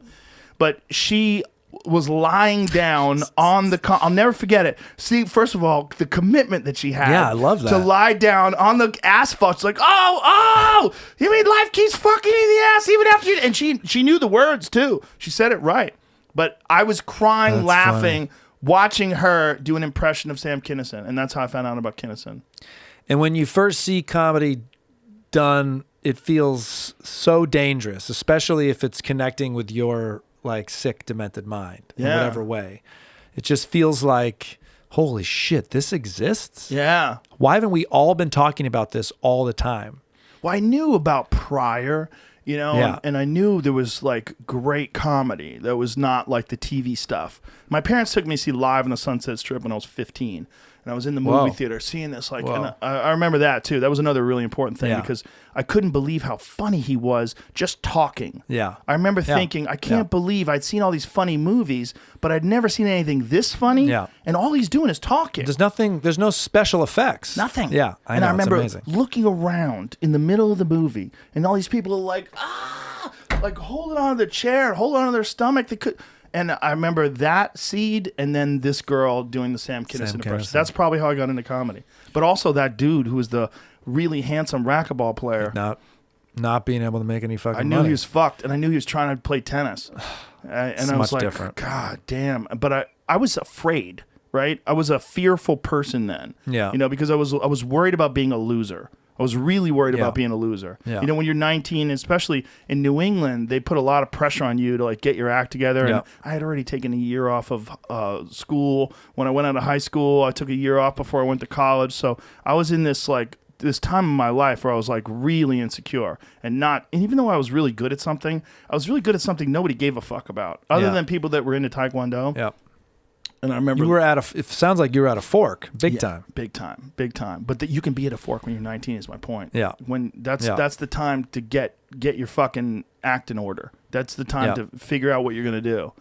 And that girl lying on her stomach. That's funny. If she maybe didn't commit to that, you maybe, who knows? Who knows, man? There's so many little steps in your life. Yeah. Like, what was a step that led you to decide to do stand-up? Like, to go on stage the first time? Well, I remember, you mentioned your parents took you to see Live at the Sunset Strip. I mean, that just says a lot about your family dynamic in some capacity. My mom took me at 10 or 11 to go see Dennis Miller.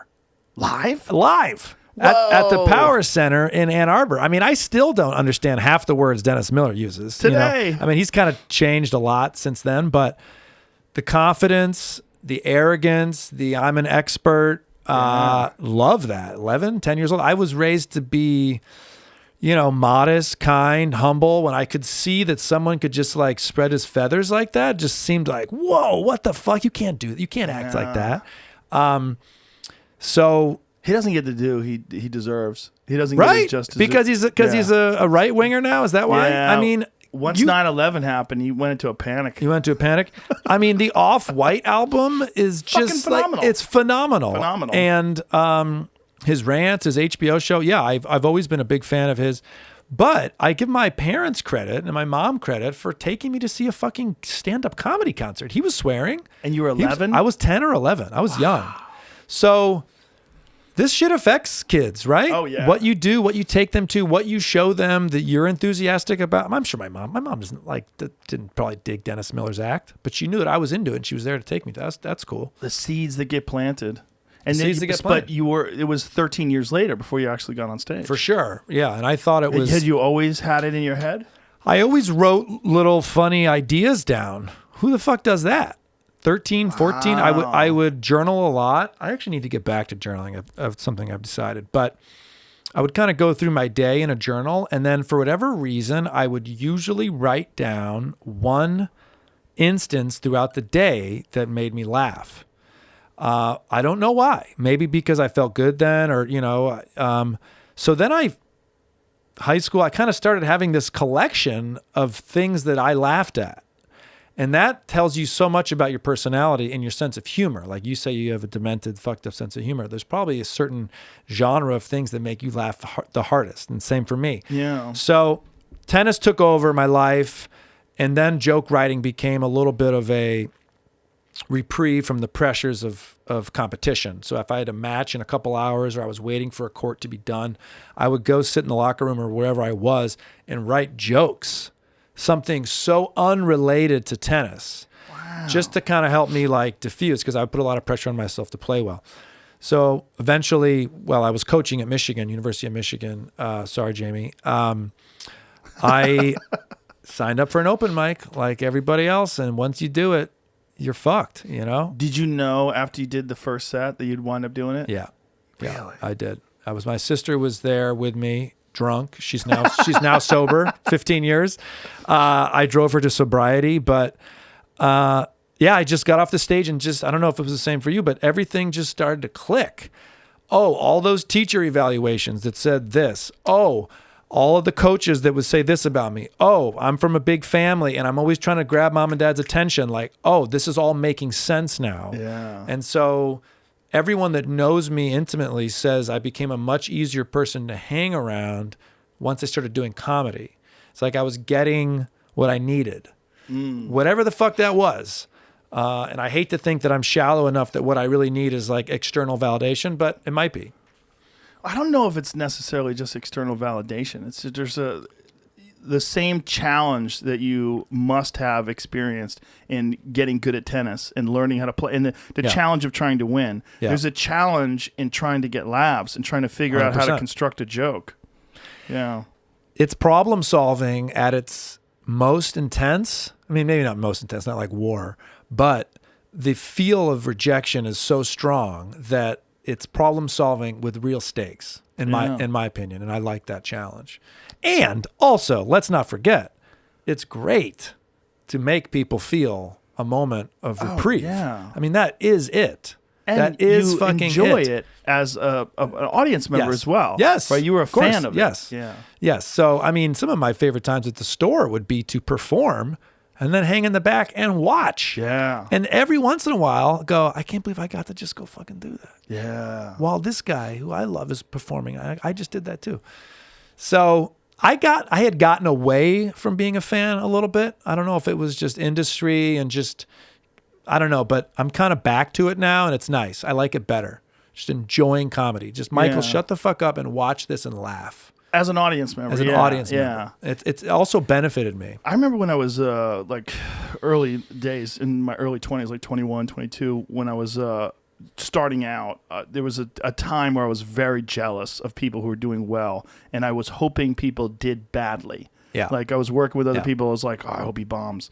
Like and then I realized like, oh my God, what a bitch way to think. Yeah. And then I realized that I had not taken the same principles that I had applied to martial arts. Correct. And I had not applied them to comedy. I had thought this is a totally different thing, and I had allowed my weaker instincts to take over. Yeah. And then I remember being very embarrassed with myself. Yeah. And saying, okay, this is a very weak way to think. And you should think about this the same way you think about martial arts, where you should always look at the people that are good as inspirational. Yeah. And so did you execute that change just through willpower? Yeah, really quickly. Yeah. Really quick change. Yeah. It was very quick. And then I became a fan again of comedy. And I also realized that the way to get good is to have a bunch of other people around you that are also trying to get good. And really, the funniest people, surround yourself with them and work together. Yeah. And then go on the road together. Yeah. Don't take bad comics on the road with you. Go on the road Trash. with the I fucking best hate people that. you can. Oh, it's the worst. It's like, dude, do you have no fucking confidence in yourself that you're going to bring this like shitty opener with you? It's weird. Bring somebody who makes you go, oh, I better get on my shit right now. Exactly. Yeah. It's weird when you see good comics do that. It says something about them. Yeah. Yeah. It's not good. There's a website called Steve G Tennis. It's this guy named Steve G, who compiles the world's tennis results at every level. Okay. And as a minor league pro tennis player, I would lose. You always lose. And you could go on Steve G and just look at everyone's results. And you start to fucking go mad. You start to go like, that guy's not that good, but he won the tournament. This guy's won. Oh my God, he just won fucking Vancouver. Holy, and it would drive me mad, right? I'm going, why am I doing this to myself? And it's exactly what you just said. I found myself at times in comedy checking Steve G Tennis of comedy. Oh, that guy's not fucking funny. What the fuck's why does he have a billboard? Fucking, and that's what's so crazy about comedy. Some of these guys that you're competitive with, you drive by their billboard. What other profession is that the case? Yeah. Right? Like if you're like trying to be the number one salesman at your team and then so I had to kind of mature a little bit with that too and go, hey man, you see it as inspiration or you don't even have to see it at all. And just focus on your process, dude. Yes. Focus on what you enjoy. You should use it as fuel. Yeah. And also, you got to realize that their success does not ever equal your failure. It has no impact on you. Yeah. Correct. They're a completely different human being. Correct. But there was a famine mentality in comedy for a long time because if there was only 4 networks, right? Yeah, that was it. And if you got a sitcom and I didn't, fuck, Kosta got it? Yeah. Shit, I could have got that. I could have been living like a king. Yeah. Now he is. And that's how a lot of people thought. And so comics were very backstabby with each other. Yeah. And I don't think it was until the internet came around, until YouTube and podcasts, and they realized that there's this bounty of opportunity. Yeah. And then comics realized what's the best thing is actually we hang around with each other and we get each other on each other's shows. Yeah. And then everybody does well. Yeah. That's definitely the right way to be. It takes some maturity to do that. But if you're podcasting and you're hosting a show and you're, writing a show and everyone's this. Yeah. Well, that's one of the things you see now with comedy Twitter, the most bitter of all people, where you see these angry, bitter people. One thing they have in common, they're all mediocre and they're not doing well. No. And they're angry and frustrated, and it's so transparent, and they can't see it. They can't see and it. they think that somehow by being mean to people that are being successful, or mean to this girl, or mean to this guy, that they're going to somehow or another stop this thing that's happening that's good for them and stop the bad feeling that they have, this disappointment of comparing themselves. It's one thing that these people have all in common, the bitter comedy world of Twitter. Yeah. They're just looking at it wrong. Occasionally I would respond to them as for using it as a fun thing. And then I was like, why am I even acknowledging this existence? Yeah. It's such Did it ramp up when you got the Daily Show? It ramped up, yeah. And then sometimes when there's pieces that they'll post that will become popular, it's only when things become popular. Yeah. If it's not really a popular piece, it's gone. Right. But as soon as it gets some success, then people come out. But that's okay. I am not doing this to be popular. I'm doing it because I want to make people laugh and it makes me feel good. And so let me just make my group of people laugh. Well, you can never be popular with everybody. It Never. is not humanly possible. Yeah. It's not humanly possible. Yeah. You love that Tenet movie, right, Jamie? I was reading all these great reviews, and then I stumbled into this one review. Trash, total piece of Right. shit. Why this movie's awful. Right. And they're this, and I'm like, okay, well, this is just what I'm saying. Right. There's always going to be someone Yeah. that thinks something that's amazing sucks. There's no getting around that. There's certain people that just have this terrible mindset.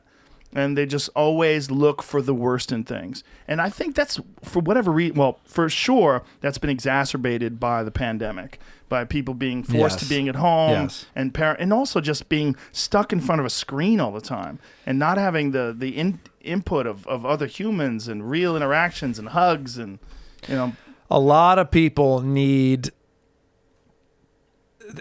that.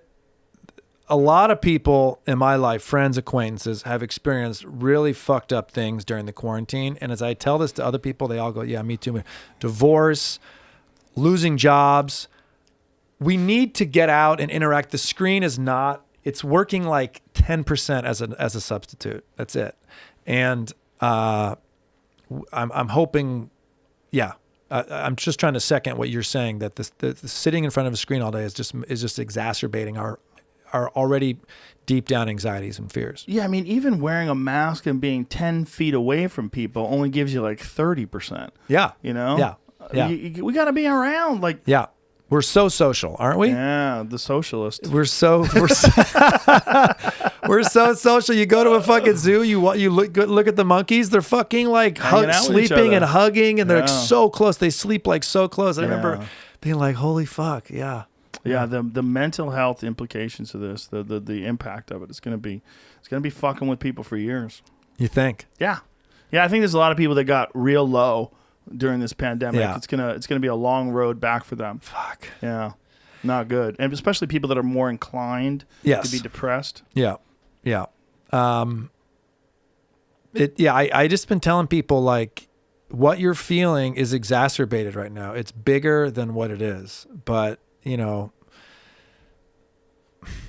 I hope that we're not doing long-term damage, but I don't know how I could even know the answer to that. Well, I'm hoping we come out of it like the Roaring 20s. You know, the Roaring 20s. That's what they came out of the pandemic of the Spanish flu, and then they went wild. And they went crazy. And they fought the World War like wild animals.